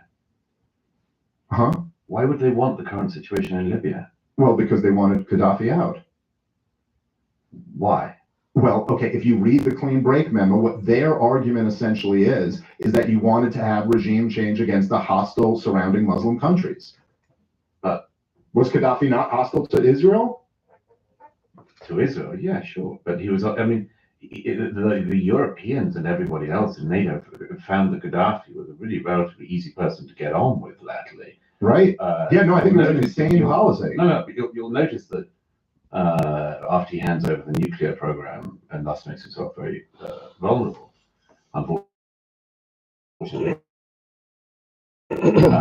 for the future of world peace, Libya has been unutterably disastrous. Yeah, but hang on. No, just a clarifying question. Disastrous for Europe. I agree with you. And Somalia and Sudan. Why does America or Israel want to do regime change in Somalia? Can I just ask you a clarifying question on this? When you say that was a disaster for the prospects of world peace, you mean overthrowing Gaddafi was a disaster? I say that him being, sorry, I should have clarified. My thing is, him being overthrown after he's given over the nuclear weapons is a disaster because it leaves on the table this thing that you have to hold on to nuclear weapons, and if you don't hold on to nuclear weapons, you can be dead. Do you think maybe the Israelis should stop using the term the Libyan model to push for negotiations with Iran? No, I don't think anyone should use what happened to Gaddafi as being a good precursor. We certainly have a lot of agreement there. It was an absolute disaster, particularly to let a guy get sodomized to death after he denuclearized is not a good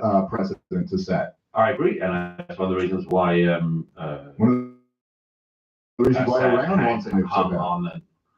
I'm not sure it's just to avert being sodomized to death, as you put it, but yeah, they want a nuke because they. I mean, if you like what the Iranian Revolutionary Government's done since 1979, you'd love what they'll do with the world when they've got a nuke. But anyway, put that aside for a second. I mean, I'm sorry, we slightly come back to where we started, but when you start talking about Paul Wolfowitz and Richard Pearl, it's all awfully noxious smelling. Richard Pearl was a member of the Defense Policy Board, which had an advisory capacity toward the Pentagon in the early 2000s, but it was by no means a policy board that dictated Pentagon policy. Okay. In the last 30 years of American foreign policy, there have been many major actors. Paul Wolfowitz is a relatively major one. But we come slightly back full circle. In my view, I'm not saying you're guilty of this, certainly not knowingly. In my view, when people start talking about Paul Wolfowitz, I always remember that line of Mark Steyn's many years ago, and he said, you can't help thinking that one of the reasons why people find Wolfowitz so appealing to talk about is that his name starts with a nasty animal and ends Jewish. People love saying Wolfowitz. It's such a great name. It is for a new movie. You can say, aha, he's perfect for it. Perfect for it. And he looks perfect for it. You can say, oh, the crafty Paul Wolfowitz. His crazy eyebrows. So you're a bigot. You're a Jew hater if you mention the neocons. No. Just let me continue with the thought. So I remember those days, and his boss, Donald Rumsfeld,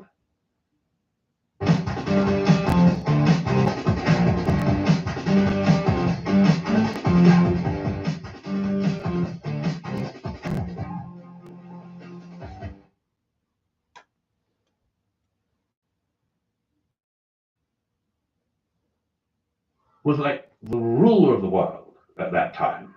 He had such charisma, such genius was attributed to him for the initial invasion of Iraq. Like people, you can't imagine the admiration that existed in the defense establishments around the world for Rumsfeld. Dick Cheney was so powerful that people of right and left, particularly on the left, spent all those years in the W. Bush administration saying W. wasn't the real president. He was being run by Dick Cheney because he was the brilliant, etc., etc. You're certainly listening to him at the beginning. Okay, but I'm just saying it goes back to this thing of when certain ideas catch hold and what's really going on in them. Now, to attribute American foreign policy in the last 40 years to Paul Wolfowitz and Dick Pearl is knowingly or otherwise to encourage a conspiracy that has very obvious legs. And I just urge you not to do it. Okay, let me respond to this a little bit. First of all, it is not at all saying that these guys, therefore, just control everything. I'm just pointing out what a four-star general claimed, where plans originated and that they ended up being implemented. That doesn't mean that they were the absolute ruler or arbiter of what was going to happen. But again, I got to say, for you to say that I can't bring up the neoconservatives, I never said you couldn't. I just laughed. Let me just, right. But the implication is that I'm unwittingly giving fertile ground to some like Jew-hating conspiracy if I bring up a guy who's got a Jewish last name who was a consequential person in our government. This is like identical to the arguments of the woke left. That would just be like, oh, if you even say something, if you bring up the crime rate in Chicago, you're basically a bigot because other people could take this and run with it. Come on. No, you come on. What's the argument? If you said to me, I said a four-star general said something, and there's no. What's the response? If you said to me, or somebody said to me, don't you think that some in the global financial system? And I said, possibly. And I said, who do you think it is? And they said, the Rothschilds. I think I'd be right in saying there was something a bit off about the character of the person doing that, because it seemed like they were playing to some kind of lazy old trope. And I think similarly that if you give the implication that a cabal of people, particularly, and you should be really careful about this because of the people who will come up underneath you, if you give the implication that these cabals exist and you decide to elevate the Jews or people with Jewish names in it and then play down the non-Jews, I can tell you, you will be opening up a world. But Beyond am I the one really even playing that down would the be- non-Jews? I mean, go look at the stuff that I've said about Obama, about George W. Bush. You said Middle East policy is Dick Pearl and Paul Wolfowitz, and I said, I how brought about no. I mean, this is why I'm saying this is a woke leftist tactic. I literally just mentioned that a 4-star general said this. I'm quoting him, and now you're telling me that this is the same Don't thing pretend as to me promoting. that when you quote somebody, it's a totally arbitrary thing that you just pluck out of the air. You decided I'm to not pluck arguing. that out. I'm not arguing that it's arbitrary. I'm saying I'm using the quote for a reason. I was connecting it to an argument. And I'm saying to you, I'm that I getting think fertile that ground of Jew haters to mention. I think that when you decide to elevate what is a conspiracy of people who are overthrowing the governments of various countries, some of which haven't been overthrown and others of which have, by the way, were not overthrown by American dominance, certainly not in Syria. And then you say that the people who are doing it are these people with Jewish names. I think you should be more judicious than that, because you probably know what bubbles up underneath you online by now. Yeah, look, I mean, there's no question that there are, no matter what, and by the way, it's funny just hearing you say this to me. I mean, look, and by the way, I completely agree with you. I think you've been one of the best champions on opposing Europe's insane immigration policy. I also think the United States of America's had an insane immigration policy. I'm happy to see that that seems to be being reversed. But imagine you made a point about immigration, and I were to say to you, be careful what's bubbling up online, because now look, the fact is, if you are taking a position that opposes, say, Muslim immigration into liking what you had to say or following you, but that doesn't mean you're responsible to it. And if I were to say that to you, you would be the first to very eloquently point out that that is a complete non-argument. The question is this policy good or is it bad? And whether there's not, and if you want to say to me, hey, I should disclaim when I make this point that hey, I'm Jewish, I love Jewish people. The fact that there were some Jewish people involved in our foreign policy establishment does not mean that it's the Jews. Then fine, I'm happy to say that. But I just think it's a non-argument to say that you're kind of you're creating fertile ground for this hatred. See, if I'm being completely honest, I think we've seen what you're talking about bubbling up on Twitter. Do you think that's gotten worse over the last 18 months? Yeah.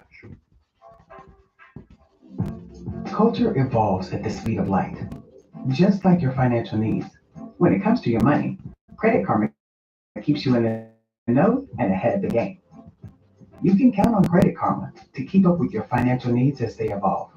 We'll help you monitor your progress and give personalized recommendations so you can make strides towards your goals and find your way to money.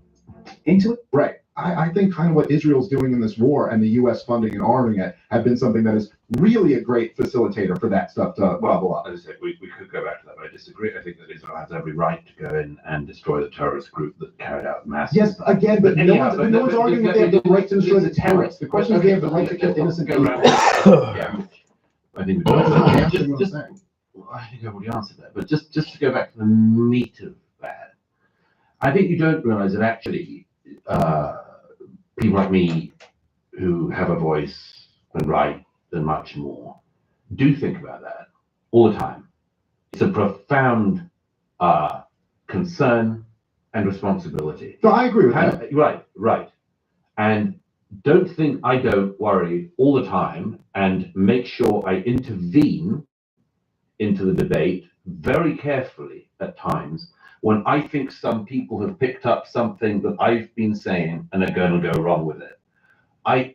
That scares the hell out of me, and I do it regularly. And Yeah, I do me it too, by the because I way. have to. Yeah, listen, so, okay, so that's a And point of so- agreement too. so- But you don't stop believing that policy for it, and you won't stop but bringing you that up. do say, but you do say on occasion, I mean, the most obvious one on that, if there is something where something really fetid happens, something really terrible, and there's a bunch of people that decide to Jeez. riot or commit violence or something like that, I know that I have to, as a duty, say, absolutely, this is to be condemned.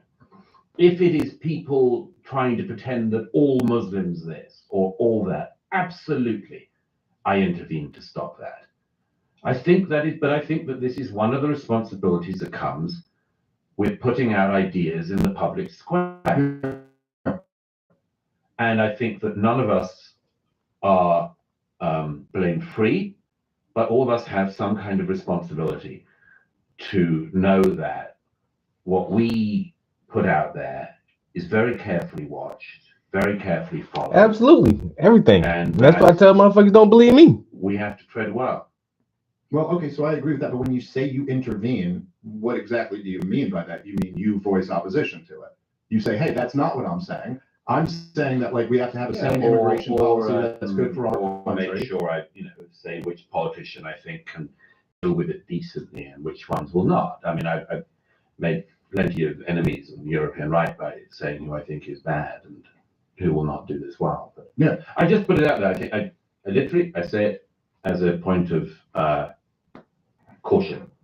Yeah, well, I mean, I don't disagree with that, and I've certainly done the same thing and said that, like, I don't know, like, I don't like Jew hatred on Twitter, and I don't like people jumping to wild conspiracies that they don't have nearly enough evidence to, actually back up, which I've seen quite a bit of. That being said, I also think there's a whole lot of real conspiracies, and I'm not going to stop talking about those just because some people on Twitter might take it in a bad direction. Well, as the great Michael Malice said, as you quoted, one red pill, not the whole bottle. I've been trying to limit people to one red pill. One red pill a year. Problem is that a lot of people, they take one of those things and they just get hungry. Sort of like boosters. Like boosters. Well, it ends up, yeah, exactly. You take none of those. No, you're supposed to take one red pill. Anyway, what's the one in front of you? Yeah. Snicky. And was bleeding from his butt. Just scraped hard against the asphalt as two bullies used their superpowers to throw him around like. Oh, that's the chewing one. It's like a pouch. Chris Williamson showed me yesterday this one that he said weightlifters are using in Austin. It's like a powder or something. Weightlifters? Yeah. A nicotine powder? No, it's not nicotine. It's something like it. Creatine? No, it's like it's to sniff. Oh no! That's smelling salts. We do Smelling salt. That's right. for a Smelling goof, salts. for silly. We do that to be silly. I hadn't heard of that since They're like horrible. 19th century women who thought they had the vapors, and he said these are smelling salts. Well, they used to use it for boxers when they got knocked out. Is that to wake them up? That was it? Yeah. That was it. Does it work? It works for weightlifters. You sniff it before you lift incredible amounts of weight. Allegedly, powerlifters use them. That's literally why they sell it. It just jolts your entire central nervous system because it's so horrific. Want to smell? No. This is, by the way, a little insight into the comedy community. The deal is that Joe will help advance the careers of comedians, unlike anybody since Johnny Carson. But then the cost is you do have to sniff smelling salts. We all have to do that. It's an bargain of sorts, but it is what it is. Do you have a heart out, Douglas? Kinda. I gotta get to DC. Okay. One of my least favorite cities in the country, but yeah, another area of agreement. There we go. Thank you for doing this. Appreciate it. It was very, very good. I enjoyed it very much, and thank you, Dave. I do. Yeah, of course, thank you to you, John. Thank you, Douglas, very much. I do appreciate that. While we do fundamentally disagree on a lot of this stuff, I do admire that you will have these conversations. Show everyone the book here. It's Jesus Christ. Avoided it on myself, luckily. On Democracies and Death Cults, Israel and the Future of Civilization, Douglas Murray. Did you do the audiobook? I did do the audio audiobook. You can hear these mellifluous tones. Yes, love it. It would be a tragedy if anybody else did it. Thank you very much. Yes. All right. Beautiful. All right. Goodbye,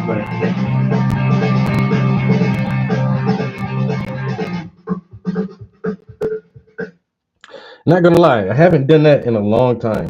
Listen to a complete Joe Rogan podcast, like a complete episode of the whole conversation. I haven't done that in a minute. Still one of my favorite podcasts. I just normally catch the little clips here and there now. But we were in the studio so long this morning, and I figured might as well. And I like when he hosts debates like that. So he has two guests with opposing views, and he's just like, "Okay, guys, let's talk." The last one was when he bought the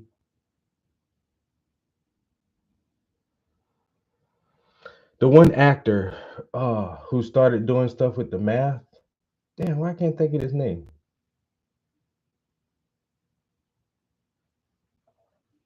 I cannot think of his name. I can't think of the scientist's name he brought on either. Eric Weinstein. And damn, what's the actor's name? Anyway, they had, opposing views. And Joe Rogan got them together like, y'all should just talk about it. If you think you're right and he thinks he's right, and let's just see where we can find the common ground. And I watched that whole episode, and that was really good.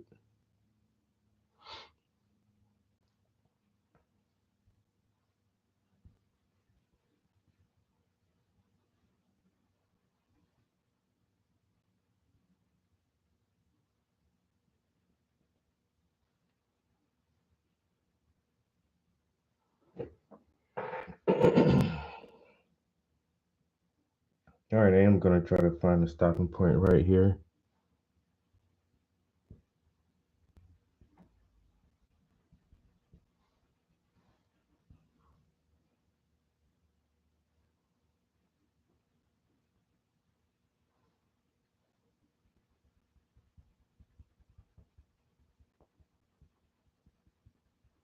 All right, when I come back next time, we'll try to work around her eye and her eyebrows and get her forehead and stuff done.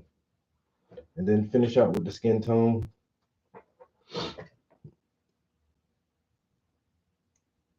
I feel like we made really good progress this morning.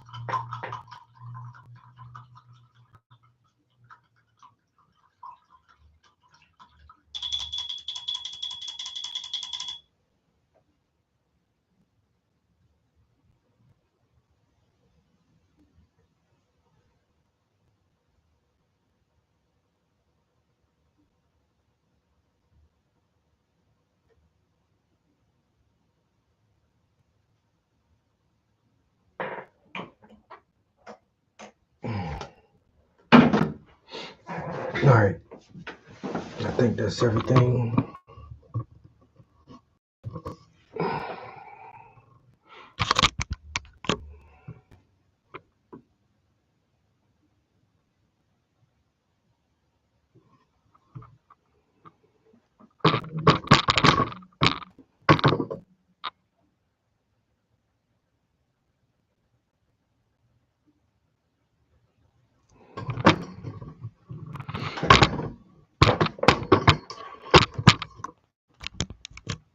All right.